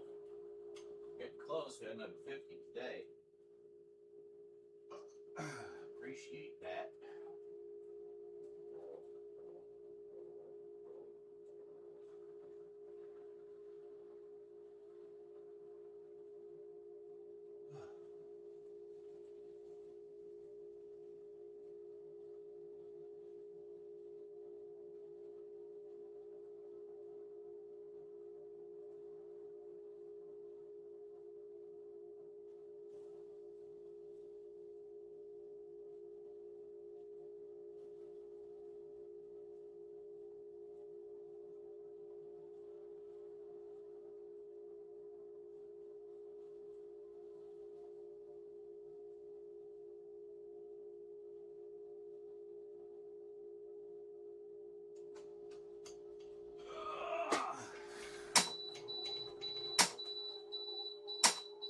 Oh no, the bread maker's exploding. That's fine. That's there's a dispenser inside if you want to add like nuts or seeds. And that's the part where it normally would dispense those, but of course we didn't add any such thing, so it still like does the dispenser whether there's anything in it or not. Anyway, I will be back. And once again, sorry to all the YouTube peeps. I'm not intentionally ignoring you. I just literally cannot see the YouTube chat when I'm in the kitchen. I can only bring up the Twitch chat. So, or like, I can bring up one or the other, and I lean towards the Twitch chat because that's where the majority of chatters tend to be. So, nothing personal. Still love all you guys. Well, except for those of you that I don't. And you know who you are. All right. I'll be back.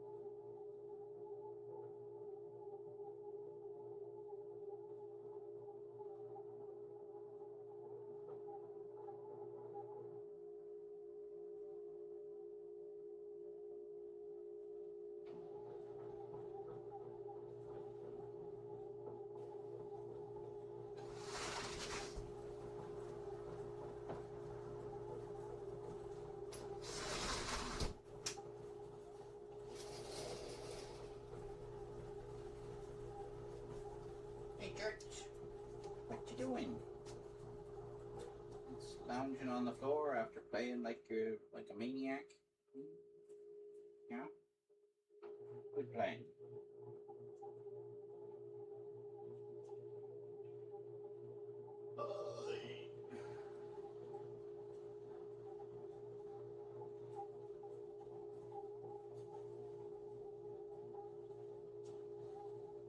Well, thank you for that comment, Arrow through the head. Glad to see at least one person in the chat chose to put a negative spin on Rosie's positive news. Why would you say something like that? Just be positive. It's not hard. And you'll have a much happier life. Instead of looking for the bad in everything, look for the good. If there's any, like, silly shenanigans with the management at any of her jobs, you know what she does? She quits and gets another job. The job market isn't as shit up here as it is down there. I'm just saying. All right? Anyway, I'll be back. I need to pee.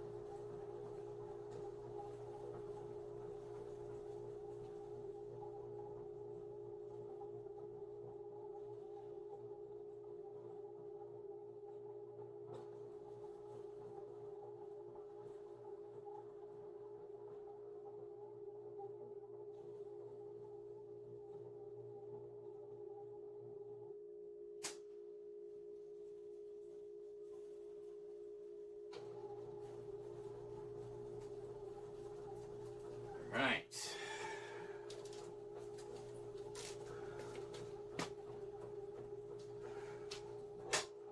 Clean? Yes.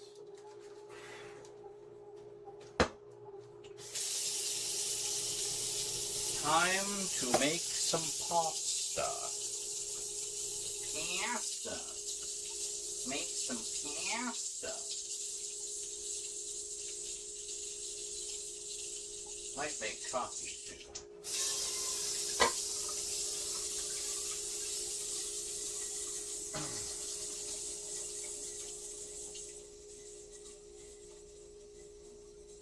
Yeah, I want to use up the last of this meat.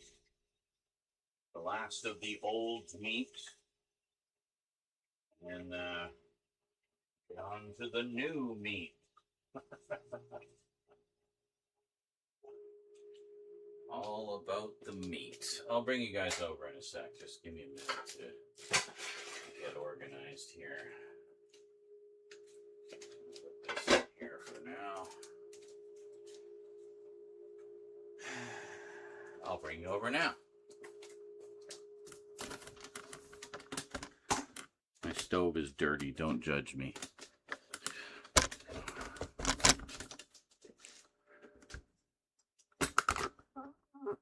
There we go. Look at that. Isn't this nice with this long cord? Actually just bring you right in.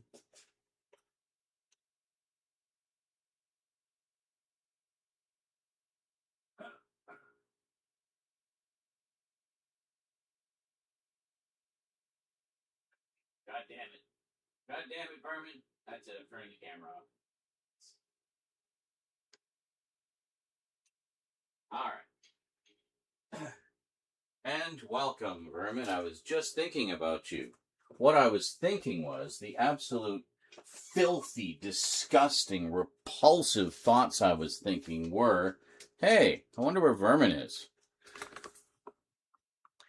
First off, let's get some coffee going, shall we? Oh. Second off, let's get the water boiling. Third off, let's get back to the coffee. So, I was going to send your package with with this big Costco payout. I mean, foot payout.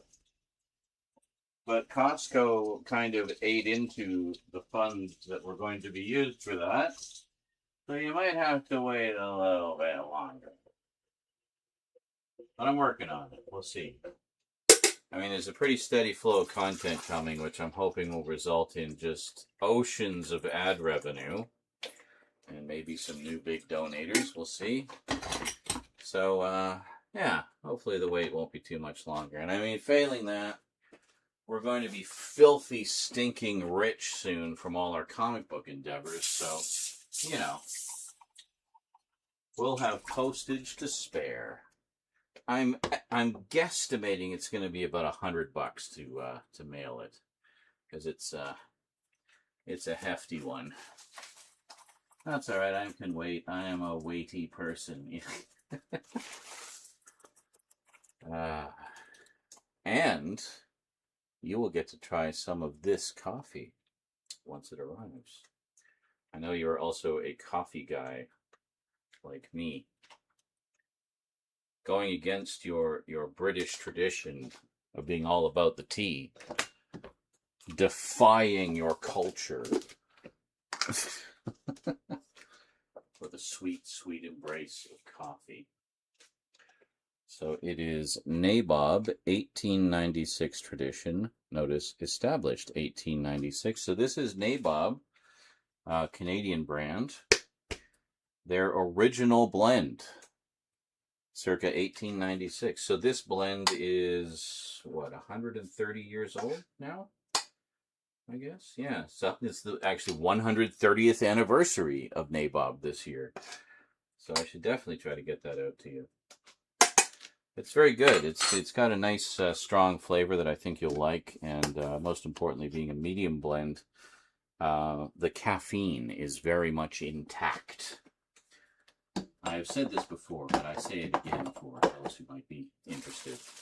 The problem with dark roast, I find, is, and I was told this by a coffee expert, i.e.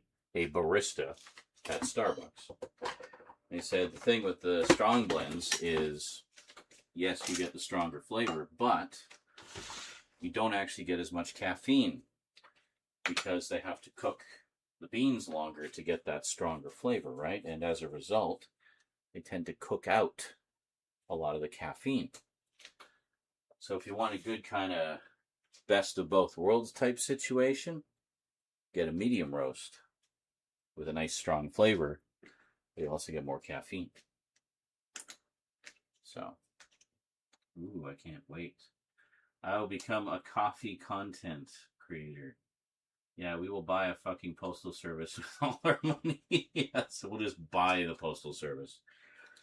They will pay us for the privilege of shipping our packages. Royal Mail, Vermin Mail. That's right. Speaking of which, where is my coffee cup? Oh, there it is. I have to say, actually a very quality coffee cup. This has been washed many, many times and is just as vibrant in its white decor and black color as the day I got it. And I've had this thing for probably a good 15 years now, at least. Yeah. I had another coffee cup that was similar size. It was a red coffee cup, and in white letters it just said, "The Boss."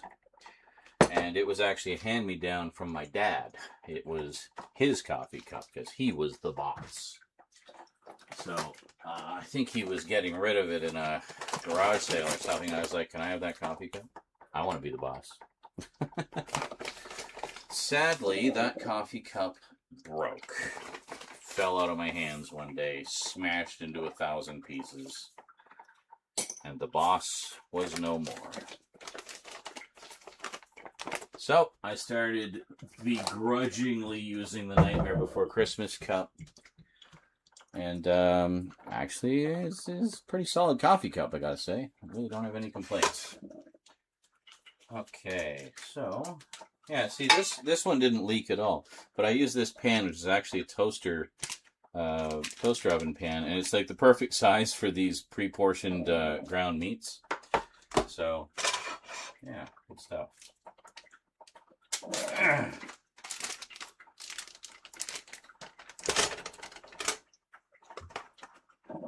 Yeah. A few stray chunks out. Yes, I'm just going in with my hands. Using the tools God gave me. I'm going to crank this up to 7. Do a little pre-breakup. Pre-breakup before the full breakup. It's like my relationships. There we go.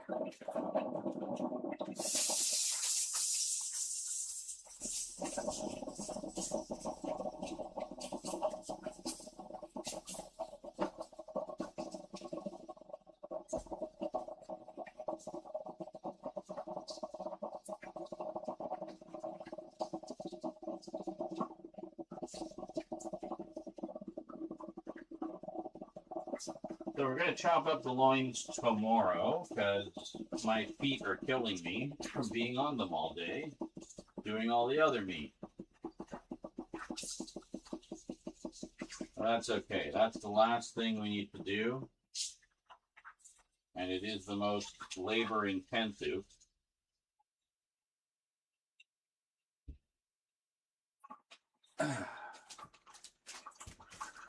That's okay.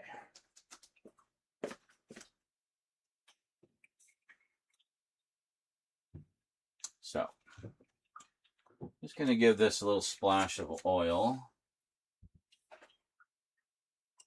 Because otherwise I find the pork can kind of dry out as it cooks a little bit. We don't want that. Also want some seasoning. Just use some coarse ground black pepper. I like the coarse grind. Got that nice crunch to it. I'm not overly shy with it because there's going to be a lot of other stuff added in here. And then we have our, it's not garlic powder, it's the granulated garlic that I get from the South Asian food section. It's very good. Just break it up a bit. But it's very aromatic. So good. And packed with garlic flavor. It's very good. It's also cheaper than the garlic powder for some reason. Can't complain about that.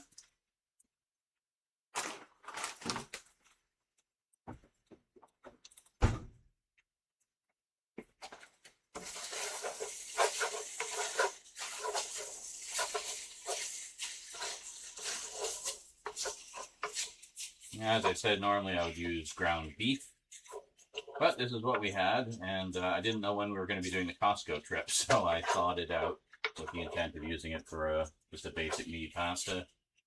And, well, here we are. We did the Costco trip, so now I need to cook it up to make room in the fridge for all the other stuff. Not because it's taking up that much space, but still.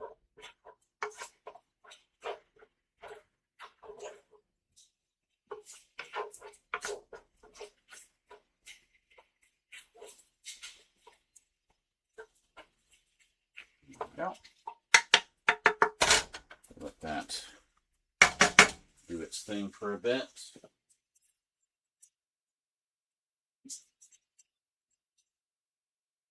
I tend to rinse the mixing spoon as I go, but yeah. Yeah.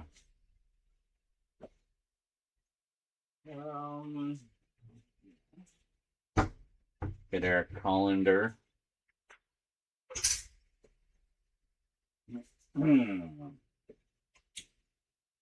This one more day until, oh, that's cursed, that mug. One more day. Has one more day until retirement. You're gonna drop it. But I was in a Costa coffee the other day and got a massive coffee. They served it in a huge mug with 2 handles either side. Good Lord. That's a proper artist's coffee right there. It was the first time I've ever seen or used a mug like that. The coffee was lackluster, but it's Costa. It's just average. Yeah, I'm sure it's still better than Starbucks. I hate Starbucks. I hate them as a company. I hate the culture that has risen up around them. How people are just like, think that they're big coffee experts because they like their latte a certain way.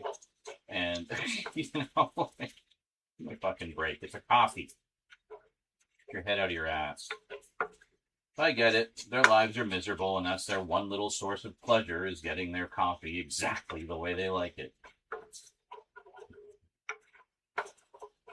And they don't like it that way because they particularly invented it or are experts in coffee. No, one of their friends got that kind of coffee one day, and they got it when they were a Starbucks virgin, and then it just became their go-to coffee. Like, come on, we know. Everybody's got the same story there.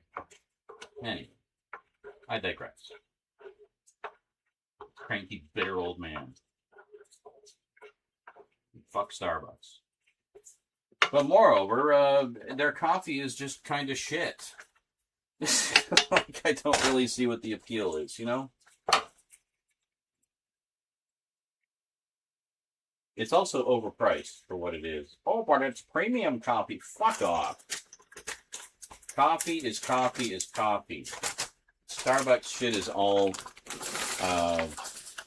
marketing. Like it's like 99% marketing. There's nothing special about any of that coffee. Same shit you get in the supermarket. Hold on, let me just drain some of this excess water here. There we go, just a little bit. And one of the few things I put salt in, we put some salt into the pasta. Help it absorb the water better and faster, stronger, bigger, better.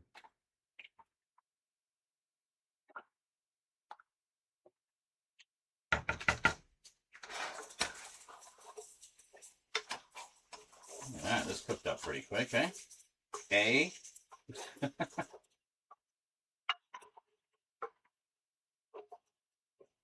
So, speaking of breaking things, I broke one of our pasta bowls, one of our big ones. So, I leave the one that's remaining for Rose,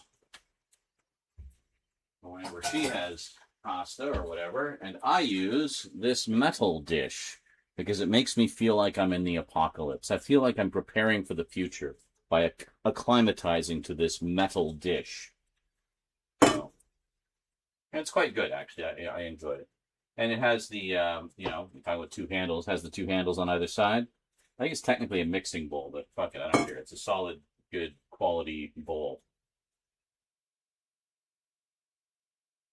I hate the place. Every time I go there, the coffee is shit. Always people pretending to be writers with their laptops, being all writery. I mean, I was in a Costa looking at a laptop, mind you, but I wasn't writing my novel. It wasn't even my laptop. I probably still look like a twat. That is a dog bowl. Fuck off. It's not a dog bowl. No dog has ever touched this bowl. Well, except me. I'm just a dirty dog. Ain't nothing but a hound dog.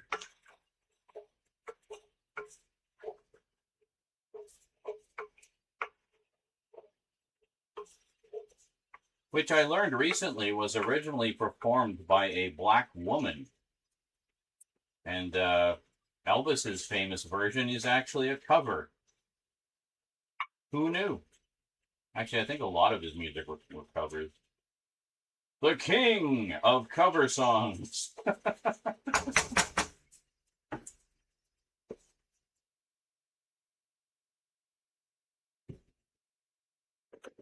Hi. Peas and carrots. See, I used to go meat, sauce, veggies. Now I do meat, veggies, sauce. In terms of the cooking order. I don't know.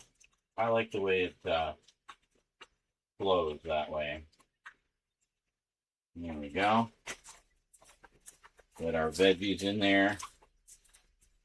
Why not carrots? Because your body doesn't digest carrots. Or not carrots, corn. Why not corn? Because your body doesn't really digest corn. It just passes it through.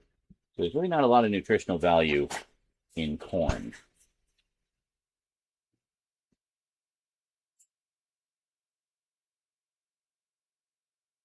It's tasty, but there isn't a lot of nutritional value in there. So rather than get the big vegetable medley blend mix of frozen veggies, I just get the peas and carrots. The peas and carrots, nothing but goodness. Look how colorful that is.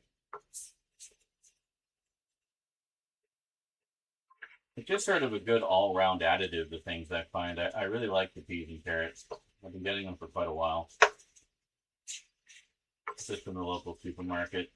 They're often on sale. And I have the peace of mind of knowing that I'm getting nothing but nutritious goodness. I mean, look at it. Fresh ground pork. Well, frozen fresh. And peas and carrots. It will be veggies, sauce, meat. No. That's just silly talk. That is just crazy talk. Gotta do the meat first because you gotta brown it. You gotta make sure it's cooked. However, when I do a stir fry, that's always veggies first, then meat, because the meat doesn't take very long in a stir fry. So, and I just dump everything in.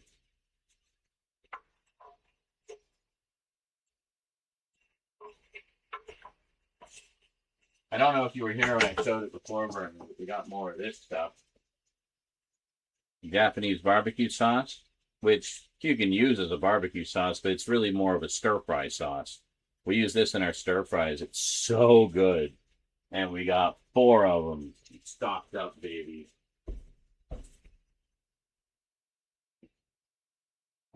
All right, how's this coming along? We got a ways to go on those. The penne takes a little longer because it's thicker pasta.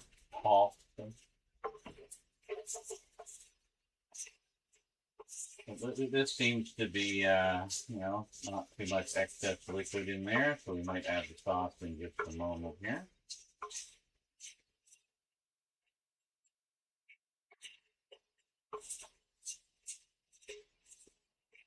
Very good.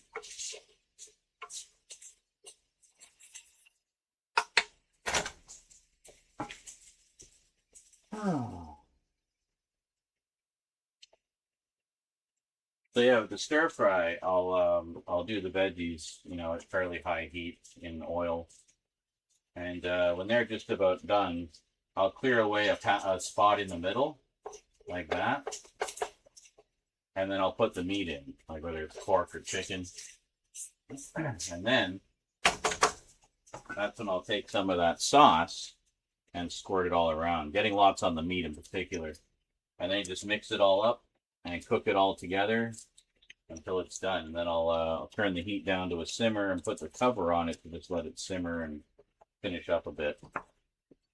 And it's good.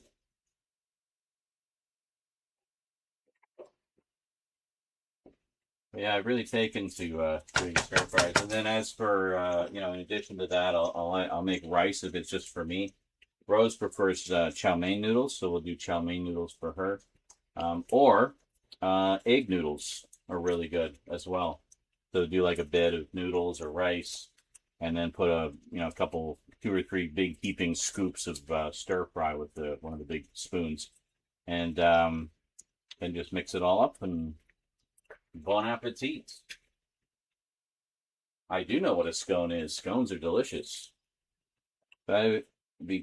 Because I have an important how do you put the cream and jam on your scone question to ask. Okay, what is... Yeah, scones are delicious. I have not had scones in a long time, but I do enjoy them. I just generally enjoy like breakfast buns like that. I like scones, I like croissants. I like crumpets, the British things. Although I can see how tripophobics might not like crumpets. That would just be eating their phobia. Like you just put a plate of horror in front of me. What are you doing? Put a fork in there. No. So what is your cream and jam question? Although I will say this, I usually have neither cream nor jam on buns. I'm more of a, lightly toasted and then buttered kind of guy, or slightly more toasted and peanut butter. Fucking all about the peanut butter, man. And that goes for any kind of like bun, basically, whether it be a scone, a crumpet, a croissant, an English muffin. Let's try a noodle. And kibas is al dente. I want it a little more done, though. What do I put on first? The jam and then the cream? Or cream and then the jam? Oh, you're talking about putting it all on the same side. See, I would probably put one on one side, one on the other, and then put them together as a sandwich. But for me, generally, that sort of thing, if we were to use my butter analogy, I would put the butter on first. Like the butter should be the underlayer, I think. So if the cream is performing essentially the same function, like layering function as the butter, I would say probably put the cream on first and then put the jam on top. Because, I mean, ideally, I would think you would want the jam on top because that's the star condiment. You always want your star condiment to be the most visible and to be on the top layer. For example, when I do peanut butter, sometimes what I'll do is I'll put a layer of butter on first and then put peanut butter on top of that. And it's very salty, but oh, it's so good. Like having that combination, just creamy, delicious. So I would say in that case, if you're going to go cream and strawberry, like a jam, well, I like strawberry jam. So I would say the jam has to go on second. Just logically. You have to sandwich them together. Or you could do it that way and do like a sandwich where you have, half and half. All right, it is sauce time. Well, this isn't as saucy as I usually make them because it's only 1 jar of sauce and no tomatoes. But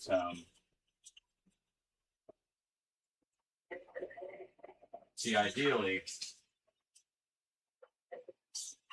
a full, proper meaty pasta for me, I would also have added, hold on a second. I would also have added a can of diced mushrooms and 2 cans of diced tomatoes and 2 cans of sliced mushrooms. Gives it a little bit more, more texture, more flavor, more chunkiness, you know. But this is pretty good. This isn't bad. It's a pretty decent, healthy sauce that we got. And yeah, I mean, look at that. That looks pretty good. And the nice thing is everything else is already hot, so the sauce is basically already done. Because, I mean, with the sauce from the jar, you just need to heat it up, really. So we can actually just put this on simmer, and we're ready to go. So we're just waiting on the noodles now. Look at that. That's a decent sauce right there. Cream first, jam second. Yeah, I mean, that just makes way more sense to me. Logically speaking. You think about it as you're making a movie. And you want your star to be front and center. That's your marquee value. That's what's going to sell that movie. So, what, are you going to put the cream on top? No, come on. Come on. Nobody comes to the movie to see the cream. They come to see the strawberry jam. What really puzzles them is that it doesn't really matter. Because you can do it any way you want and just turn it upside down. Well, yeah, it's caused full-on arguments and debates in the UK. Really. So, but in this case, you're not actually talking about layering it on the same slice, right? You're talking about like one slice is cream, one slice is strawberry, and then you put them together. So you would have cream, strawberry, you would go like this. But other people go like this because they're heathens. So, I mean, they could go like this, hand it to you, and you just like give them the look of death and go, and walk away in disgust.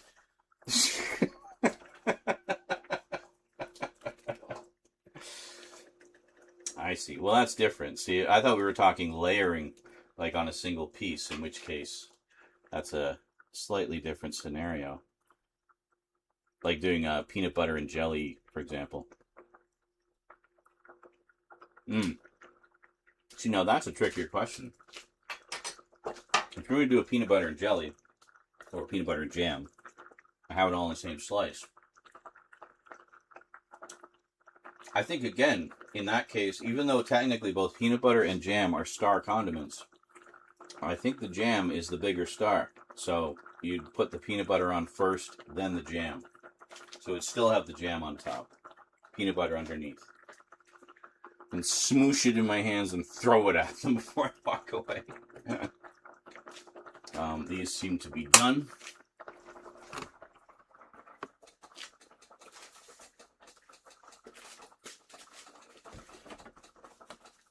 Coffee is also done. Forgot about that. Shit, I need to get cream. Got enough for one coffee, and that is this one. I wasn't coughing from the steam. That was just coincidental. The steam does not make you cough. If anything, it helps prevent a cough. There we go. It's my smoker's cough. Let's see here. Yeah. Spoon. So, just scoop into the dog food bowl.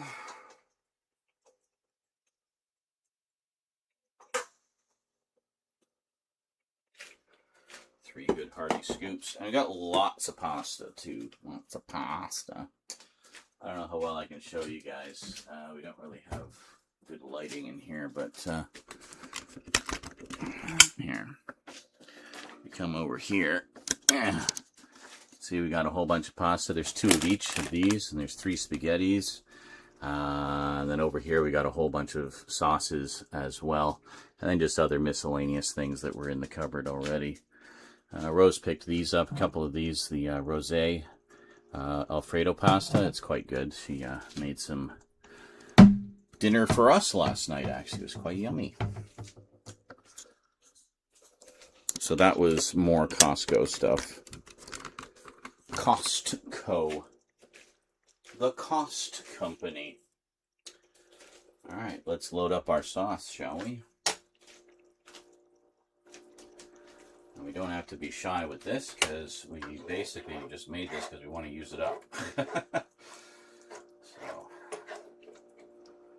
yeah, see, the one nice thing about it not being that much sauce means it's nice and thick and meaty. Look at that. More. Yeah, there we go. And I like the penne because it's the little tubes with ridges. So, the meat and everything sticks to it really nicely.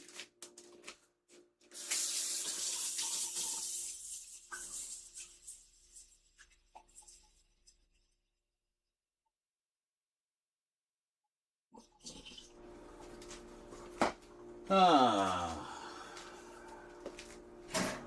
just put the lid on it. How's our bread doing? It's going to take a little. I don't want to move it in case I think it's rising right now. Yeah.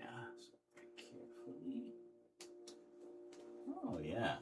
That's looking good. It's going to be a slightly strange shaped loaf, but they usually are. And with the short pasta, I basically just like to eat it with a big spoon. There we go. I don't know if I have any Parmesan.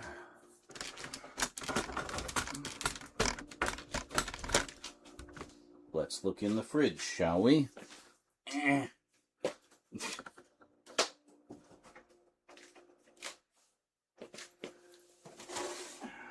Yes.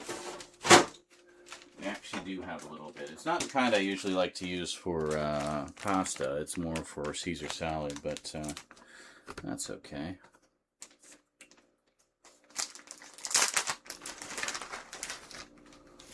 Nice and stinky. Just the way I like it.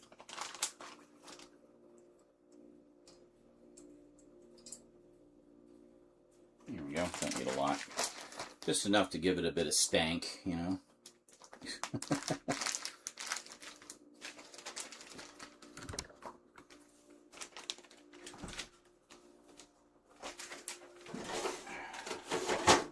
Yeah, you're getting right in the action now, eh? Right, you're right in the kitchen with me. I love you too.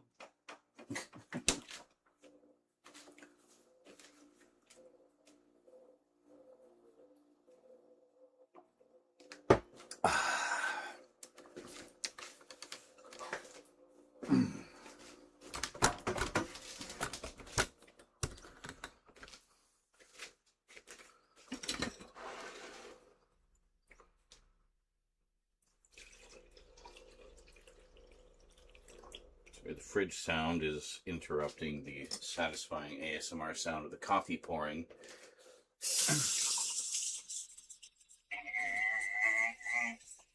I tell you, that cube freezer is a fucking godsend. Like, I love it so much.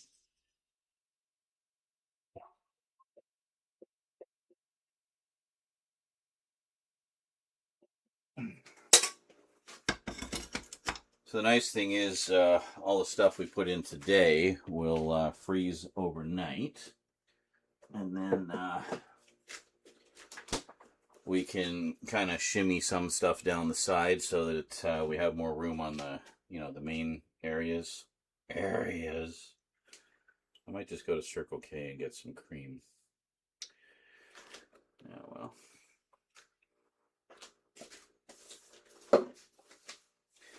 What is this? Oh, at least you can't break the dog food bowl. True. Another positive. Because we've been playing Callisto Protocol, I just imagine the inside of Costco to be like that when you get to the checkout and it's just a two-head serving. Din Din's Fido. Oh, yes. All right. Let's get you guys back into the main room, shall we?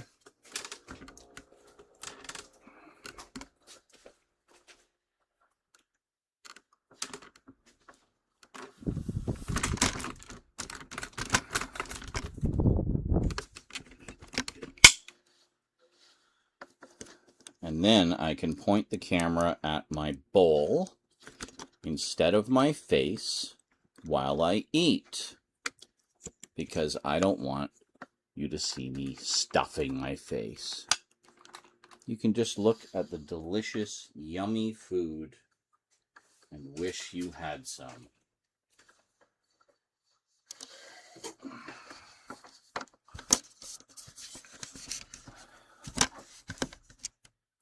There we go.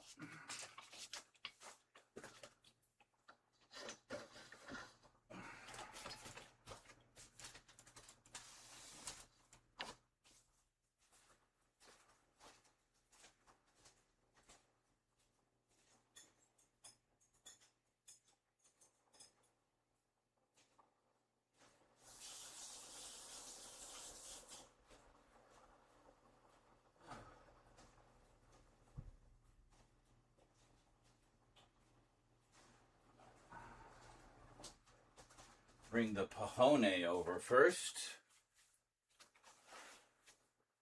And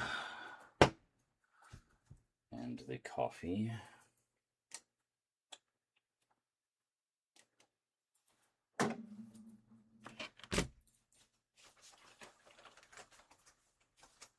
Und then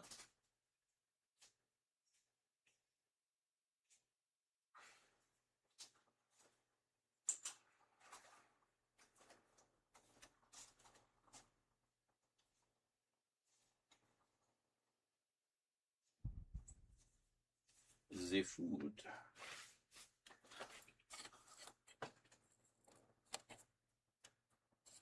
Oh, look at that. Yeah. Woof, woof. Ugh.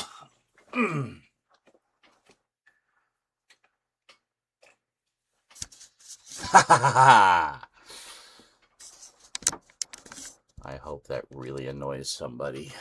I hope they're so annoyed. Somebody who shouldn't even be watching. But anyway, here we go. Look at that. Whoa. It's trying to escape. Oh, it's steaming. Like, can you see how this... Can you see? Yeah, you can see the steam coming out. This is piping hot. Oh, this is going to be good. This is the first proper meal I've had all day. I've just been nibbling on rotisserie chicken. Here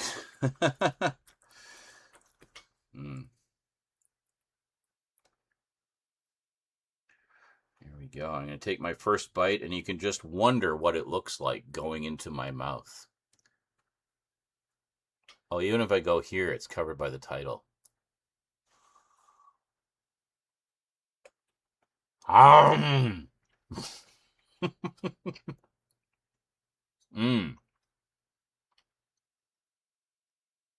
Okay, that's really fucking good. So, yeah. Pro tip for you. Ground pork tends to be a lot cheaper than ground beef. If you want a nice, hearty, meaty pasta and can't afford ground beef, get some ground pork. There you go. Or just get some liver. Liver's really cheap. Fuck, no one wants to eat fucking... You eat liver, you fucking worm-brained idiot. I trust all my advice on health.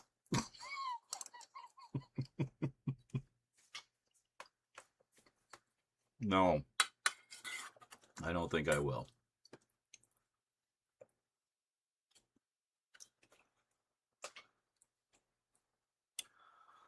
Nom, nom, nom.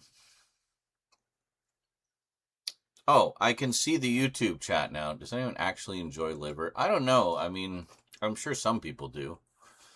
My mom made it a few times in my younger days. Yeah.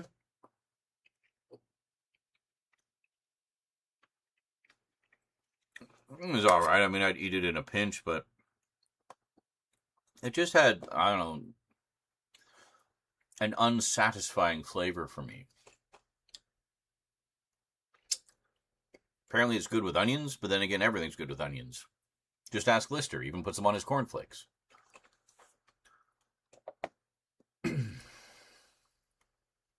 Are you awake now, Berman, or are you like, in between crashing?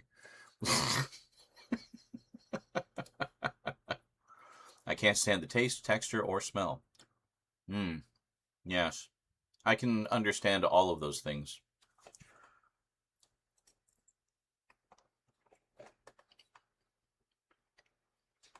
I mean, really, nothing else tastes, feels, or smells like it. Only liver is like liver. Eclipse, what are you doing in there? Hey, psst. Eclipse, stay out of there. Thank you.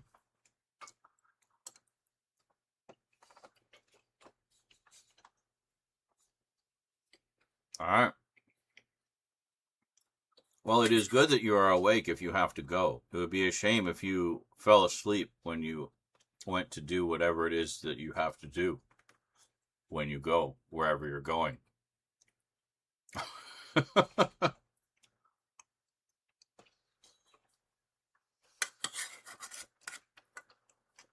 With the big meteor shower event that happened recently, I was thinking a rewatch of Day of the Triffids might be in order. Rose went to check out the meteor shower. I told her the basic gist of the story of Day of the Triffids. She was amused.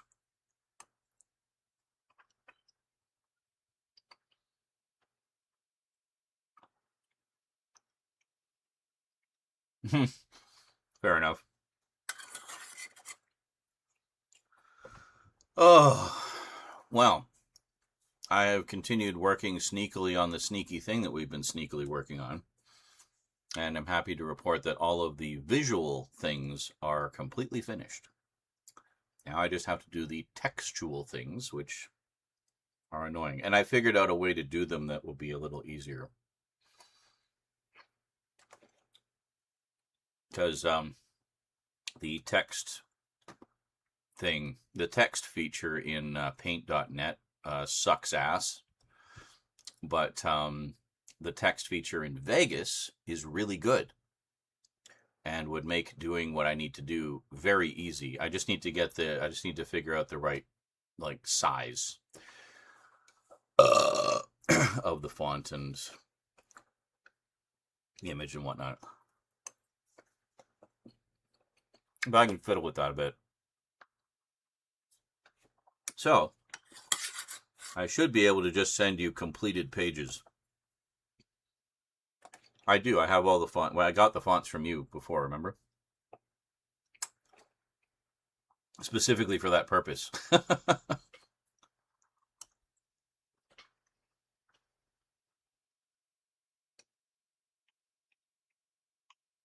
So yeah, I have all three of the fonts that you used for different aspects.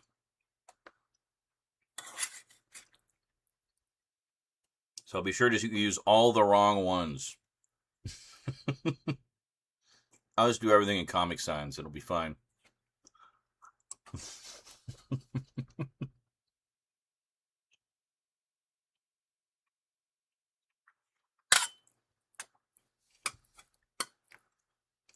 Comic Sans and what's that other one? Papyrus. That's it. Good old Papyrus.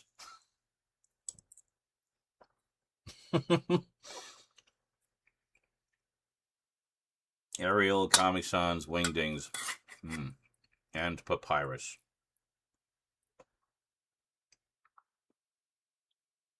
I'll always love that SNL sketch they did with Ryan Gosling called Papyrus. It was all about how they just fucking used Papyrus for the Avatar font. And then the second one came out, and he's like, oh. And they did a second sketch. And, oh, he actually used a different font. I say, wait a minute. He clicks bold. And it's literally Papyrus in bold. He's like, someone got paid to do it. And he tracks down the guy, and the guy's just like pure evil.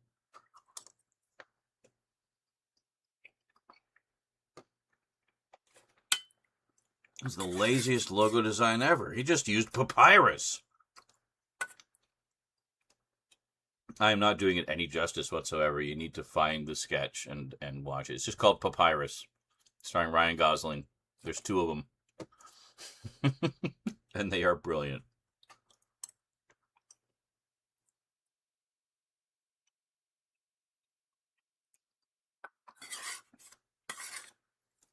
In particular, as an art guy, I think you will particularly appreciate the particular humor in particular.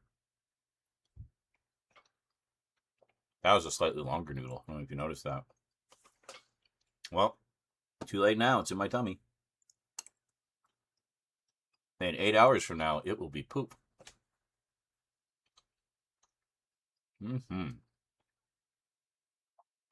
See, that's another argument for the cream cheese and or cream or whatever, cream and jam discussion is it really doesn't matter because in the end, it will be poop. No matter which way you put it on. I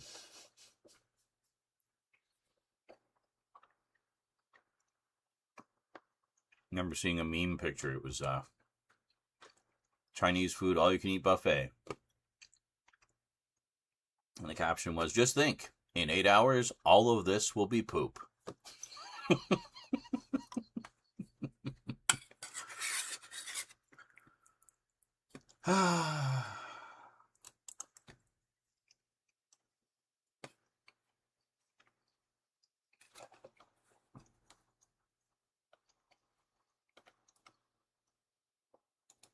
I can see the YouTube chat now. Okay, you can talk now, YouTube people. As I choke to death.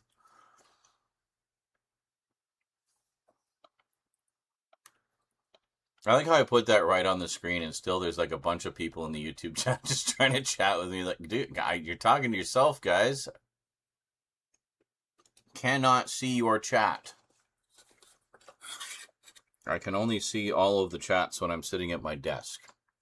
Right here.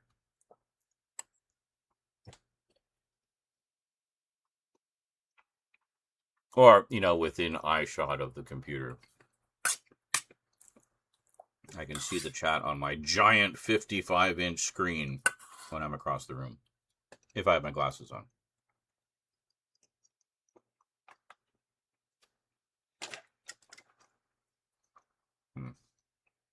I thought there was grease on it, but it's a little piece of saran wrap from a Blu-ray or something. Ew. And that was the last thing Berman ever said. Oh, no, he said something else. I imagine it was mostly, have you seen this? Or just random games being reeled off? Oh, on YouTube?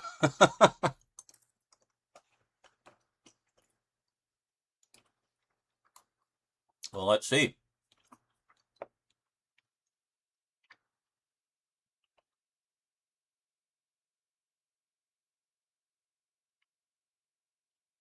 No, Icarus was in the chat. He generally talks about relevant things.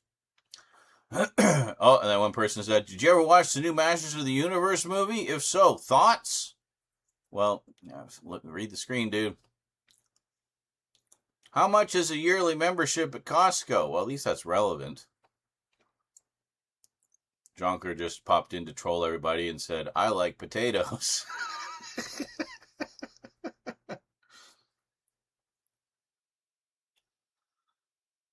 Ooh woo. Complimenting my cooking and stuff.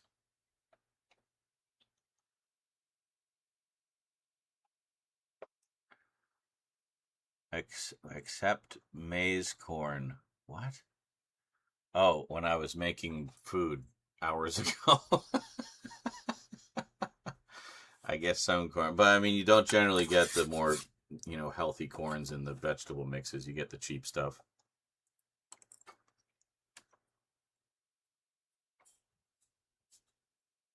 Isn't maize corn just corn? Because maize is corn in French. So is it literally called corn?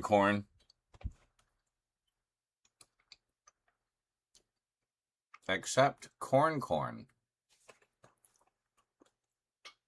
Now, wait a minute. He's responding to something I said while I was cooking.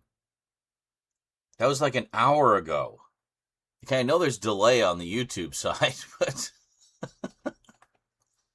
unless he was just holding back that comment until this moment, until such time as he knew I would be seeing the YouTube chat. Wow. Well, I admire your dedication to maize corn. Suppose I better get going. All right.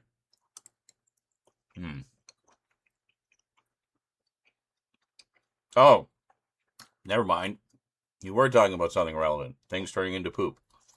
Maize corn don't turn to poop. Well, yes. We literally talked about that earlier while I was cooking. And why I don't tend to get the frozen veggie medleys that have corn in them. Because it just passes through. There's not really much in the way of nutritional value there. So the whole point to adding veggies, to me, is to add more nutritional value, right? So I just add peas and carrots. Damn it.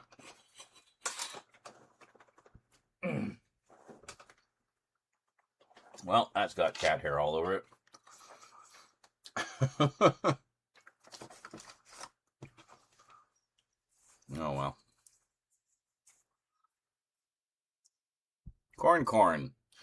Have a good poopy chat and do all the sneaky secret stuff and get it over to me when you can. Yeah, basically my days have been work a little bit on that and then edit a shit ton of videos until I pass out. So I'm literally passing out in my chair while I'm editing. And then I go to bed. When I get up, and do it all over again. So today the stream kind of interrupted everything. But I'm going to at least do some editing after the stream. And Toodle Pipski. Thanks for stopping by, Vermin.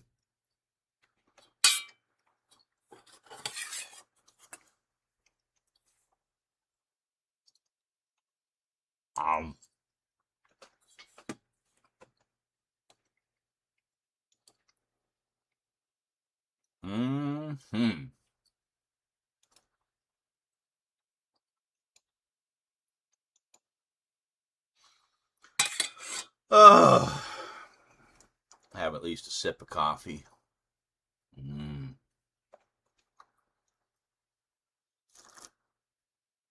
then I think I too shall retire. Maybe watch a little something, then get back to editing. So I got quite a lot, have done quite a lot, but have quite a lot left to do. So I think that is it for me to you for now, folks. So thanks for watching. Big thanks to everybody who dropped subs and had nice big fat dono from Nihilist. Appreciate that. That will help with future Costco trips. So we'll probably come back tomorrow because I've still got a few more things to do. I got to chop up. I got 4 of the big pork loins. So I got to chop those up. And then maybe we'll do another little cooking stream where I make our steak dinner tomorrow. Always good. So we got fresh mushrooms, criminy mushrooms from Costco, as well as a pack of steaks, which we saw earlier. New barbecue sauce, which we might give a try. And yeah. And then probably make some garlic toast with the bread that I'm making right now. Excellent. Alrighty. I will catch you next time, folks. Until then, thanks for watching, and sayonara.